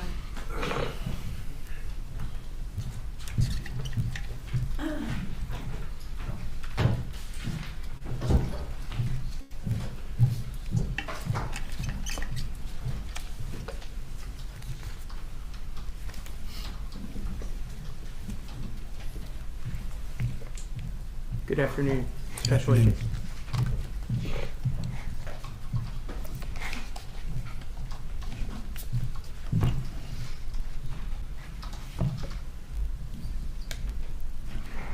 Let's actually start where we left off, the checks. Okay. Okay. The checks began 2 months after the date that Professor Markel was murdered, give or take. That's what the date on the checks were for that employment, correct? And the checks were in batches, right? Often. They seem to be. The sequence of the check numbers were in batches, correct? So just so everyone understands what that means, you would see a check for check number 1, 2, 3, and 4, for instance. And you would see those checks, even though they were the next checks in the book, they'd be for payments every 2 weeks, essentially. Correct. What I observed was a few checks in sequence, and at the bottom it would give date ranges of when they were for, and they would be for 2 week segments, and then the very next check was for another 2 week segment later on, and then there was other checks in the system that were dated out of range of those. So it looked like Ms. Magbanawa was given a stack of checks at a time, for instance. Fair assumption? Sometimes, yes. Okay. Those checks, when you added them up, they were about $1,000 a month, right? I believe so. Yeah, it was like $460 a month or something like that. Or every 2 weeks, I mean. $460 every 2 weeks. Correct. Which, I'm not great at math. $920, and there's taxes, a little bit of taxes taken out, right? Sure. Correct. So about $1,000 a month. Correct.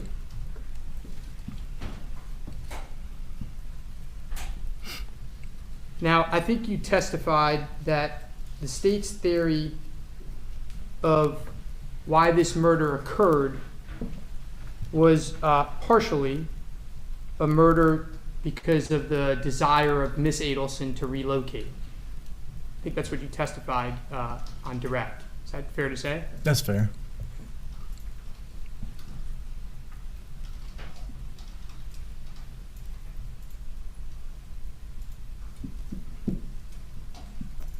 you're aware that the relocation motion was denied in June of 2013, right?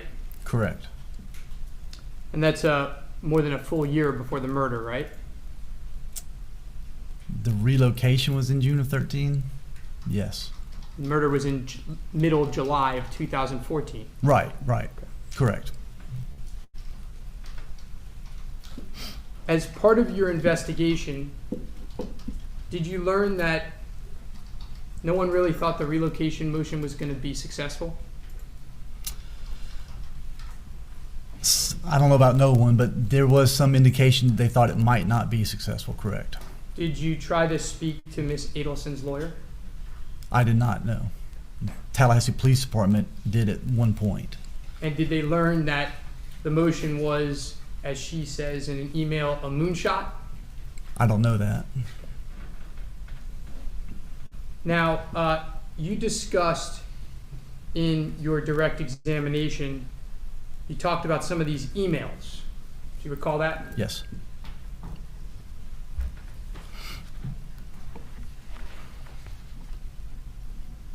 Actually, before we get there. No, actually, we'll stay there. Those emails, you reviewed them? I reviewed some of them, not all of them. The team did. Okay. Out of the ones that you reviewed, anything in those emails about murder? About murder? No. Anything in those emails about violence? Not that I saw, no. Anything in those emails about any type of illegal activity at all? Not that I recall. I mean, the bribe itself wouldn't be illegal, I don't think. In fact, with regard to the $1 million email, I think is the one that you're referring to, did you see emails where they were consulting lawyers about whether that $1 million offer was legal? I did. So fair to say, as crazy as the emails were, we agree they're crazy, right? Yes. There was at least some sanity to make sure what they were doing was legal, right? One portion of it, yes. Now, those emails, did you see any emails where any of these ideas were coming from Charlie Adelson? I saw some emails where they were discussed with him, apparently. But any time where he was actually coming up with the ideas as opposed to being copied on the email where he says, okay, sounds good. I think there was some reference of her saying she discussed it with him, but I did not see emails from him. No. Meaning Donna discussing it with Correct. his mother. Correct.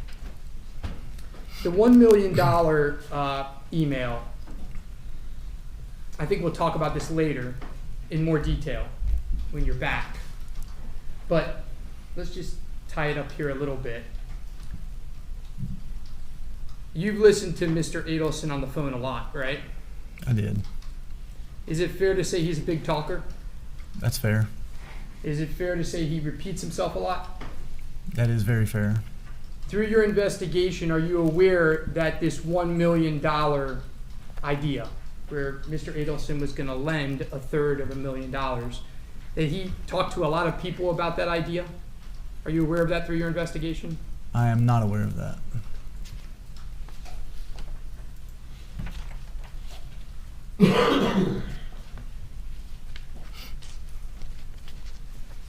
Now, back to the divorce. Are you aware that the divorce between Professor Markel and Miss Adelson was finalized in July of 2013? That's my understanding, yes, correct. Again, that's about a year before the murder, correct? Correct. And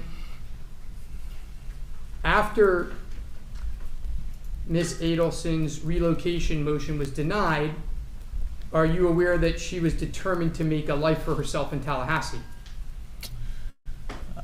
I don't know if I can speak to that. Well, let me see if I can help you.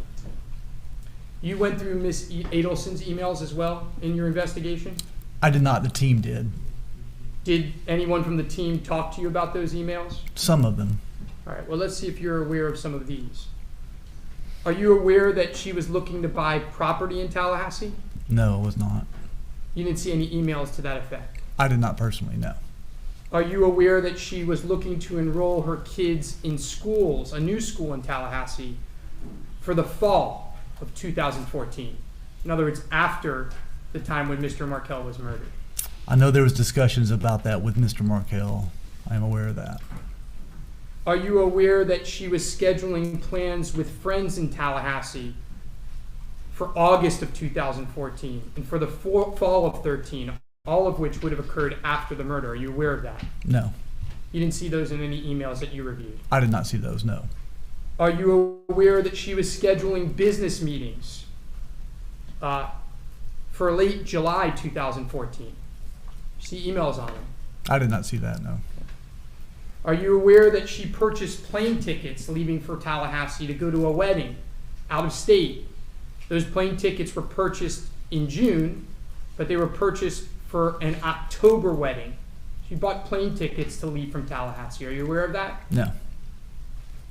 Are you aware that her family, including Mr. Adelson, was planning to come up to Tallahassee in August 2014 when Miss Adelson was going to be honored at FSU? No. You didn't see any emails on that either, did you? I didn't.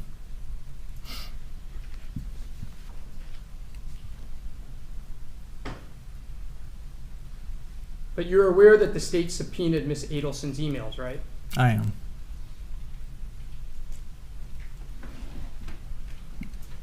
Now, you also mentioned this,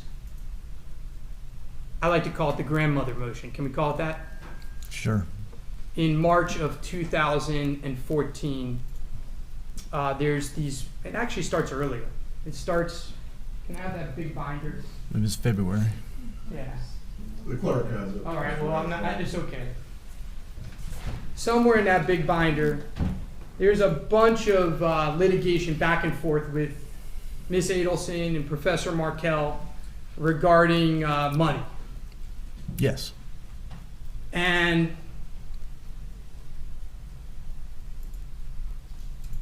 at some point in the course of a motion that Wendy Adelson filed, Professor Markel files a motion back, and that's when he seeks to have only supervised visits of the kids with Donna Adelson. That's the motion you were talking about with Ms. Kaplan, correct? Correct.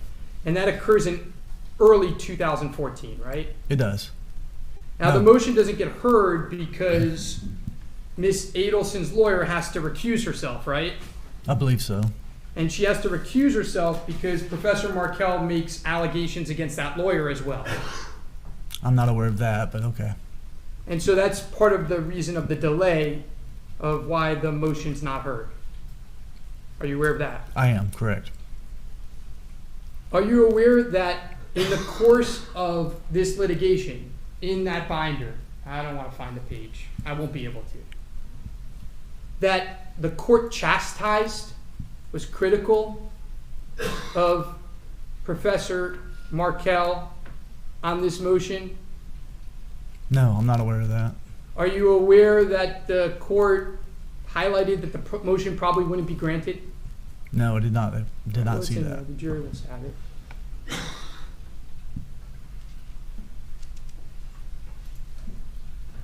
Are you aware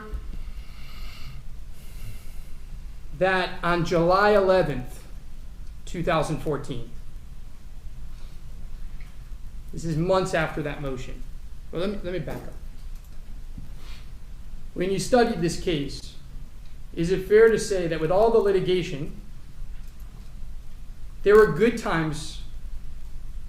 periods of times after the divorce between Professor Markel and Miss Adelson as well, right? I can't speak to that. My partner did most of that research, so I was not very familiar with it. Fair enough.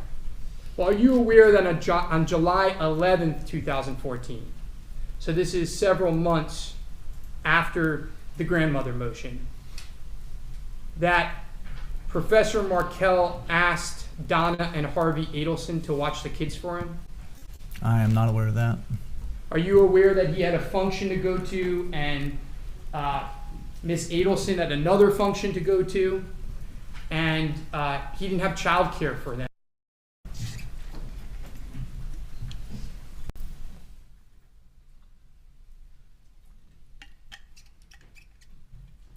I have nothing further, Your Honor. Redirect examination.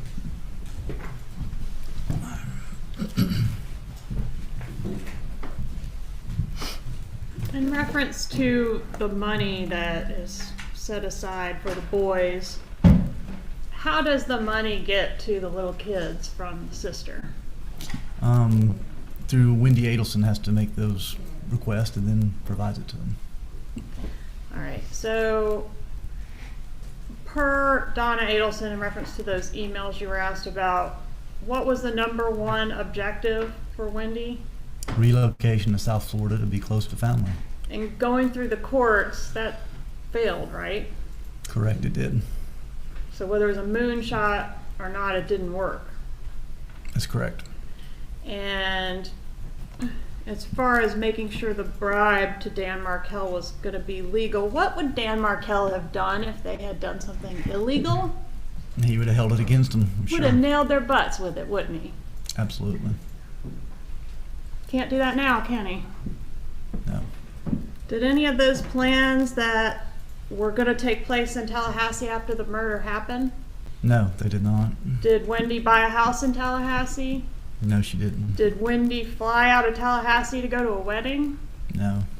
Did the boys go to school that fall here in Tallahassee? No, they didn't. Where did they go to school? In South Florida, right across the street from where Grandma lived, And why didn't those plans happen in Tallahassee? because Mr. Markel was murdered. Did the grandma motion you were asked about, they said, well, it probably wasn't going to get granted. Well, it didn't get granted or denied, did it? Never was heard, Why not? because he was murdered. No further questions. It is Sanford, you may step down for now. Members of the jury, we're going to take a brief break before we hear from the next witness. The bailiff will escort you to the jury room. Please leave your notepads face down on your chairs.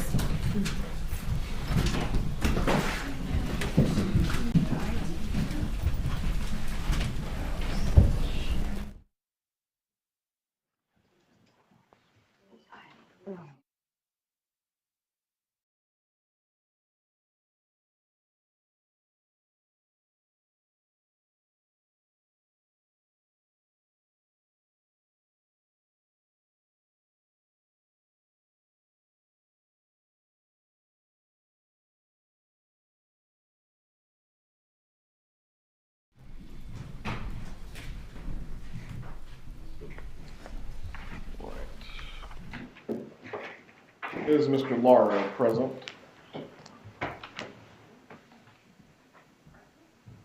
I'll go shout out in the hallway. Mr. Lara.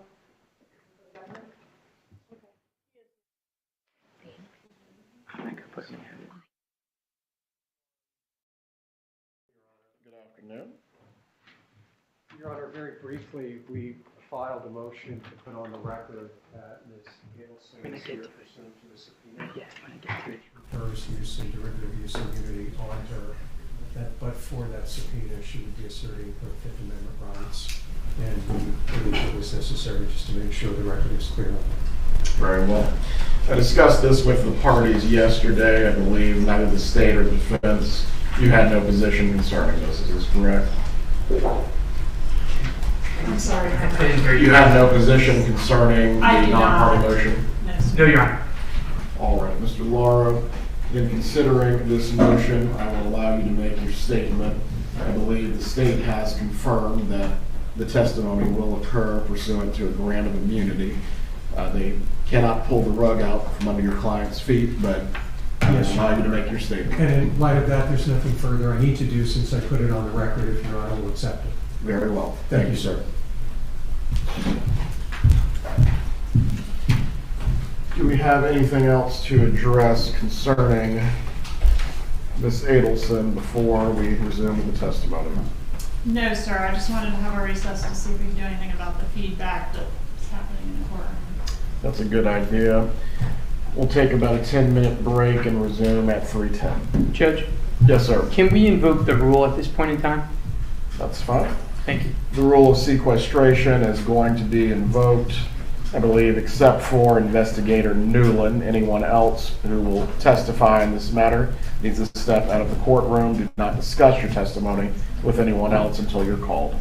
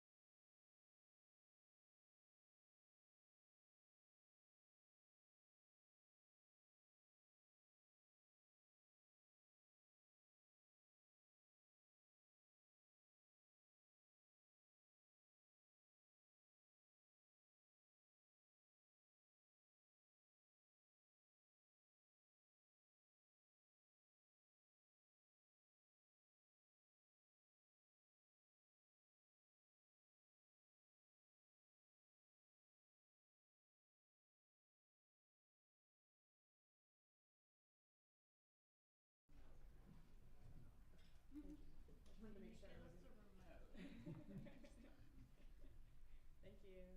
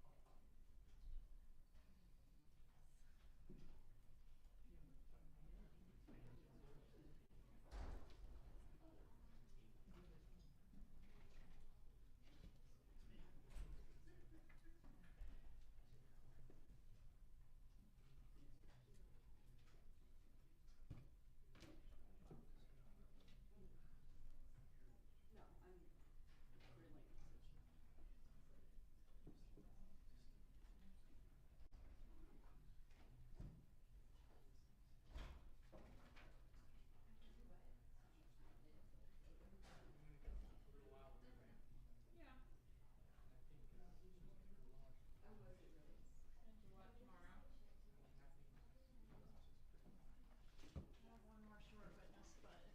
Okay.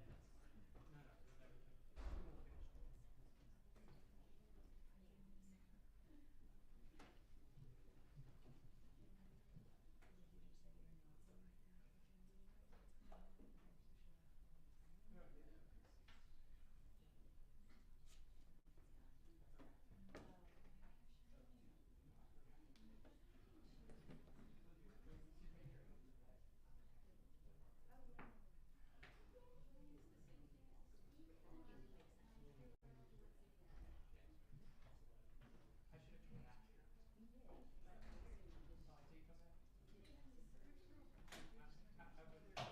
All rise. Court is back in session. Everyone can be seated.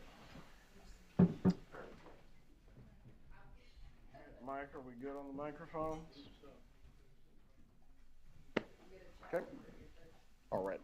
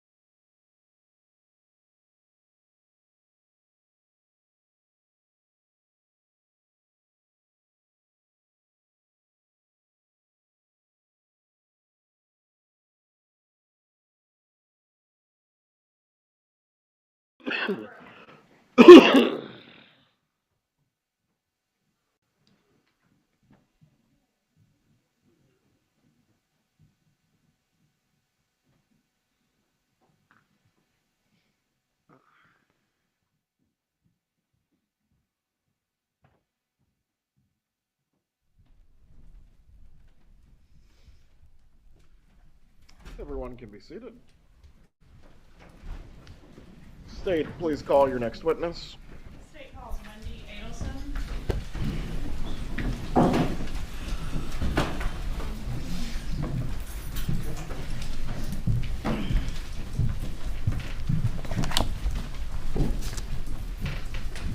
Please raise your right hand. Do you swear or affirm the testimony you're about to give will be the truth? You may be seated.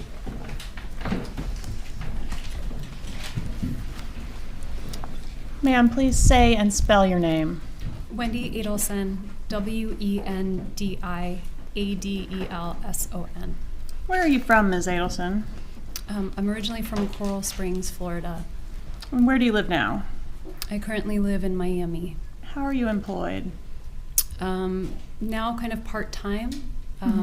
I do asylum work and I fundraise for nonprofit organizations. Are you an attorney? By training, yes. Okay. How long have you been a member of the Florida Bar? Since I graduated and took the bar in 2006. And are you here today pursuant to a subpoena? Yes, ma'am. All right. And that subpoena confers use and derivative use immunity to you, so nothing you say could be used against you in the future. That is correct. Okay. That doesn't mean you have full immunity from prosecution, but nothing you say here and nothing derived from it could be used in that prosecution. Is that your understanding? That is my understanding. Okay. Did you know Daniel Markel? Yes. How did you know him? We were married. When did you meet Mr. Markel? We met in the fall of my second year of law school, so fall of 2004. And where did you meet? We met in Washington, D.C. He was working there, and I was looking into a summer job in Washington. And when did you get married? In February of 2006. And when did you live here in Tallahassee? We lived in Tallahassee my third year of law school, so from August of 2005 until I think around maybe May or June of 2006. And then we moved to Miami for a year because Danny was interested in working at the University of Miami. Mm-hmm. He did not get the job at University of Miami, and so we moved back here in 2007 and lived here until 2014. And where were the two of you employed during the time you lived here in Tallahassee? I was employed at the FSU Center for Human Rights, and Danny was employed at FSU Law School. Were you both professors at FSU College of Law? Yes. And were you living on Trescott Drive at that time? When we were married, we lived, I think we rented a house before that, but at some point, maybe in 2008, we moved to Trescott Drive. And is that the home that he was still living in at the time that he was killed? That is correct. Okay, and you were no longer living there, is that correct? I was no longer living there. All right, at the time he was killed, you two had children together, yes? Yes. And how many children did you have? We have 2 children. And what are their ages now? They are 13 and 14. What about at the time of their dad's death? At the time of their dad's death, they were 4 and 3. When did you separate from Professor Markel? In the fall of 2012. Whose decision was it to separate? It was my decision. And was part of the reason for the separation the two of you having differing views on how to raise your kids as far as within the Jewish faith? I mean, it was a small part, but it was part of it. Okay, that seemed to be something that came up a lot in your communications, so that's why I asked about it. What was the difference of opinion on that? I mean, when we first met and started dating, Danny wasn't as observant or as religious as he became over time. And so the difference in our perspective on raising kids was about dietary choices and attendance at synagogue, things like that. So in general, he wanted to raise the children more strictly in terms of the faith than you. That is correct. Did you move out of the marital home while Mr. Markel was away on a business trip? I did, yes. All right. And did he know that you were moving out when he left for the business trip? No, he did not. Where did you go when you left the marital home? I rented a home in Tallahassee. Where was that? Do you remember the address? Aqua Ridge Way. 3303 sound right? That's right. Okay. And what was the custody arrangement once you moved out of the marital home? I mean, in the beginning, until we had a formal custody arrangement, we were just finding ways to share custody. I remember that first weekend his parents came, so I made sure he had the children all weekend while his parents were visiting from Canada. But eventually we had a 50-50 shared custody arrangement. All right, and do you remember exactly what that looked like? Was it week on, week off, or something more complicated? It was something more complicated. In the summertime, it was week on, week off. During the weeks, it was I think what they called like a 2-2 split, with Wednesday night being an overnight and then the weekends being every other weekend. All right, but roughly 50-50. 50-50, but that was the split. Okay. And I want to show you what's been introduced into evidence, State's Exhibit 56. I know you've had a chance to take a look at this before, but if you'll just kind of thumb through it and tell me if you recognize it. Sure.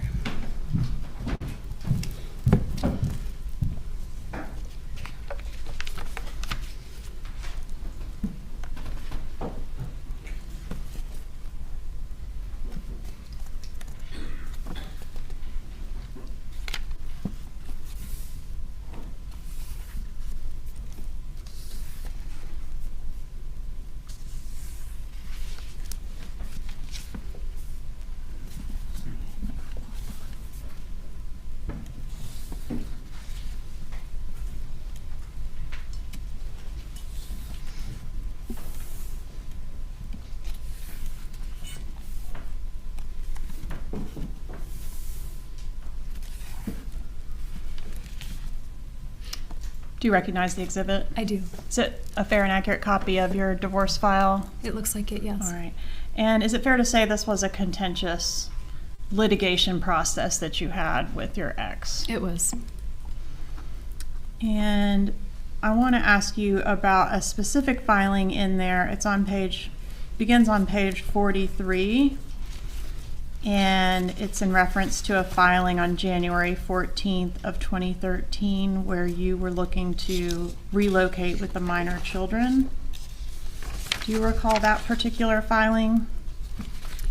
I recall the filing. You said 43. I'm not sure oh, okay. Yes, ma'am. Yes. On the bottom there should be page numbers for you. Yes.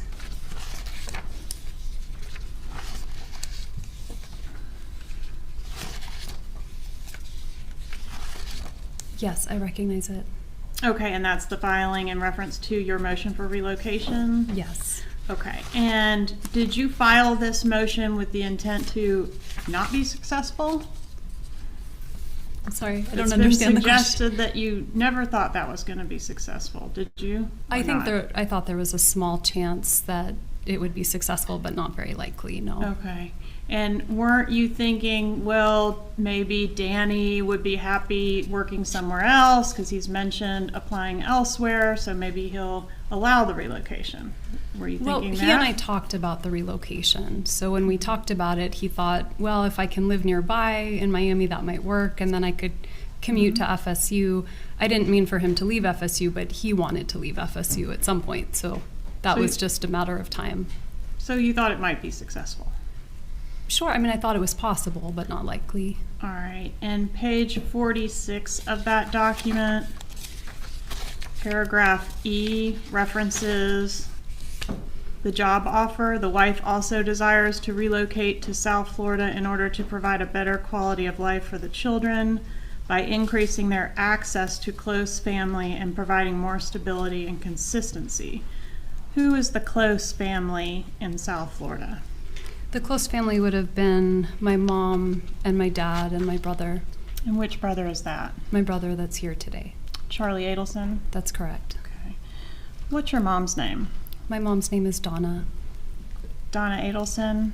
Yes, that's her name. What about your dad? My dad's name is Harvey. And where did Donna and Harvey live back in the time frame between 2012 and 2016? They lived at the home I grew up in Coral Springs. And how far do they live away from you currently as we sit here today? Currently, depends on Miami traffic, but anywhere between 15 minutes and an hour. Right. And what kind of a relationship do you have with your parents as we sit here today? I have a good relationship with my parents. And has that always been the case? I would say so. Can you describe the relationship that your mom has with your boys? I think it's very loving. I think she's a very dedicated grandmother. She spends a lot of time with them, doesn't she? She does, yeah. And when they were little and you first moved there after Danny's death, how much time was she spending with them? When I moved there after Danny's death in 2014. How much time was your mom spending with the boys? I mean, we were all living together at that point. So, I mean, we were spending every day together. How were your parents employed? Are they retired now? They're retired now. What are they retired from? My dad was a dentist, and my mom used to coordinate, kind of be like an office administrator at his practice. And did she write the checks at the practice, paychecks? Yes. Mm-hmm. She handled all the bookkeeping. What was the name of the practice? The name changed over the years, but probably the name when they retired was the Adelson Institute. And were your parents wealthy at the time that your husband was murdered? I mean, my parents worked their whole lives to support us, right? Mm-hmm. So I think the business did well for a period of time. About $2 million in profit each year between 2013 and 2016, sound right? They never talked to me about money, so I have no idea how much the business made at any given point. Did you discuss your marital problems with your mom at all? I did, yeah. Okay. What about the resulting legal issues? Was your mom read in on those things? I mean, I definitely updated her about the results of the relocation when that petition got denied, but not kind of the ins and outs of every part of our divorce. What about your dad? Was he invested in your divorce status? I think the same as my mom, just worried about me and worried about the boys. Mm-hmm. What about your brother? Did he take an interest in the ins and outs of your divorce? No, not really. Did he need to protect you from Dan Markel? No, I mean, I don't think I need protection. Were you physically in danger from Dan Markel? No, I wasn't in danger. Did the litigation revolving around the divorce and the subsequent issues that arose, did that impact your family back in South Florida? I mean, only to the extent that I think they felt bad for what I was going through, but... Mm-hmm. I want to show you an exhibit that I've marked as State's Exhibit 59. Sorry, 57, Your Honor. I think I've seen this one before as well. Does that one look familiar? I don't remember it, to be honest. It's from 10 years ago. Take a moment to look through it. Sure.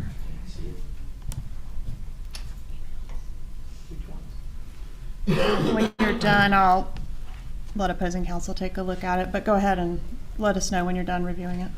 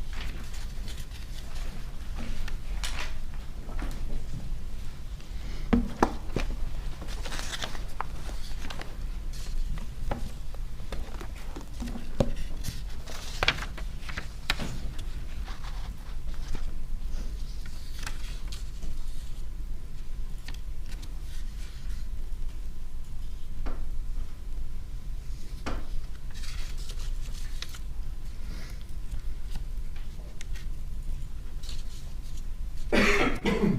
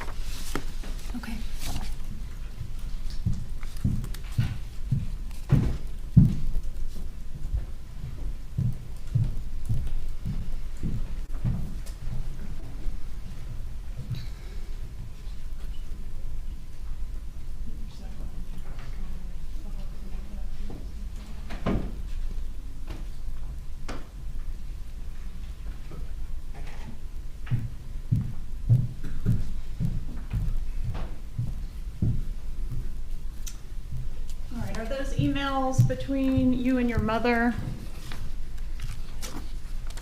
I don't think I responded. I think they're just emails from my mom to me. No? Okay, mostly all from your mom? Yeah. Okay, and the email address says, I think it's something like Wendy Harvey. Can you tell from the content that it's your mom typing rather than your dad? Yeah, the email's Donna Harvey, my two parents' names, so they've been married over 50 years, so they have a joint email address. So it's from both of them. Okay, so what I want to draw your attention to is page 2 of that exhibit, that first paragraph there above the word response. Did you have an opportunity to read that? I read it real fast, Kinda but scanned. I can read it. And what I want to draw your attention to is specifically the part that reads, your father has made numerous trips by plane for weekends and changing the patient schedules around so he can continue to spend significant time with the children. Did you? Are you objecting, Mr. Roush? I just didn't hear it get admitted into evidence. Judge, at this time I'd ask to move this exhibit into evidence. Any Which number I've already objection? No objection. It's 57. 57 is admitted. Go ahead. Thank you. So that paragraph, isn't that paragraph going into detail about how the issues surrounding your divorce and litigation is financially impacting in a negative way your parents' business?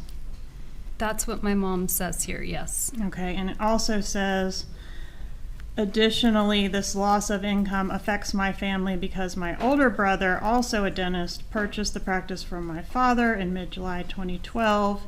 He has a monthly payment to make to my father based on the sale of the practice. It isn't fair to him to have decreasing monthly income statements from the practice due to my parents spending so much time here in Tallahassee. So this is an argument that your mom is proposing, right, to help you, give you an idea of what might persuade the courts to allow the relocation. Do you agree with that? Yes, that's what she was doing, yes. Okay, and she's indicating that both your parents as well as your brother have suffered financially as a result of you not being able to relocate. Yes. Okay. And on page, do you have page numbers in the bottom right corner of your exhibit? I have them in the top so I can see. Okay, so 5 of, well, let me look. Give me a moment.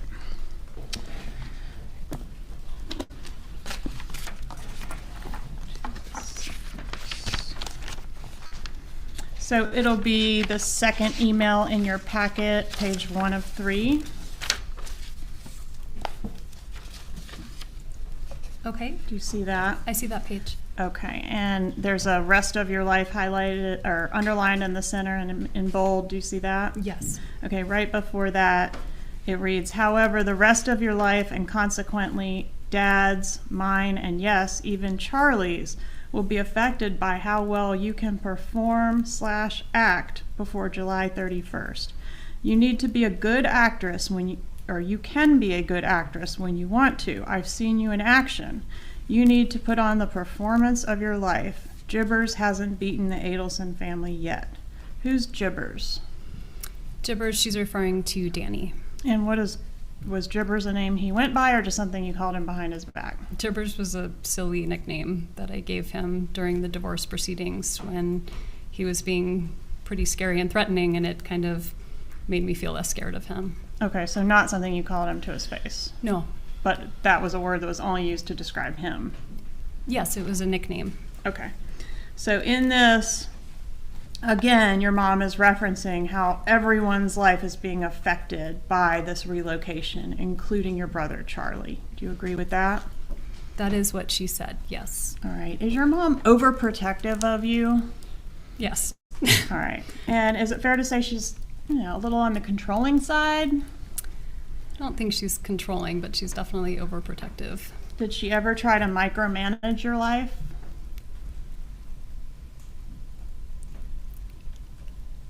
Maybe, yeah. Did she have an interest in who you were dating and who you weren't dating and who you should be dating when you were single? I think she was usually disappointed that I wasn't dating more. Okay. For example, isn't it true that she would not let you drive to and from Tallahassee to South Florida? Well, I used to drive before I had the boys, but they were young and she preferred to come with me and give me some extra support. So what would that look like if you were going to take a trip to South Florida? Would they come up here and get you, or? No, sometimes I would go myself with the kids, but I was breastfeeding both of them, so it usually looked like me breastfeeding a child while I entertained the other in the Okahumpka rest stop. So Okay. it was a lot. It was helpful to have some backup. All right, and so that time frame you'd be referencing is like the 2013 time frame? Because not around the time of Danny's death you wouldn't have still been breastfeeding, would you? If Lincoln was 3, no, I would have stopped maybe the year before. Okay. So And maybe was it 2012, 2013. Okay. And wasn't it true that around the time of the death they were still doing this practice where they would prefer to drive you to and from South Florida? I mean, not every time, but sometimes. Okay. And would your mom sometimes enlist your brother Charlie to convince you to do certain things in your personal life?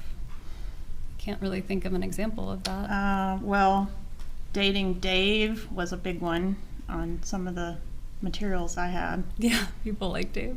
All right, and your mom really liked Dave. Yeah, everyone liked Dave, but we were just friends. Okay. Did she try? So she would try to get Charlie to convince you to date a certain person. I don't think she was getting Charlie to convince me to date Dave. I think everyone liked Dave. All right, and would she try to get Charlie to convince you to do certain things as far as your professional life? What jobs to take? No, I don't She think didn't so. do that. Would she try to get Charlie to do certain things like advise you on investment decisions, whether or not you were going to buy a house, for example?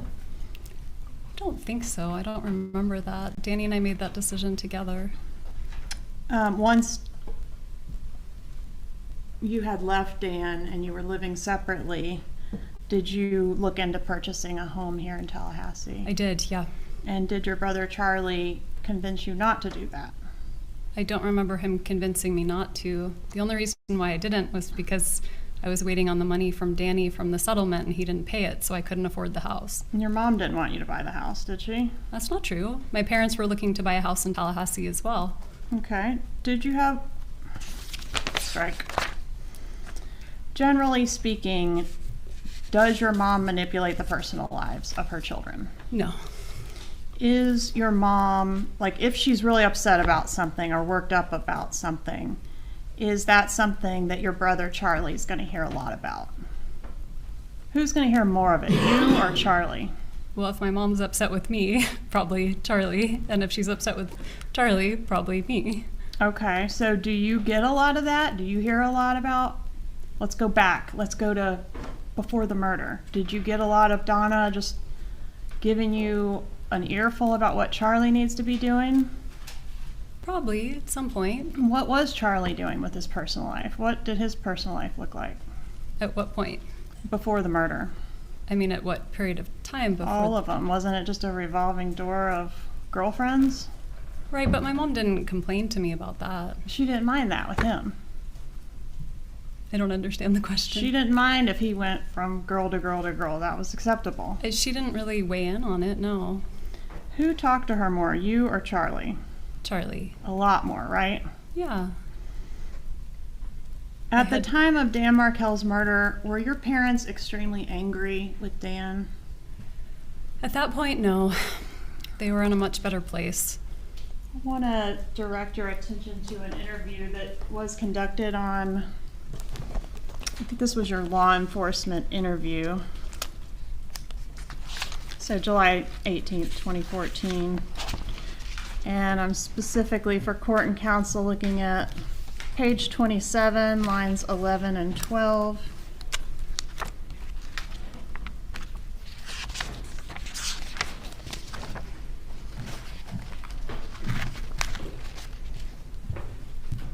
I've got it open to the page, but you can flip around if you need to familiarize yourself. Sure. And I'll take that exhibit if you want.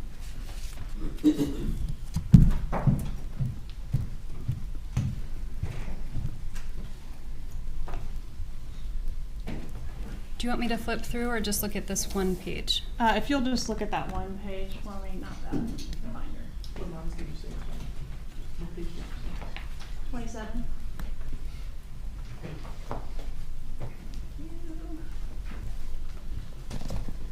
Let me get to where you are.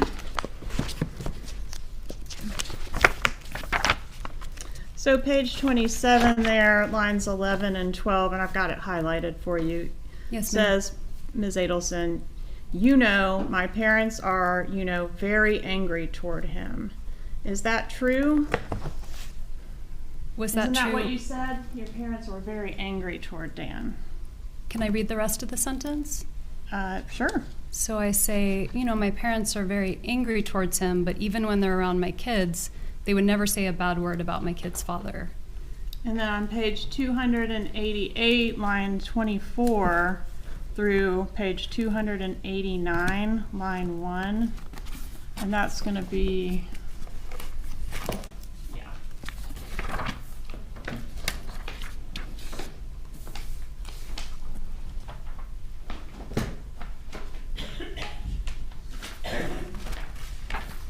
Didn't you say, you know, it's like my parents have more reason to dislike Danny than almost anyone else?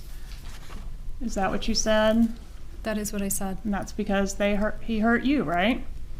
And I was saying that in the context of talking to law enforcement for hours and hours and trying to help them figure out who might be responsible. Right. And who did you tell them might be responsible?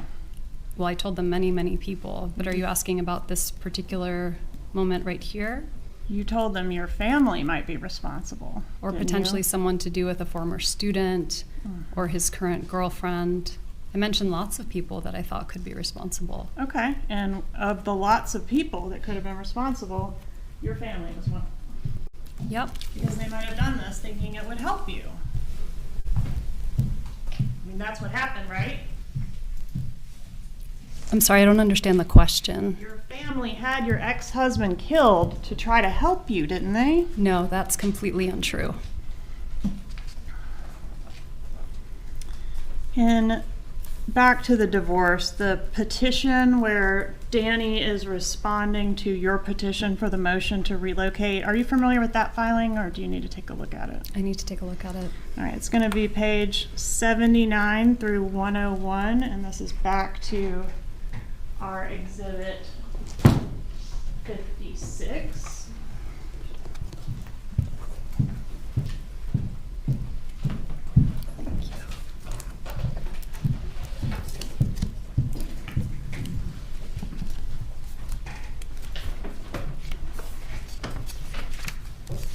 And again, that was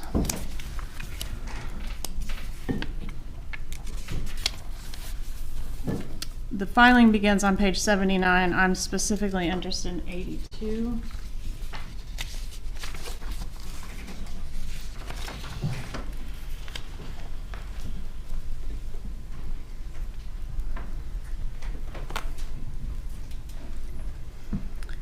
And in this filing, doesn't Mr. Markel say, quote, the husband affirmatively alleges that the wife helped herself to non-marital assets, including money and stocks owned prior to marriage, as well as numerous personal non-marital belongings of the husband, such as luggage, bicycle, tennis racket, and family heirlooms. The wife has refused to return these items or to allow the husband into her home to see what other personal belongings were taken without his permission or acquiescence. So my point is, he's accusing you of theft in this paragraph. Those are the words that are here, yes. Yeah, and he's very adamantly objecting to your relocation, right? On page 82, it says the sole stated reason the wife seeks to relocate is so that she can be closer to her parents. Was being near your parents the sole reason that you wanted to relocate? No. It wasn't the sole reason stated in your petition? It wasn't the sole reason stated in my petition, and it wasn't the sole reason that he and I talked about before I filed the motion to relocate. Why was he so adamant and so confident that this was the real reason you wanted to be down there? I think there's a lot of things in these pleadings that are not true, so just because it says something doesn't make it true. Sure, but did he know that your mom was just grinding on this issue of trying to get you down there? He would have had no idea. He wouldn't have been, that wouldn't have been known to him? I don't think so. But he was accusing you in these pleadings of all kind of stuff, right? I mean, I'm not saying it's true, but hiding financial assets, failing to disclose things, kidnapping his kids in the middle of, you know, his business trip, all those sorts of things, right? Yes, you said lots of things. All right, and you said a lot of things too. There's filings going both ways that are pretty venomous. Would you agree with that? I would not agree with that. Yours were pleasant. I'm not saying divorce filings are pleasant, but mine were not venomous. Okay. Did your mother, Donna Adelson, review the filing in which Dan Markel is accusing you of this theft and all this stuff? I don't remember if she did. What about the one where Dan Markel is asking that your mother not be permitted to have unsupervised visitation with the kids? My mom never saw that because after he filed that, he then asked my parents to babysit the kids. And my mom baked him banana bread, gave him a hug goodbye. So there was nothing truthful about that pleading that he filed, and my mom never saw it. Why do you think he filed that? He was really angry at me for leaving him. Okay, so he didn't really want to limit your mom's visitation with the kids. No, and he that's asked for her evidenced, to babysit after he filed that. Evidenced by the banana bread. And so she didn't even know about that filing? She never knew about it. Okay. And when she laid all those options out in that email to you about other options that you could take to secure the relocation, as far as bribing, remember that? Converting the Christian children to Christianity, remember that suggestion? I sure do. Okay.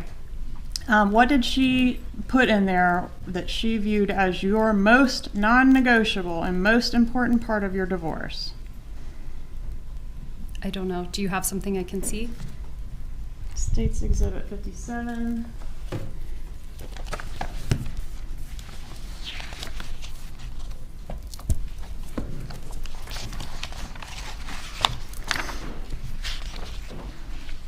And it is page 1.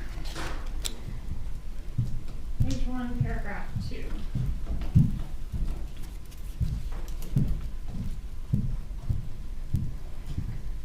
So you want me to read what she said here? I want you to answer the question. What was the most important part? Of the divorce for my mom. Yes. It says here that for her it was relocation. All right. And did you have 2 8-hour mediations in your divorce? We had 2 very long mediations. I don't remember exactly how long they were, but they felt Did they like a very result long in time. a resolution? No. Was Mr. Markel seeking to depose your mom as part of the divorce? I don't remember that. Do you know if it ever happened? I don't think it happened. I don't remember it. Was the prospect of that upsetting to your mom?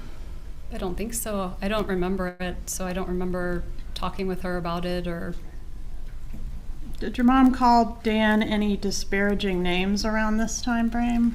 Well, I just read them in the emails, but I Okay. don't remember them independently. Okay.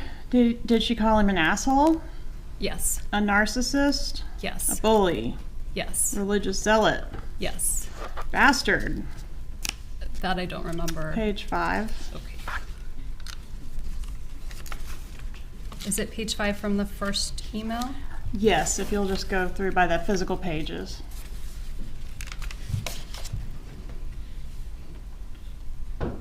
I see, yes.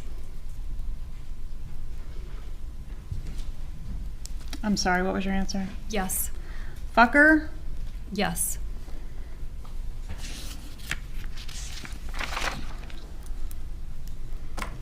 But in all the filings made on your behalf by the different lawyers that you had, and all of the emails that your mom sent, he was never described as abusive. I mean, he was described as emotionally abusive, yes. Can you show me where he was described as emotionally abusive in any of those items? Well, not by my mom, but in the pleadings. Okay, show me that. It's going to take me a while to find it. Okay, well, it's You want me not to- in there, but you can get back to me Well, with it. it is in there. Objection, Your Honor. The comment, she's not testifying. Hold on, please approve.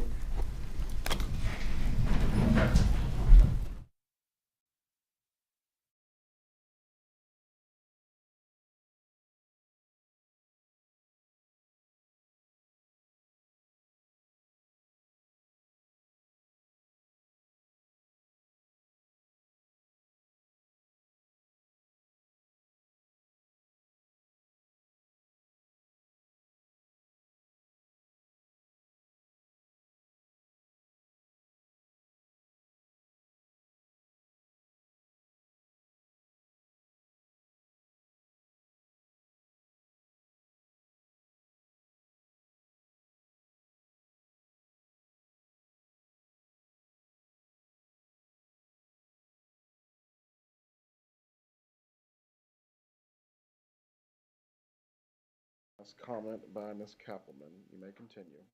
So would you have to review the whole file in order to find that, or could you give us a starting point of which filing it might be located in? It might be under the petition to relocate. It might be under the initial divorce proceedings. Okay. It wouldn't be in emails from my mom, but it would take a while to find it. It might be in the depositions. Okay, did you view yourself as being stuck here in Tallahassee once the relocation was denied? I didn't. I mean, I had a really nice life here.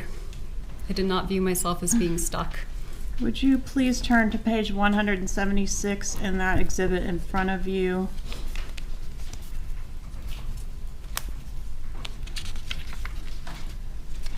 I think it's highlighted for you.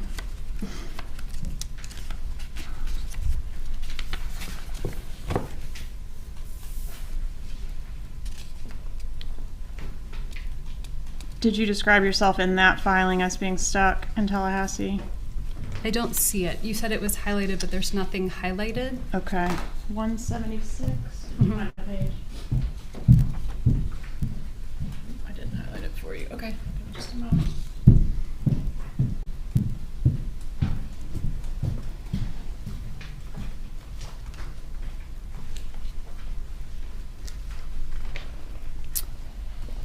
I see the word stuck.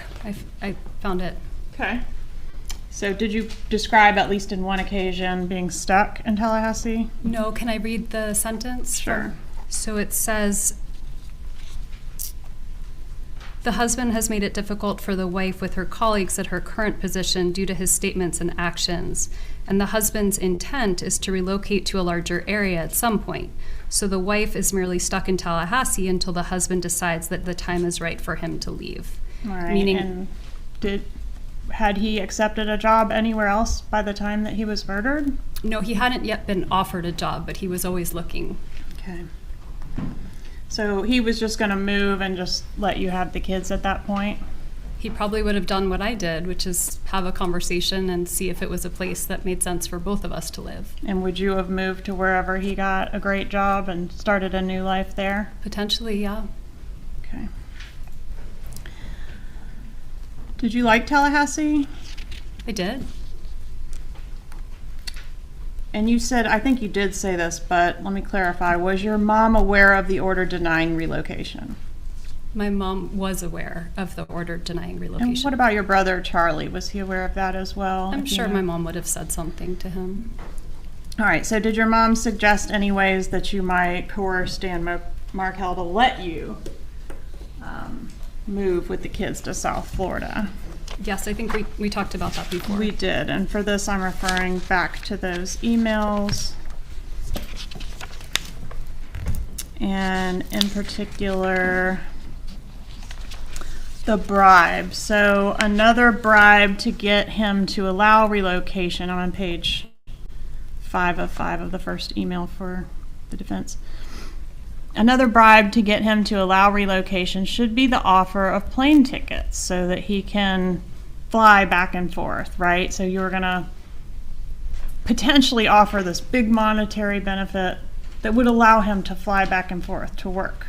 Is that the idea? I never said that I was going to do any of that. Okay, was that the idea that your mom had? That was the idea. All right, and the amount of the bribe is going to be, or was at least discussed as being $1 million. Is that right? That is what they said. Okay, and did you agree with that? No. Would that have worked? I have no idea if it would have worked, but... You think he might have taken $1 million to let his kids go? Well, he wasn't letting his kids go. He would have moved to South Florida, and he would have commuted back and forth to his job. So, maybe. Well, then why wasn't it offered? Because I didn't want to do it. All right, what about the idea that you could try to threaten Dan to convert the kids to Christianity so that they can fit into the Bible Belt here in Tallahassee? Is that something your mom suggested in these emails? My mom did suggest that. Okay, and specifically, this is on page 7 of the exhibit.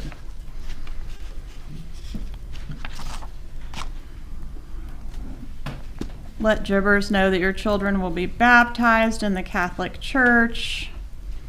Have a picture made of them in front of the church, all that kind of thing. That's what your mom suggested at one time? She did, yes. Okay, and did you do any of those things? No, I don't even think I responded to it. Do you know whether the defendant, your brother Charlie, was supportive of the plan to convert them or pose as converting them to Christianity? I have no idea. I don't think he was particularly involved in this round of my mom's emails. On page 11 of the exhibit, there's an indication from your mom that Charlie at least has discussed this with her and maybe is somewhat supportive. Charlie brought up a good point when he said that Americans were dropped behind enemy lines during World War II wearing Nazi uniforms to get what they wanted.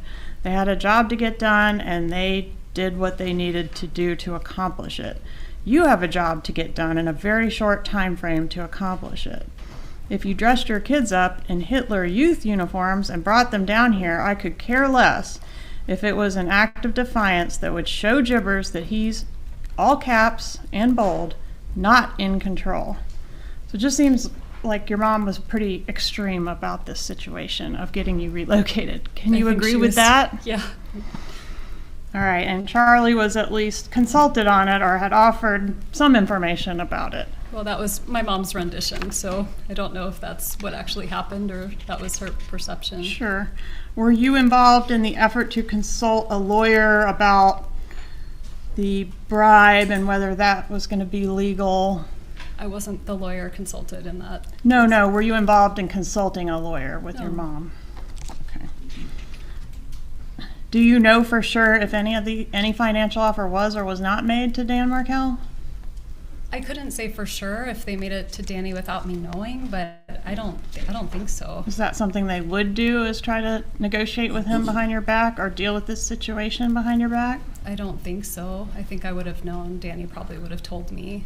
But you definitely didn't extend any of these offers or threats? No.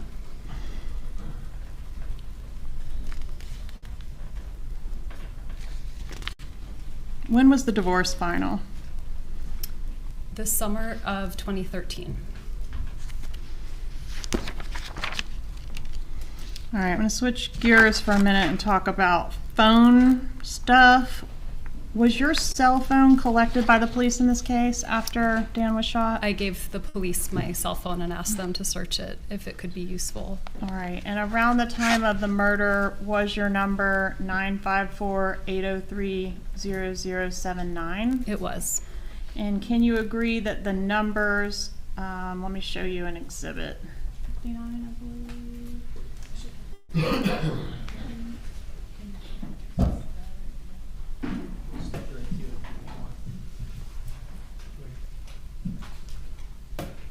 You will? Okay. Well, I want to explain what it is. Okay. Yeah, so I talked a lot about converting to Christianity, but I didn't mention what religion you are. We talked about Dan being more religious than you are, but we didn't talk about what religion you are. So could you explain that to the jury, please? Sure, I'm Jewish. And Dan was as well, right? And Danny was Jewish as well. Okay. So I had this exhibit 59. This is not 59.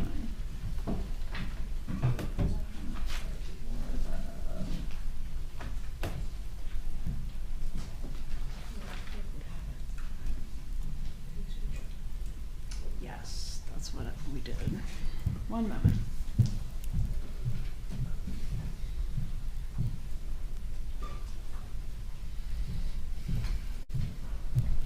You may not be able to do this, but states 59, I've got phone numbers attributed to your family members. Obviously, you don't know the other people. Are those phone numbers accurate, if you know, for the time frame around the murder? Yes. Okay. All right, and then you are also familiar with the wiretap that was conducted in this case? Yes. And did I provide you a disc labeled Disc 107 and ask you to review some calls and see if you could authenticate the voices on those calls? Yes.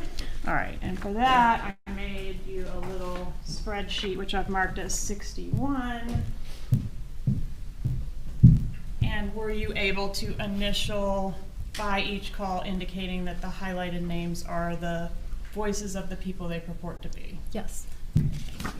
Judge, at this time, I asked to move to evidence state 61. Any objection? No objection. State 61 is admitted.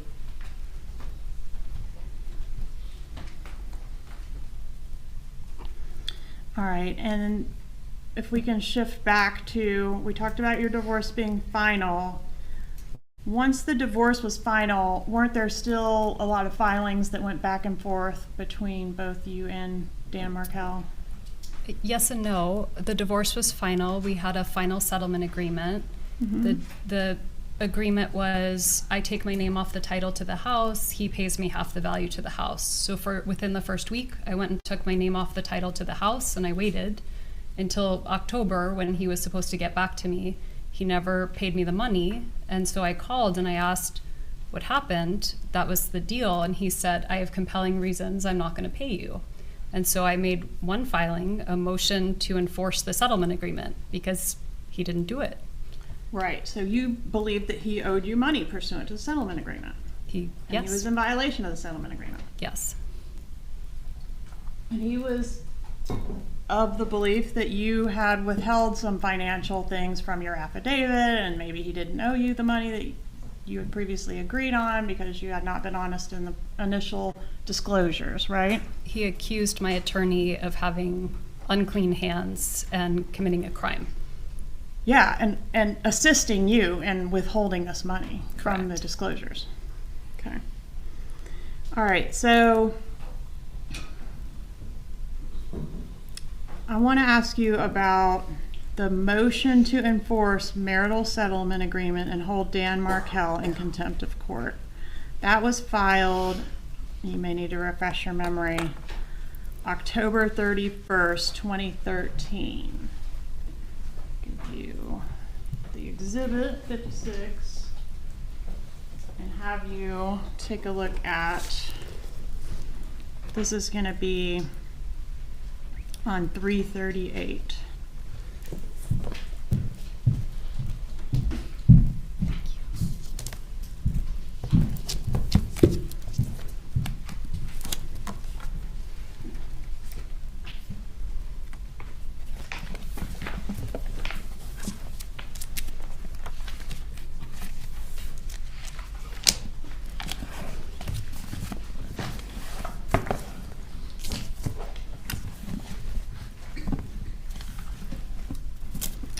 All right, could you just read the title, the caption of that filing? Motion to enforce marital settlement agreement and to show cause why the former husband should not be held in contempt of court. What does it mean to be held in contempt of court? It means not to be doing what the court has asked you to do. What can happen to you if you're held in contempt of court? I don't know, really. Could you be jailed? I don't know. All right. And when was this filed? This was you filing it, right? I mean, you're the client. Right. You're asking that he be held in contempt. And you don't know what that means?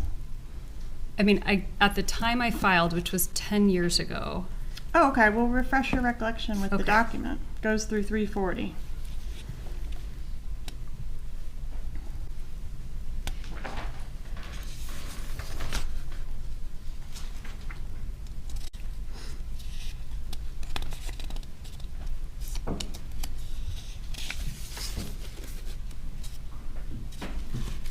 Okay, I have it. Okay. So, what was it you were asking for in this motion? It was what I just mentioned. So basically, I took my name off the title to the house. He never paid. This was asking him to pay. Cough up the money or be held in contempt?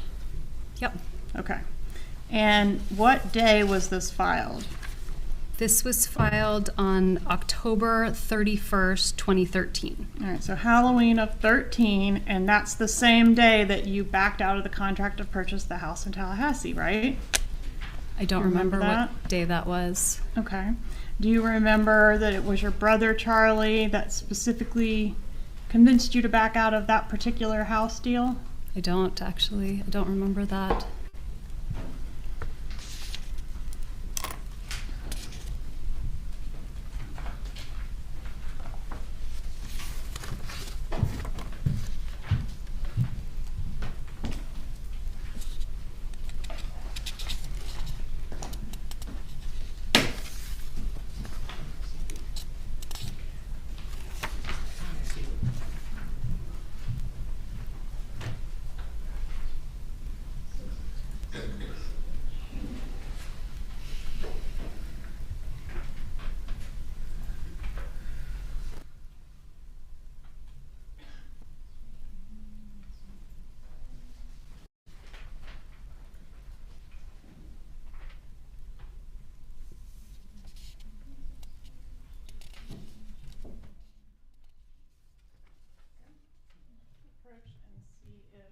These text messages refresh your recollection. Okay.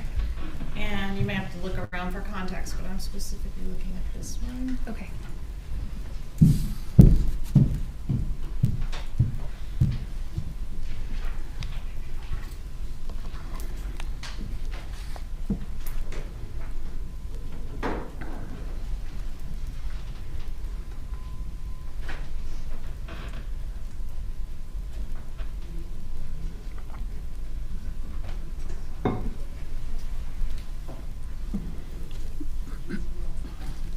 Okay. Does that refresh your recollection? Honestly, I mean, I can read what's here, but I still don't remember. Don't really remember.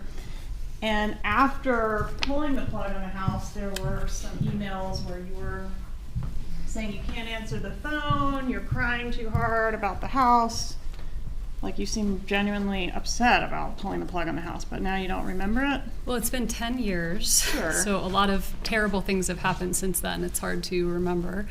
Don't recall. I really liked the house and was excited about it, but it was more than I can afford at the time. That's what I remember, is talking with the real estate agent and having her say we'd find another house, and it wasn't the right one. Would you have any reason to dispute that occurred on Halloween of 2013? No, it probably did. I just don't remember. Okay, and then a few months later, on February 14th of 2014, there was another filing. I want to draw your attention to page 379. I'll ask you what that document is. Do you want me to read the title of the document? Yes, please. Former husband's counter motion to enforce marital settlement agreements financial provisions, and incorporated motion for sanctions. Do you remember this filing?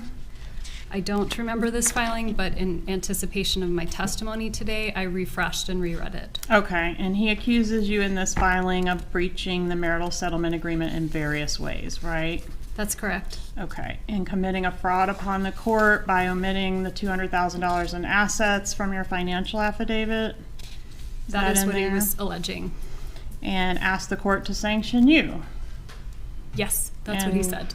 Okay, so again, you're both seeking the court to sanction each other. I mean, them's fighting words and lawyer terms, right? Well, I was filing a motion to enforce a settlement agreement, so I don't think that's really fighting words. That's just asking the court to complete what it already said it wanted to do. Okay. And on page 379, Dan suggests that the court send a strong message about your malfeasance by awarding him the entirety of the undisclosed assets of over $200,000, right? That is what he asked for. Okay, and then on March 10th of 2014, on page 437, do you respond with your motion to dismiss the former husband's counter motion to enforce the marital settlement agreement that we just talked about? I'm sorry, what is the page number? 437.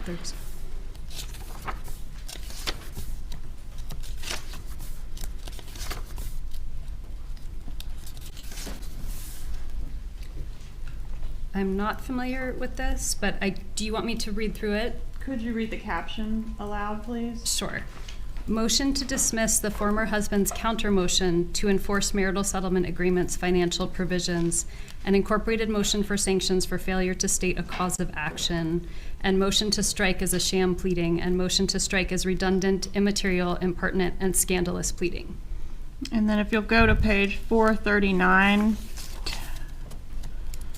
do you see a paragraph that begins, the vast majority of the former husband's motion? Actually, don't see that. On page 439? Yes, ma'am. I think I have it pulled out. On number 8. Yeah, the vast majority of the former husband's motion contains allegations that are redundant, immaterial, impertinent, and scandalous. Yada yada, he's making false and immaterial statements against you. His pleadings only prove that he is a disgruntled former husband who cannot move past this disillusion. So it's getting personal. Would you agree with that? My attorney here is responding to his pleading, which was over the top. And this is over the top, right? I don't think so, no. Then 6 days later, Dan files another motion seeking action against your mother, and that's the one we've already touched on. That's page 441. Is that right? Page 441. Yes, ma'am. Yes, that's what we talked about. Okay, former husband's counter motion for enforcement of marital settlement agreement on parenting issues and motion for contempt and sanctions. Here he's alleging,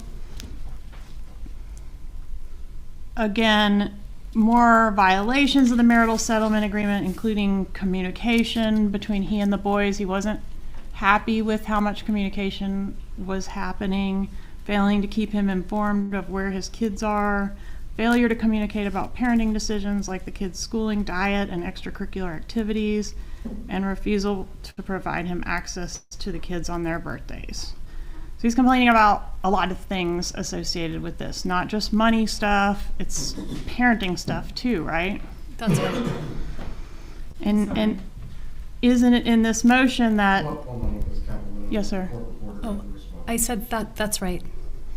Isn't it in this motion that Dan Markel seeks to enjoin you from allowing your mother from spending time with the kids without supervision? Can you please show me which page that's on? 450.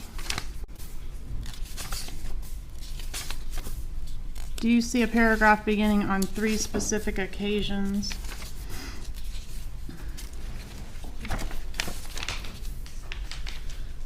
Yes, I do. Could you read that, please? 8A, on 3 specific occasions in November 2013, the children informed Mr. Markel, Abba, Dad, Grandma says you're stupid.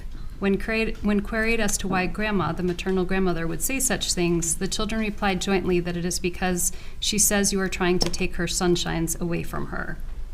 And continue, please. In December 2013, you don't have to say the name. Yeah. Your child. My child, the younger son, further stated to Mr. Markel in front of the former wife, Abba, Grandma says she hates you. The children were visiting with their grandparents at that time. Mr. Markel is concerned that continued exposure to such negativity forms a foundation for parental alienation. Is that what he was alleging about your mom? That is what he is alleging in this document, yes. And this was filed in court? He filed this in court. On what date? It will be at the front of the document, right? Yes, ma'am, page 441.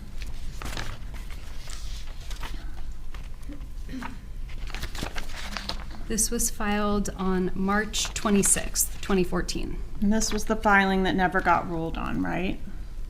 I don't believe there was any ruling on this. And that's because Dan Markel was killed before the hearing, right? I don't know when it was scheduled for. It wasn't even scheduled yet. Okay. It was waiting to be scheduled when he was killed. Is it fair to say your mom was worried about this motion? No, my mom never knew about this motion. And as I mentioned before, Danny asked my mom to babysit after filing this motion, so I don't really believe anything that's written here. Well, you forwarded this motion to your mother. I don't believe I did. Via email. In fact, you forwarded this motion to 12 different people. Your mom, Jeffrey Lacoste, Renee Griggs, Tova Walsh, Morgan Honeycutt, Gary Cohen, Miguel Edmondson, Trey Hubler, Robert Adelson, Rachel Frank, Jared Reich, and some MEHULNYC at yahoo.com. So if you weren't worried about this, why'd you send it to all these people? I couldn't really say. It's been a long time. And then a couple days later, we know what happened. So this was in March. So a couple days, I filed it, I sent it to people in July when Danny was killed. You sent it a couple days later. I sent that email to 12 different people. In March. Yes. Maybe first,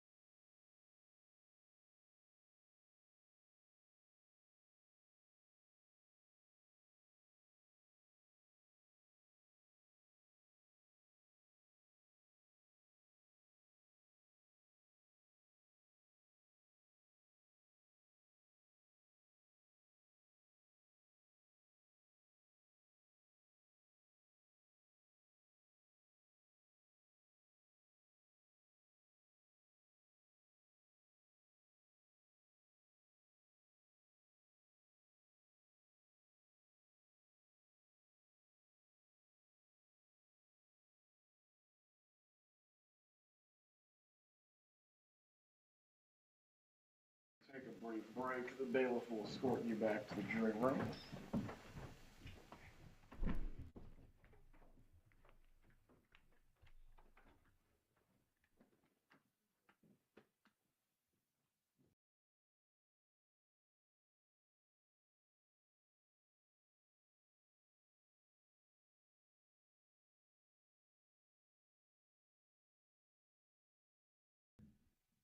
Everyone can be seated.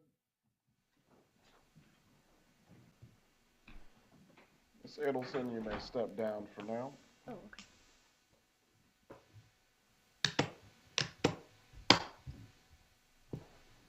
We'll resume with the examination of the witness in 5 minutes.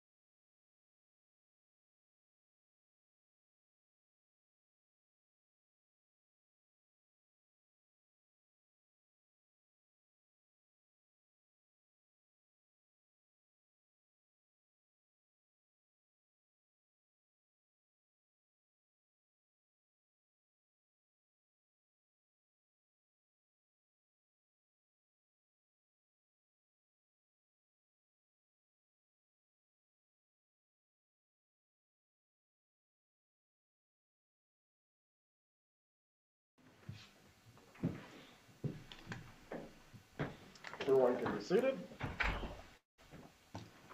Rauschbaum, do you have a copy of the emails? I've got a copy of, I think, what they're using. All right. Judge, what he Yes. was the question I was asking her that Mr. Rashbaum is referencing was about her forwarding something to 12 people, which that was not in the exhibit. But he does have a copy of the exhibit now. I did not introduce into evidence the email forwarding, so I think we're on the same page on emails. All right. Ms. Adelson, come back in and take the witness stand.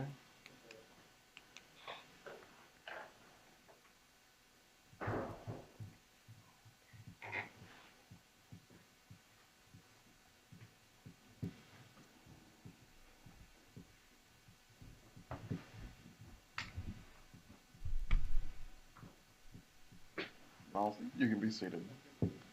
You also have to let the court reporter get set. She is the woman of the hour. Please bring in the jurors.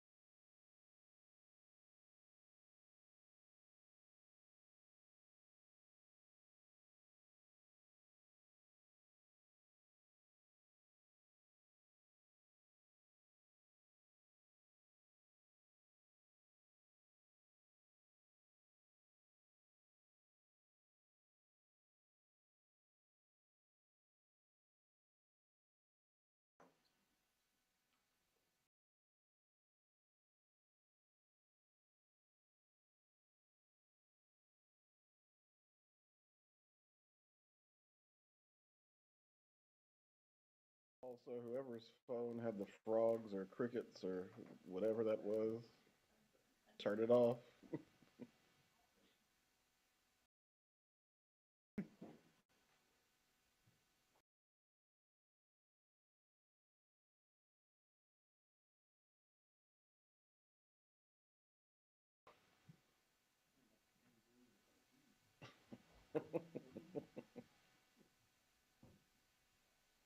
Definitely not while we're all here.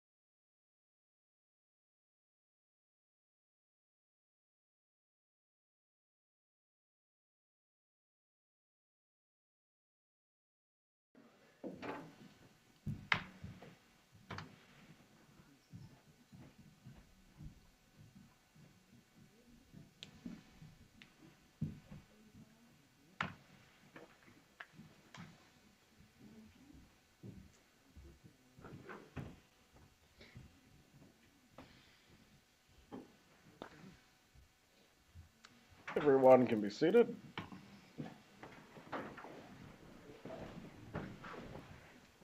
Kappelman, you can resume your examination. Thank you, Your Honor. I want to talk a little bit about your brother, Charlie. Is he an older brother or a younger brother to you? I'm the youngest of 3, so I have 2 older brothers. They're both older than me. All right, and he's the middle child, Charlie? That's right. All right, and are you closer to Charlie or to the other brother? I'm closer to Charlie.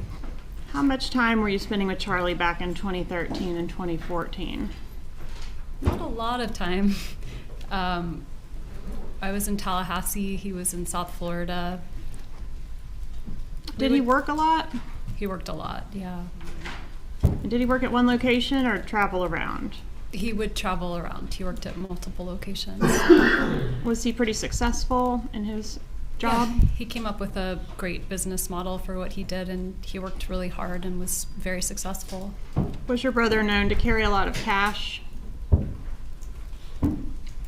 I mean, he had cash on him sometimes. I never saw large sums of cash. Did you ever see stapled cash? I never saw stapled cash. Were you familiar with his practice of stapling cash together in stacks? No, I never knew about that. Was your brother Charlie protective of you? I mean, when I was a little kid. Yeah. What about as an adult? As an adult? I mean, not particularly. Is it fair to say that during the year or so leading up to the murder of Dan Markel that your brother did not like your ex? I mean, I don't think he probably didn't like him, but I also think he didn't spend a lot of time thinking about him. Did he ever like him? Yeah, I mean, I think they got along fine. Did your brother ever mention hiring a hitman to kill Dan Markel? No. I'm going to turn your attention to your law enforcement interview, and I'm referring to page 25, lines 13 through 15.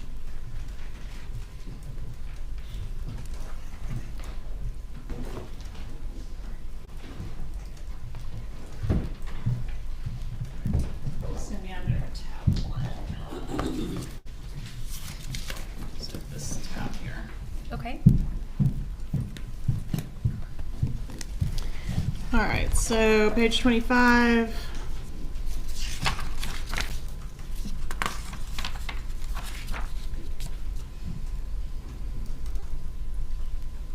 You find it? Yes. Quote, "It was always his joke. He said, I looked into hiring a hitman and it was cheaper to get you this TV." Is that what he said? That was a joke that he made, yes. And hiring the hitman, that was to kill Dan Markel, right? That was the joke. That was the joke that he made in poor taste, yes. Not to kill someone else. No. Well, he never used his name. Okay. Well, he's hiring you the TV because it's cheaper as a divorce present than a hitman. Who else would he be hitting with the hitman? I never really thought about it because it was not a thing that he meant. He just made a bad joke. Well, you repeated the joke, didn't you? He repeated the joke. Didn't you also repeat the joke? To other people? Yes, like Jeff Lacasse. I never said that to Jeff Lacasse. You didn't tell Jeff Lacasse that your brother got you that TV as a divorce present because it was cheaper than hiring a hitman. I may have repeated that joke in the context of the TV, yes. All right, and who is Jeff Lacasse? Jeff Lacasse was a person I dated in 2013. And did you tell Jeffrey Lacasse shortly before the actual murder that your brother really had looked into hiring a hitman? I did not. Did he buy you a TV as a divorce present? Did my brother buy me a TV as a divorce present? Yes, sorry, I should have clarified that. And was the TV that your brother bought you as a divorce present the same TV that was being repaired on the morning of the murder? Yes. Did your mom text you that morning that the repair guy was coming to repair the TV? I don't remember that. Why would your mom have been involved in your TV repair appointment? Because I didn't purchase the TV. The TV was a gift that my brother paid for, but my mom went and got it and he reimbursed her. So the contract would have been under her name and her number. So when the repair guy was coming, they may have called or texted the number on the account instead of my number. Okay. And after the murder, do you recall going to a dinner where you got sick at the table? It was about a month later, and yes, I remember. Where did that dinner occur? Was that here in Tallahassee or somewhere else? No, it was in Miami. All right. And was it like out at a restaurant? It was at a restaurant. All right. And when we say you got sick at the table, did you actually vomit at the table? I threw up at the table. All right. And did you ever hear your brother refer to that particular dinner as a celebratory dinner? No. Did you tell Jeffrey Lacoste that your brother called that a celebratory dinner? I did not. Was that a... One moment, Ms. Calhoun. Yes, sir. The objection. Hearsay. Overruled. Was that dinner a celebration of the murder of your ex-husband? Absolutely not. That dinner was the first time I left my house after over a month because I was terrified. And if it was a celebration of anything, it was a celebration that I was willing to leave the house and eat a meal. Do you know Catherine Magbanowa, or have you ever met her? I have met her. Did you have an independent friendship with her, or did you only know her through your brother? I only knew her through my brother. What was her relationship to your brother? They dated at some point. Was there anything unusual about her as a girlfriend from your viewpoint at the time? No. So she seemed like a typical kind of girl that he would date? She did. Did you meet all his girlfriends? I don't know. I met many girlfriends. Okay. Did you meet Whitney Kick? I did. Okay. And Whitney Kick was after Catherine Magbanowa, correct? I believe so. All right. And there's a photograph, I'm sure you recall, of you on the beach with Catherine Magbanowa. Do you recall when that photo was taken? I do. It was Father's Day 2014, so 9 years ago. June 15th of 2014? That sounds right. So about a month before the murder? That sounds right. Where was this photo taken? It was in Miami. I went down to visit my dad for Father's Day. Approaching and showing you what I've marked as states 35. Is this that photograph, and I've attached the data associated with it? Yes. Okay. Is fair and accurate copy of that photograph? Yes. Judge, I'd ask to move into evidence states 35. Any objection? No objection. States 35 and admitted. Permission to publish? You may. Publish 35.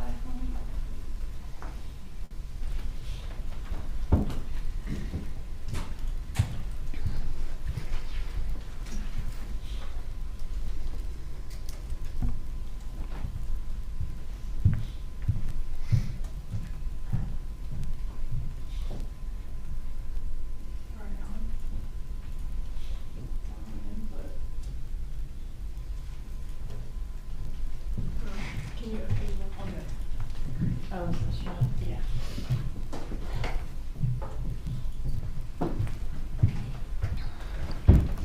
All right, is that you in the center? That's me. Which one's Catherine Magbanowa? The one on the left, our left in the picture. And how long had Ms. Magbanowa been dating your brother at the time this photo was taken? I have no idea. How many times had you met Ms. Magbanowa at the time this was taken? I think once before. Okay, how many times did you hang out with her total? Just these 2 times. Once at the dinner when I met her, and then once at the beach for an hour. Was the relationship between your brother and Catherine Magbanowa serious, if you know? I don't know. I mean, 10 years ago, was it serious? Not too serious? It never stood out to you during that time frame as like, oh, this is the one? No. All right, so you mentioned you thought Whitney Kick was after Catherine Magbanowa. What about June Mchinda? Do you know which one that is? When you say, do I know which one that is? She's not in the picture. No, ma'am. You're one of your brother's girlfriends, June Mchinda. Do you know her? I met someone named June. Okay, and would you agree that was also after Catherine Magbanowa? Yes, that would have been after. When did you learn that Catherine Magbanowa was blackmailing your brother for the murder of your ex-husband? Today. So he never told you? No. You testified in Catherine McManaman's murder trial last year, didn't you? I did, yes. And she was convicted. She was convicted, yes. Of murder. Yes, of murder. Of murdering Dan Markel. Of murdering my children's father, yes. A crime for which she apparently is innocent because she was just a conduit for Sigfredo Garcia. Did you learn that today along with all of us? Well, I learned that someone made that argument. I don't know whether it's true or not true. Okay. You have no knowledge of it. I have no knowledge. In all the years this has been pending. In all of the years this has been pending. Your brother has known who killed your child's father, and you didn't know. I did not know.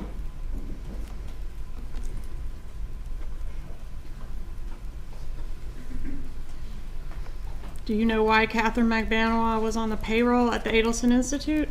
I believe that she worked there. What did she do there? I know my brother met her at a dental office, so I'm guessing administrative work of some kind. Did you ever observe her doing administrative work there? No. How did the killers in this case know that Dan Markel was planning to leave town the day after the killing? I have no idea.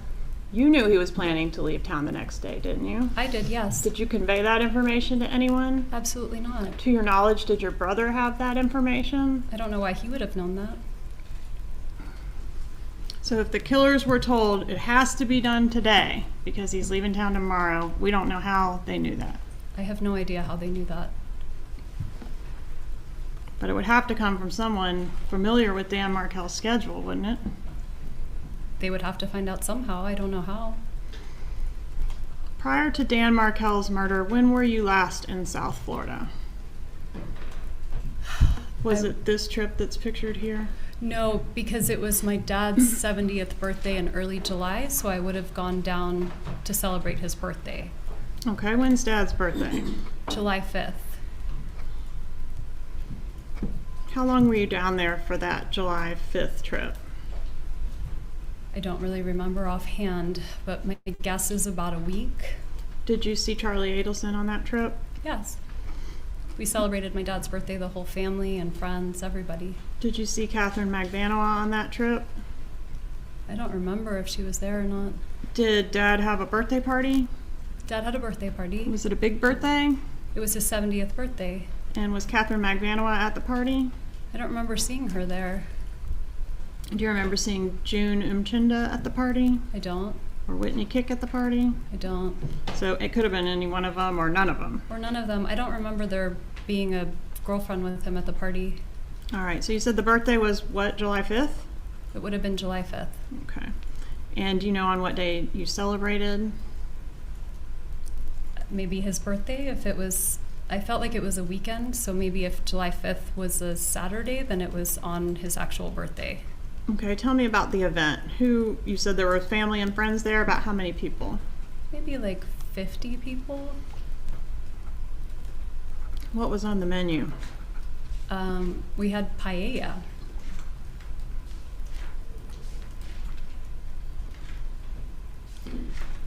Were you responsible for securing the paella, or is that your brother's job, or someone else? I didn't arrange it, but I speak Spanish and no one else could communicate with him, so I spent some time helping him. That's why I remember what we ate. Okay. Did your dad get any big gifts for his 70th? I don't remember. So there was no big lead up and discussion about some big gift that you were involved in, at least? I don't remember. I don't remember if I gave him a present. I hope I did. Do you remember what anybody gave him for that birthday? I really don't. Was the murder of Dan Markel your dad's big gift? I mean, that's, of course not. That's a horrible thing to say. What about the grandchildren, getting full unfettered access to the grandchildren? My Could that parents have been had the full big gift? unfettered access to their grandchildren always. Not when they lived in Tallahassee. Well, whenever they could come up and see them, they did. They were 50% of the time with Dan Markel, right? Sure, but whenever they were with me, they had full unfettered access.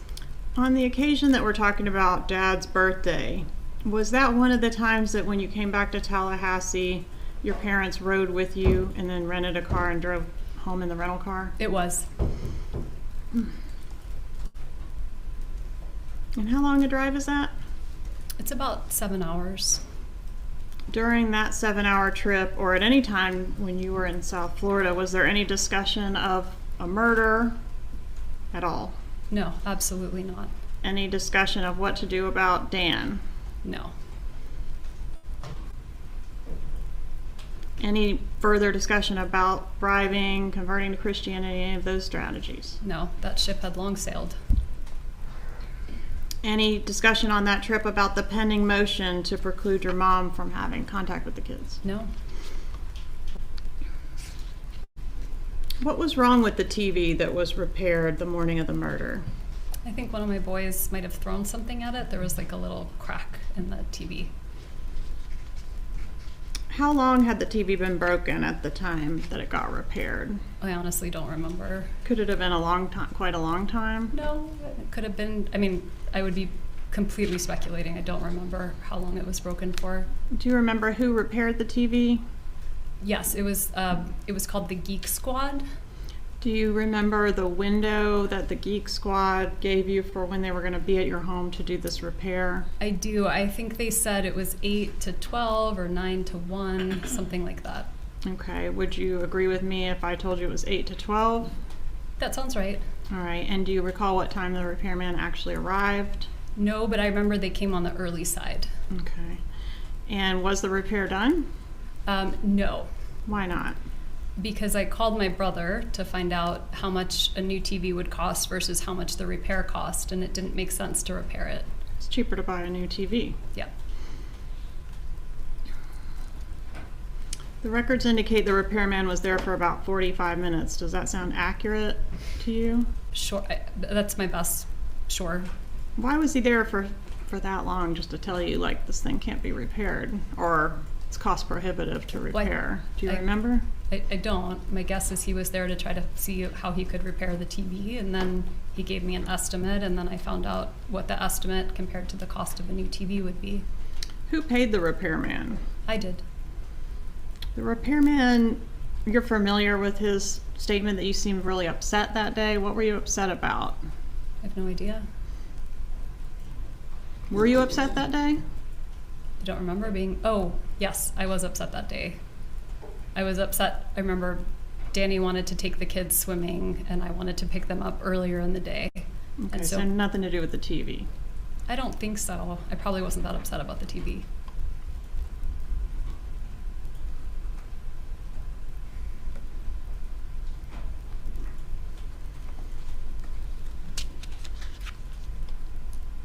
Did you ever use the TV as code for the murder? No. Did you ever hear your mom do that? No. Do you remember on July 13th, 2014, seeing Jeffrey Lacasse at your place on Aqua Ridge? Do you even remember that evening? I don't remember seeing him at my place because by that point we were kind of broken up, so I don't think I would have seen him at my place. All right. So on that occasion, you couldn't have told him you wanted to share something with him in confidence? I think that would be very unlikely. We had kind of broken up at that point. And you couldn't have told him at that time the statement about your brother really did look into hiring the hitman? I can't imagine I would have said that. And when did you break up with Mr. Lacasse, or when did the two of you break up? It would have been end of June 2014. So not 4 days before the murder? No. All right, so end of June 2014 would have been the last time you saw him. No. I saw him after that. We were talking and kind of figuring out what we wanted to do, but we had gone on a trip to Gainesville the last weekend in June, at which point we had a big argument, and I really didn't want to be with him after that. So at that point for me, I was pretty much done, but there were more discussions until it, formally ended. And when was the formal end? I remember seeing him that Monday night and telling him I wanted to have some space. Okay, so 4 days before the murder? So 4 days before Danny was killed. All right, and that was that the end of your relationship with him? When I told him I wanted some space, yeah. Okay. Where did you go after the TV repair man left? After he left, I stayed at the house for a while, and I was working on some pieces of writing. I was talking with various friends. I had a friend in town interviewing for a job at FSU. I was making plans to go meet her. The time got too close before her interview. And then I had two friends that I would often meet on Fridays, just kind of last minute. And so we made plans to go have lunch. All right, so what time did you leave the house to go have lunch? I really didn't remember offhand, but I refreshed my memory and saw it was sometime around 12:45. Okay, so it makes sense that you might have left your residence at about 12:30? Sure. Okay, and did you go to the crime scene or very near the crime scene on your way from your residence to, I guess, to lunch or to wherever you were going next? No, I did not. So you never turned on Trescott Drive that day? I went to turn on Trescott Drive, but I saw that it had been blocked off by some tape, and so I just kept driving on Centerville. Okay, and when you had to turn around at the tape, right, to go back out? I think I tried to turn right, and it couldn't turn, so I would have made like the kind of turn, like a K-turn, and kept going. Was there a roadblock there with? There was tape. Yeah, and an officer was there? I didn't see an officer, but I did see a car. A law enforcement marked vehicle? Okay, did you have any contact with the officer? No. Okay. Did you do anything after that to try to find out what was going on down that roadway? No, I just assumed it was weather, or maybe a tree fell. Had there been bad weather that day? No, but it was summertime and there's electrical storms and trees fall, so that would have been pretty normal for summertime. Where were your kids supposed to be at the time that you encountered that roadblock? They would have been at school. And that's at the Creative Preschool? That's right. Who took them to preschool that day? Danny. And who was supposed to pick them up from preschool that day? Me. All right, so did you know for sure that they had made it to preschool that day at the time you encountered the roadblock? I just assumed. I mean, if they hadn't made it to preschool, Danny would have let me know, but... Did you attempt to call Dan Markel when you encountered the roadblock? No, I didn't think anything of it. I didn't think it was related to the house. Had you talked to Dan Markel or your kids that morning? My kids know, but that would have been normal, and Danny and I tried to get in touch with each other, but we left. We were trying to figure out where Ben was going to go to kindergarten at the time, and we left voicemails for each other but didn't get to talk. Okay. Did he leave you a voicemail message that morning? He did. Okay. I asked you earlier about him being scheduled to leave town the day after he was killed. Do you know where he was planning to go? He was going to New York to see his girlfriend. The message that he left you that morning, do you remember what he told you in the message? I mean, I think it was about our son's school. Mm-hmm. Other than that, I don't really remember. Okay. Included in that was it included in that message that he was heading to the gym and was going to be at the gym between 9:15 and 10:30 that morning? I really don't remember, but that sounds like it could be what he would leave. Okay.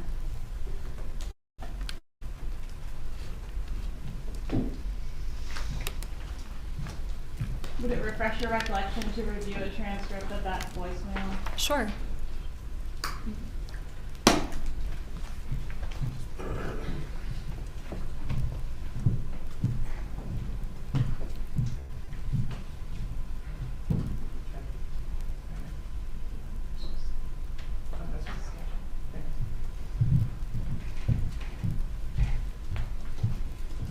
Just take a moment to review that and let me know when you're done. Okay.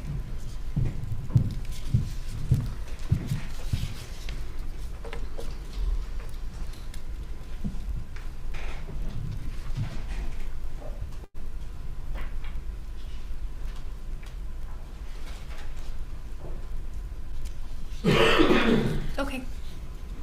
So did he say in that voicemail that he left you what his plans were in regards to the gym that day? He did. What exactly did he say about the gym? About the gym, he said, I'm going to be at the gym probably between 9:15 and 10:30, but I'm happy to chat or meet with you. Maybe we can go for a walk at school or something like that. Let me know. Okay. So that particular voicemail doesn't sound very emotionally abusive. Would you agree with that? No, by this point in time, we were parenting really well and we were doing just fine. Getting along great.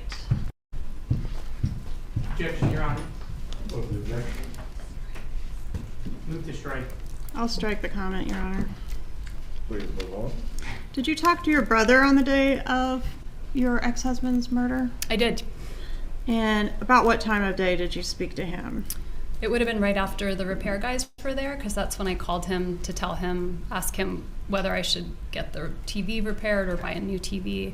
So Okay. it would have been morning. How long did you talk to him? I don't remember. Does 18 minutes sound incorrect? That sounds reasonable. Okay. Did you talk to him about other things other than just the TV? I really don't remember what else I talked to him about, but probably. Maybe I would have asked him about his work, or we would have caught up. Did you happen to mention Dan Markel's plans to go to New York the next day? I don't see why I would have. Did you have WhatsApp on your phone at that time? I don't know if in 2014 I had WhatsApp. Now we use it for all the parent chats at school, so it's everybody seems to have it, but I don't know if everybody had it back in 2014. What is WhatsApp? WhatsApp is kind of an app you would use for texting. Do you know if your brother Charlie had it at that time? I have no idea if he had it at that time. Did you ever communicate with Charlie through WhatsApp? Maybe. I mean, I don't know. If I had it at that time or if I had it later, I probably would have. Just not sure. Yeah, Did you have any contact of any kind with Catherine Magbanua on the day of Dan Markel's murder? No. Did you ever communicate with her through WhatsApp? No, I never communicated with her at all. All right, let's talk about, well, you communicated with her on the beach. I saw her in person, but I'm saying I never texted with her, called her. I never communicated via a device other than in person. Okay. What about when you were talking to your brother? Did she ever get on the phone and speak to you? I don't think so. Okay. I want to talk about where you went when you left your residence on the day of the murder. You tried to turn on to Trescott, and then you ended up where? I went, I was supposed to go to a party that night, a Stock the Bar party, so I went to a liquor store to pick up what they had asked for as the present for their party. So I went to the liquor store, I picked up the alcohol, I stopped, I think I got gas, and then I went to lunch to meet my friends. And the liquor store purchase appears to have occurred at 12:49 based on the receipt. Do you have any reason to dispute that timing? No, that sounds right. Okay, and then from there to the restaurant? Yes. And where was the restaurant located? Mosaic. I actually don't remember. I just remember I would go north on Thomasville Road. All right. And so it was. And is the restaurant where law enforcement came to speak with you and you ended up going with them to the police station, right? That's correct. Right.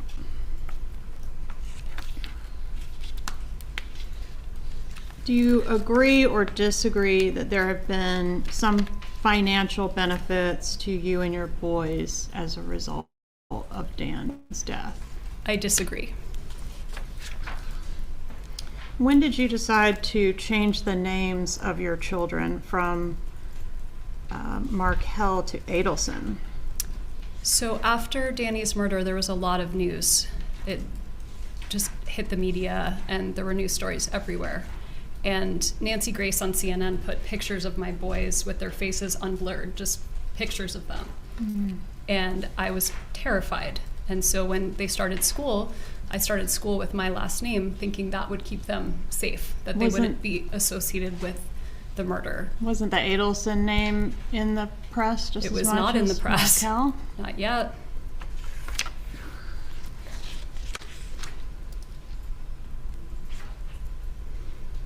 Do you agree that you legally changed the kids' names on July 6th of 2015? That sounds right.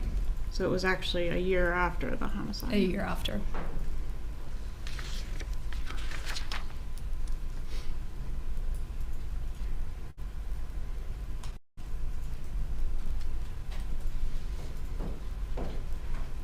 When was the last time you talked to your mom?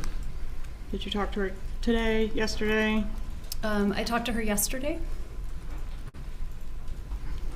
In her emails, and we referenced one of them while you've been here on the stand, she talks about you giving performances and playing roles. Did you discuss anything about what you would do here today in court with your mother? No.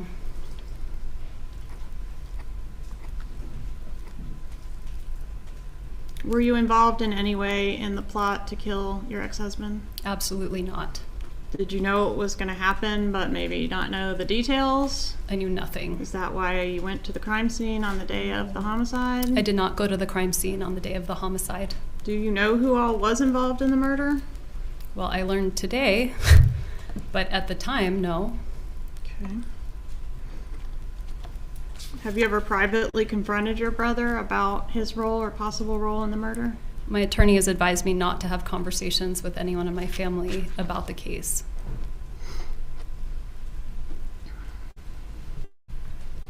But you had a close relationship with your brother at the time of the murder, right? I absolutely had a close relationship with my brother. And how soon after the murder did your lawyer advise you not to talk to your family about it? In 2016.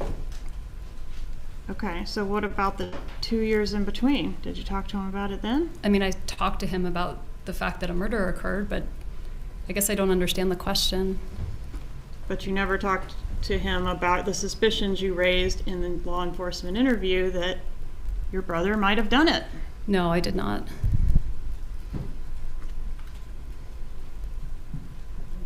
You suspected your brother could have been a part of this, right? I suspected lots of people could have been a part of it. But he was one of the people, right? While I was talking with law enforcement for 6 hours, terrified out of my mind, I offered them every possible idea I could come up with. Right, and one of the possible ideas was that your brother could have murdered your child's father. I didn't really believe that was possible.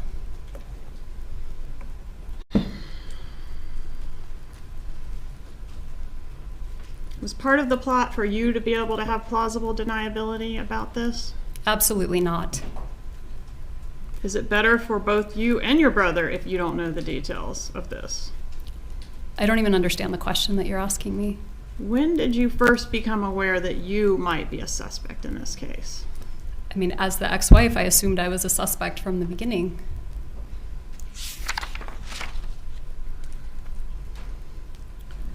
What was your first thought when you were asked if anyone might have murdered Dan Markel for your benefit? I thought, oh my God, maybe if I hadn't divorced him, he would still be alive. Maybe this is my fault because I complained to the wrong person. Maybe Danny gave a student a bad grade and they came after him. I just was trying to think of who possibly could have wanted to hurt him. But you didn't say any of that before. I mean, the first thing you said was Charlie, right? I don't think so. Page 25 of your interview, line 5 through 15. Do you have any reason to dispute? Page 25, not 5 hours into it. You say Charlie might have done it, right? Can I see, please? You may.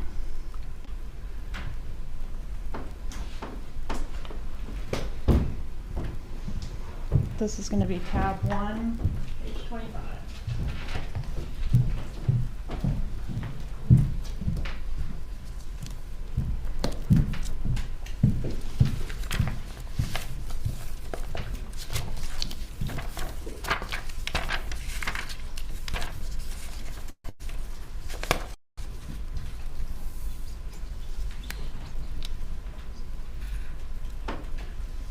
What I say here is that he would never do it.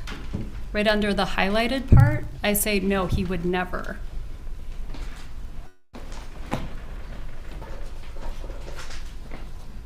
Need a copy?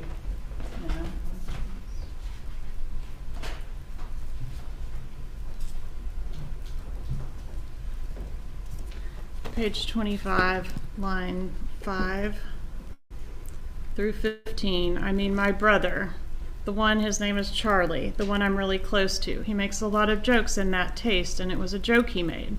He bought the TV for me this morning that got broken, and then I was talking to him about whether it made sense to pay or fix it, or whether I should get a new one. And it was always his joke that, he knew that Danny always treated me badly, and it was always his joke. He said, I looked into hiring a hitman and it was cheaper to get you this TV, so instead I got you this TV. And you do say you don't think he would do it, but can we agree you brought up his name on page 25 of the interview? I did. when asked, would you ever ask someone to do something like this? You say not in a million years. When asked, okay, do you think someone would do this for your benefit without asking you? You say no. And when Isom starts to ask you, what good does it serve? You say, I mean my brother, the one, his name is Charlie. Isn't that how it went? This is the transcript, but I think there's also inaccuracies in the transcription. Oh boy. All right.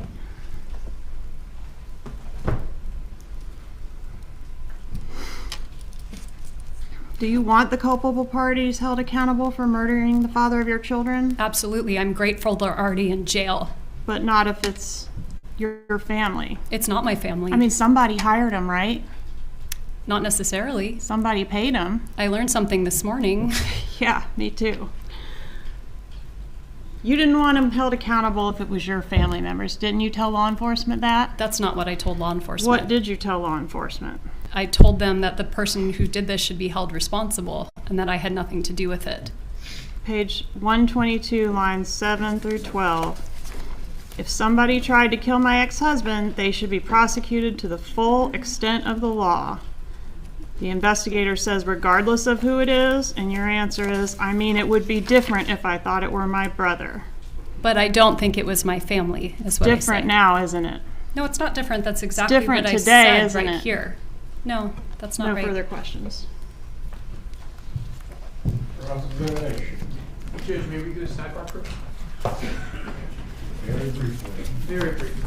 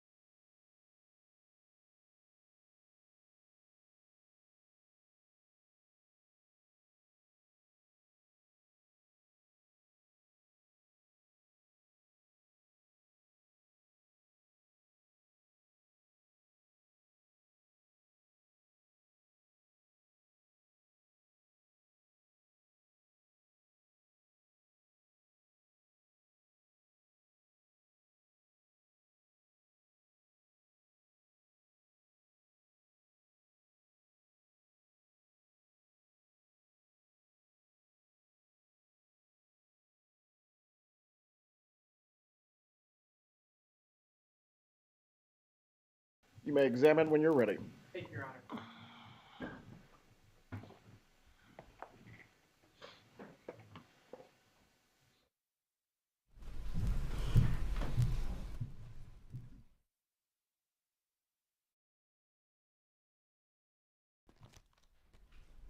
Can I move some of this stuff?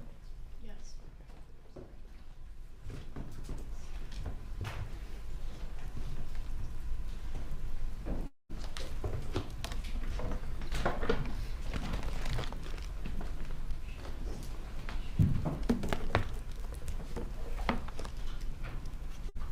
Good afternoon. Good afternoon. Ms. Adelson, we've met before, right? Yes, We've met 2 or 3 times in our life, right? that's correct. We initially met in 2016 after the arrests of the killers in this case. That's correct. During that meeting, we had no conversation whatsoever about the substance of this case, right? That's correct. We met again in April of 2022 on the day that your brother was arrested, correct? Correct. You were at your parents' house and we were figuring out where he was, right? That's right. Again, nothing was discussed about the case other than his arrest. Correct. In fact, before right now, we have never discussed your testimony at all. Correct.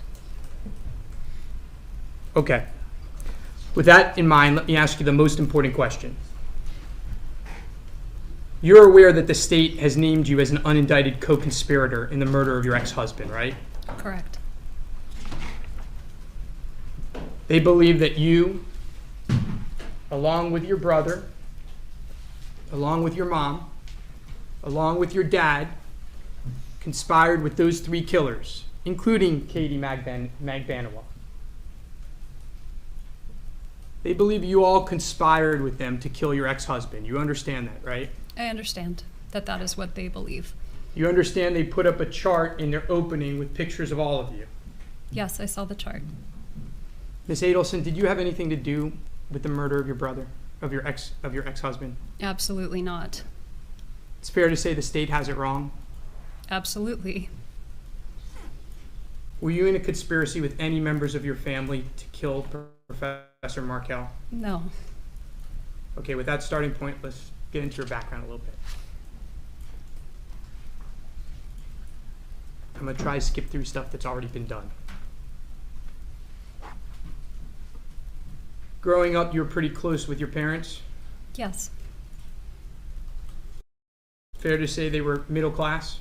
Yes. You went to a public high school? I did. You did pretty well in high school, right? I was valedictorian. But around a year or 2 before you went to college, your father was a victim of a Ponzi scheme, correct? It was actually when I was in 8th grade. And he lost much of his wealth. He lost his whole life savings. You still went to a prestigious college up in Boston, right? I got a full scholarship. And then when it came time to go to law school, did you pay for law school? I got a full scholarship. Now, you got asked a lot of questions about divorce law in your direct examination. Are you a divorce lawyer? I am not. What type of law did you specialize in? Immigration. All those filings, and we'll get to them. Did you write those filings? No. So the words that Ms. Kappelman were reading, they were for you. You reviewed them, correct? I did. Did you draft them? I didn't draft any pleadings. That motion for contempt, she asked you if he could be put in jail. You have no idea, right? I didn't remember whether that's what contempt meant, but You were just seeking the court to enforce its previous order, right? that's correct.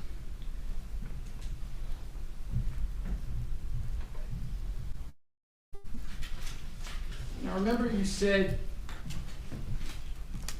that during these filings, this is the same exhibit, that you thought you talked about some other things and Ms. Kappelman said, nah, it's not in there. Remember that? I do. I'm gonna, can I borrow that binder?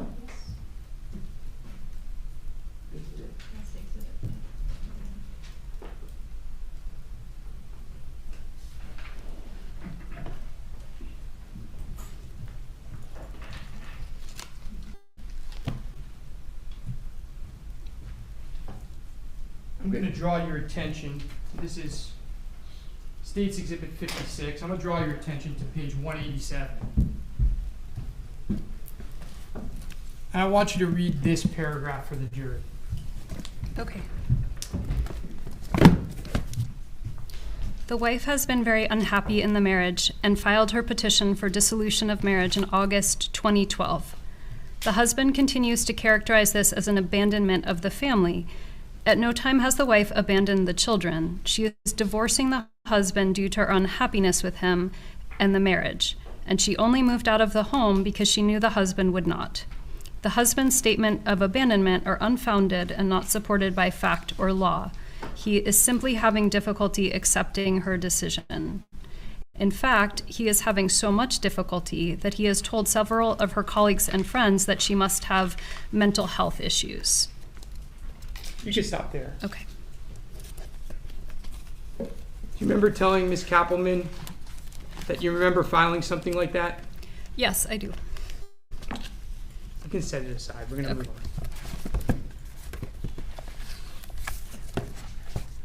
on. When did you meet Professor Markel? We met in Washington, D.C.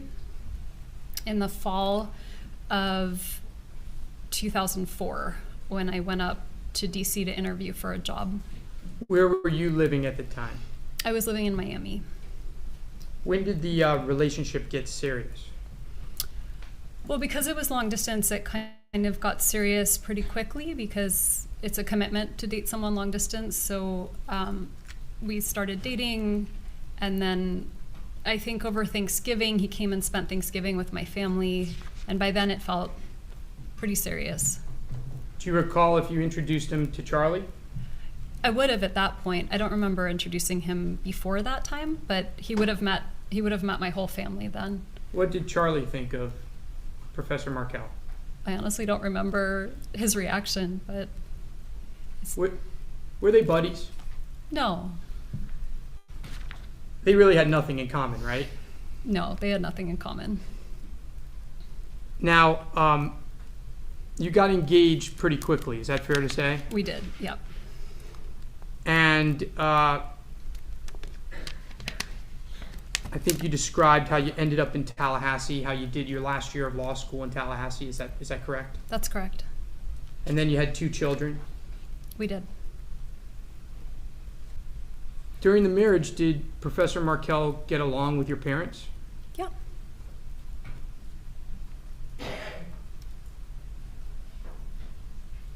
Now, skipping a little bit ahead, then we'll go back.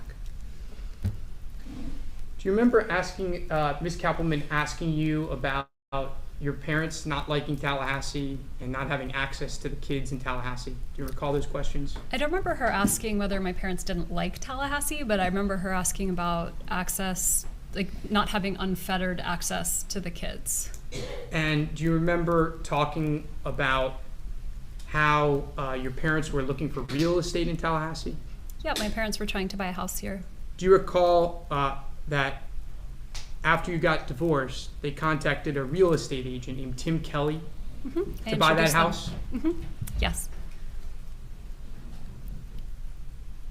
During the course of your marriage, I think you said you were close to your brother, Charlie. Yes. How often did you speak to each other? Maybe once a week or a couple times here and there.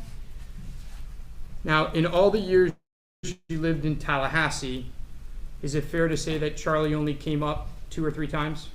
Yeah, he came up for the birth of both boys, so definitely twice. And then I think he had an internship or a job in Alabama for a little while, so he came by then, but so maybe 3 times.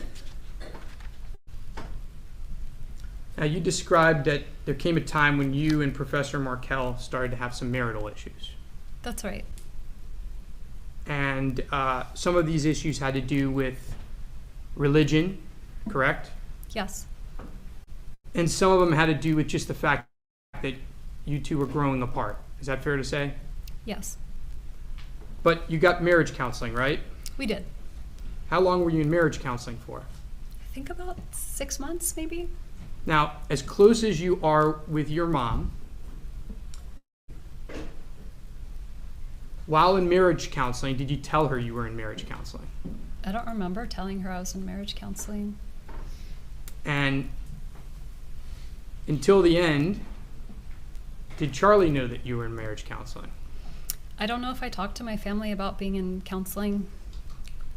Do you recall a time when you and Charlie, you were down in South Florida and you told him that you were having marital problems?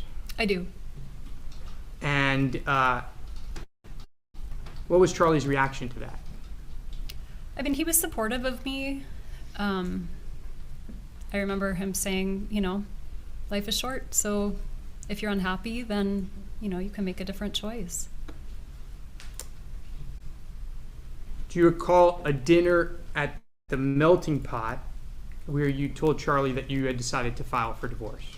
I do. And when you told Charlie that you were going to file for divorce, did he have anger and hatred towards Professor Markel? No. Was he sad because he knew that this was going to affect his nephews? I don't think he was really sad. I mean, honestly, I think a lot of people wondered why I got married to Danny in the first place, and my friends were very supportive when I decided to end the marriage.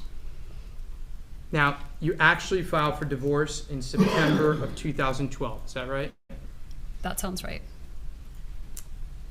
And when you filed for divorce, let me say this. When you left the home, I think that was discussed in the direct, Professor Markel was out of town, right? He was. I called him and let him know that I had filed. You're a non-confrontational person, right? It is not my best quality, yes. But you had been in marriage counseling for quite some time before you left the home, right? Yes.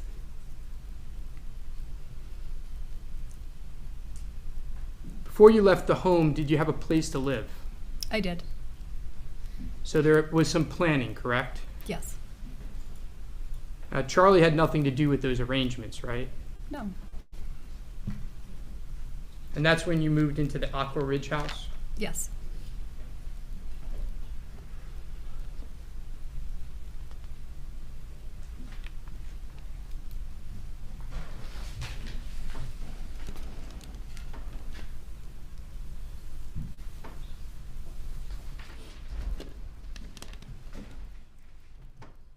I'm showing you what's marked as Defense Exhibit 1 for identification purposes only.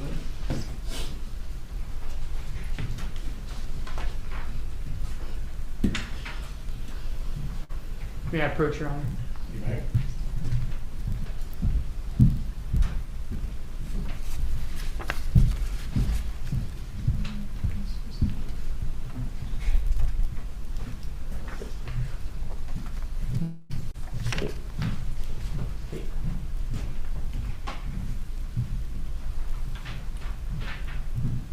Do you recognize the email addresses on this document?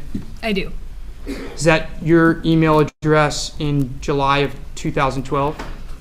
It was my work email address, so that makes sense. That must have been my email. Does this look like an email that you could have received from your mom? It does. I don't remember this email, but it does look like an email I could have received. Judge, I would move this into evidence as Defense Exhibit 1 at this time. Is there an objection? Objection, hearsay. Approach. Please bring the exhibit with you.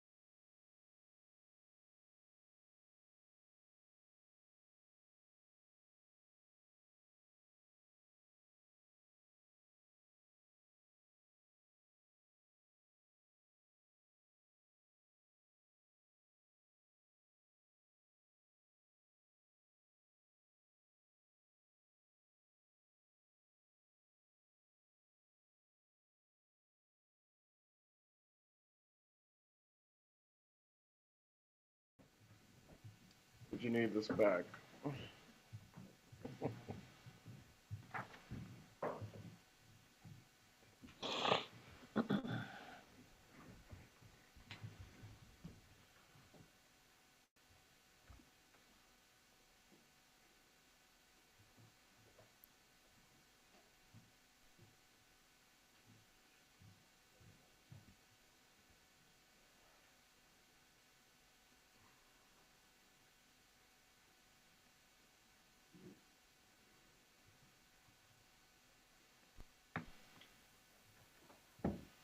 This is an email between your mom and you in July of 2012, right?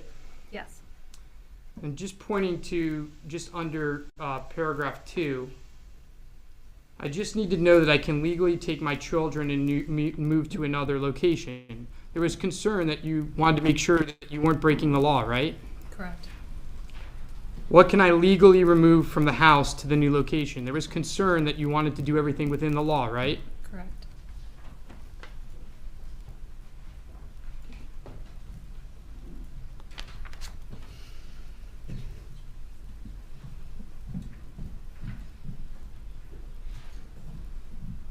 Now, we've heard a lot about this TV already, so let's just clear this up right now. Charlie bought you the TV, right? Yes. More precisely, Charlie had your parents buy the TV and he paid them back. Yes. And they bought the TV from Best Buy, right? Yes. Have you ever bought anything from Best Buy? I'm sure I have. When you buy from Best Buy, they always try you to get the Geek Squad warranty, right? Yeah, they do. And people like me always fall for that, right?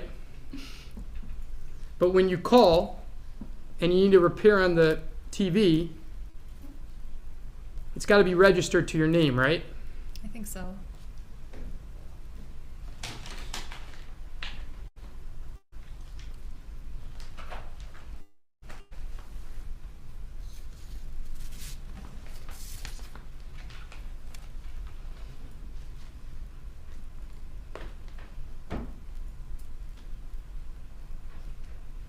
Do you know if the Geek Squad was registered to your mom and dad? I don't know offhand, but if they're the ones who bought the TV, then they probably bought the, Geek Squad policy that went with it too. If I showed you the receipt, would that refresh your recollection? I don't really have an independent recollection, so I don't think so. We'll come back to that.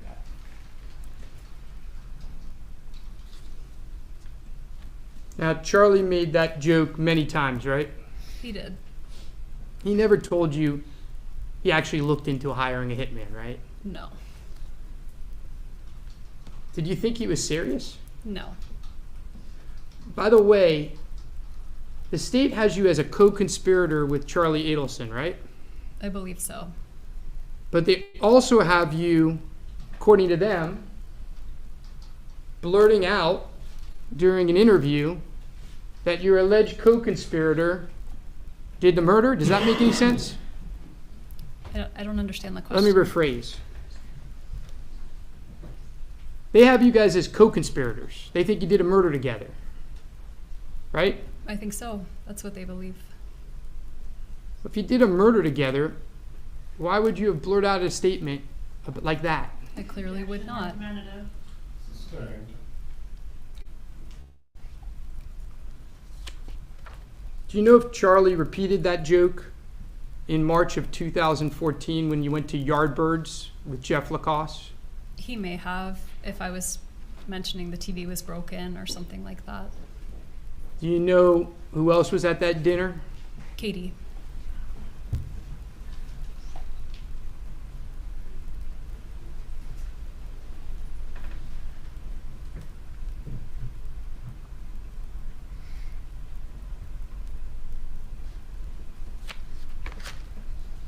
During your divorce, you spoke to your mom daily, probably, right? I would usually call my parents on my way to drop kids at school. We'd have a short conversation, so that sounds right. And it's fair to say that your parents were involved in some of the decisions that you were making in the divorce? You were asking their advice. For some of the time. Did you often speak with Charlie about what was happening in the divorce? Not too much, no. But fair to say Charlie was supportive of you, right? Yeah, I mean, he was always supportive of me. Is Charlie kind of self-centered? I don't think so. At the time of your divorce, though, he had a lot going on in his life. I mean, his life was going great. He had a great business. He always had lots of girls. He had friends. The divorce was settled in July of 2013. Correct. How did you feel after it was settled? I felt better. I felt a sense of relief that we could just move on with our lives. Now I want to talk a little bit about this relocation issue. Isn't it true that your attorney told you that there was very little chance for you to win that motion? I believe so, yes.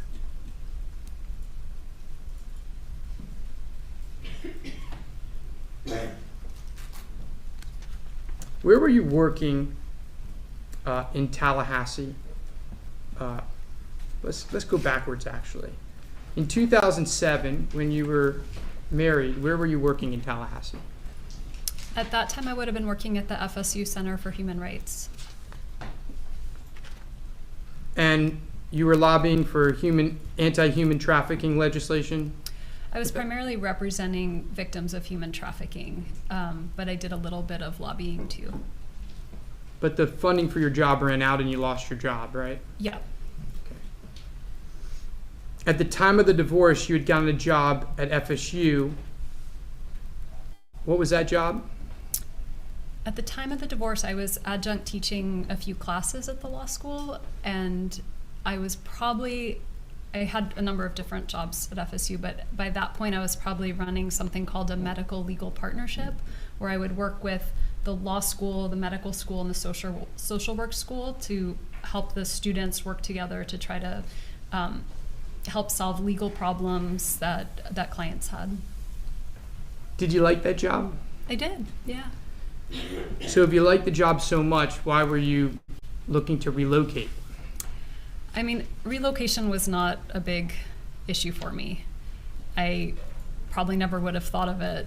A friend suggested it to me that it might be helpful. Maybe I would get more time with the kids if I could relocate. But I wasn't really focused on it. I didn't think it would happen, and I was pretty happy being at my job. Now, you were a non-tenured clinical professor in that job, right? That's right. It meant that you could lose the job at any time. Is that fair to say? Mm-hmm. And you had a lot of responsibilities, now being divorced, even more responsibilities with the kids. Sure. And you were offered a job at a prestigious law firm in Miami. Is that fair to say? I was, yes. And that job was going to have a pretty big salary increase. Yes. And it was going to give you an opportunity for more stability. Fair enough? Yeah. You were also going to have the benefit of family in South Florida who could help you with the kids, right? Yeah. Now, even with this relocation request, was it ever your intention for Professor Markel to be absent from your boy's life? Never, no.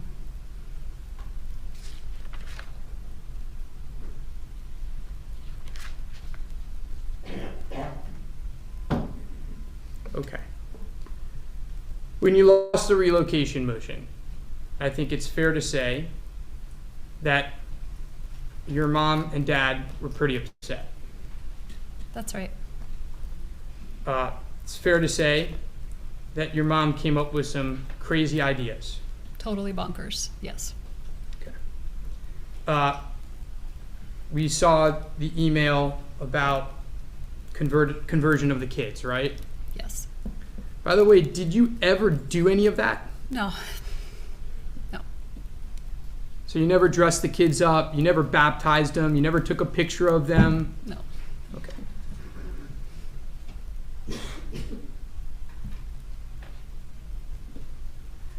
Did your mom keep bugging you to do any of that stuff? No, I think it was just one crazy email. By the way, in all of these emails, did your mom ever tell you to do something violent No. to Professor Markel? No. Was there ever any discussion of threats of violence in any way? No, never. Mr. Rauschenbaum, I'm going to permit you to ask one more question, and from there, we're going to go into recess for the evening, but your examination of the witness will go into tomorrow.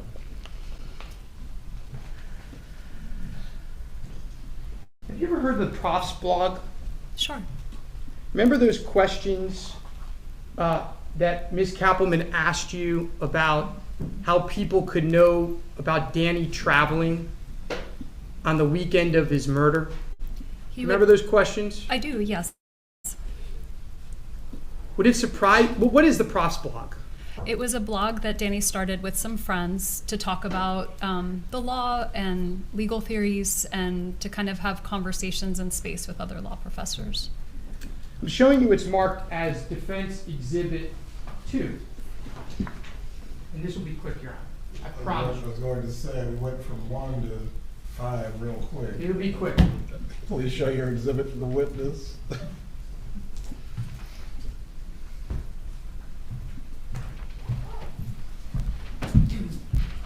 Does this look like a posting from the Prof's blog? It does, yes. Judge, I admit Defense Exhibit 2 into evidence at this point in time. Any objections of the state? I'd like to take a look at it first, Your Honor. Okay, you go.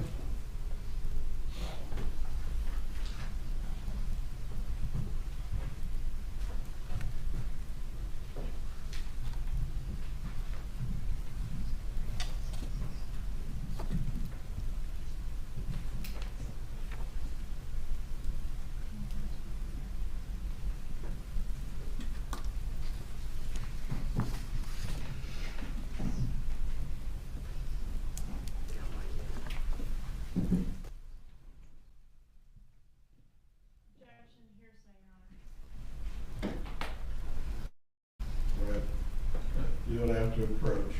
We're going to handle this without the jurors. I'll ask one last question, and then we can, if you would, we can handle it. One means one, not five. One means one. Do you know if Professor Markel would frequently post his travel schedule on his Prof's blog? He would post it on his Prof's blog and on his Facebook. That's my one question, Your Honor. Members of the jury, we are going to go into Recess for this evening. The examination of Ms. Adelson will continue in the morning. The instruction that you've received from the beginning of jury selection and throughout, I'm going to repeat it once again because it is important. Do not discuss this case with anyone else or each other. Do not look at any news reports. Do not seek out any information about this matter. You are to report at the same time that you were today, 8:30, and we will get started by 8:45, assuming everyone is on time. Also, when we come out of these breaks, because you have to move as a group, if you can go to the restroom as expeditiously as possible, it will not hold up moving on. All right. Have a good night. Leave your notepads face down on your chairs.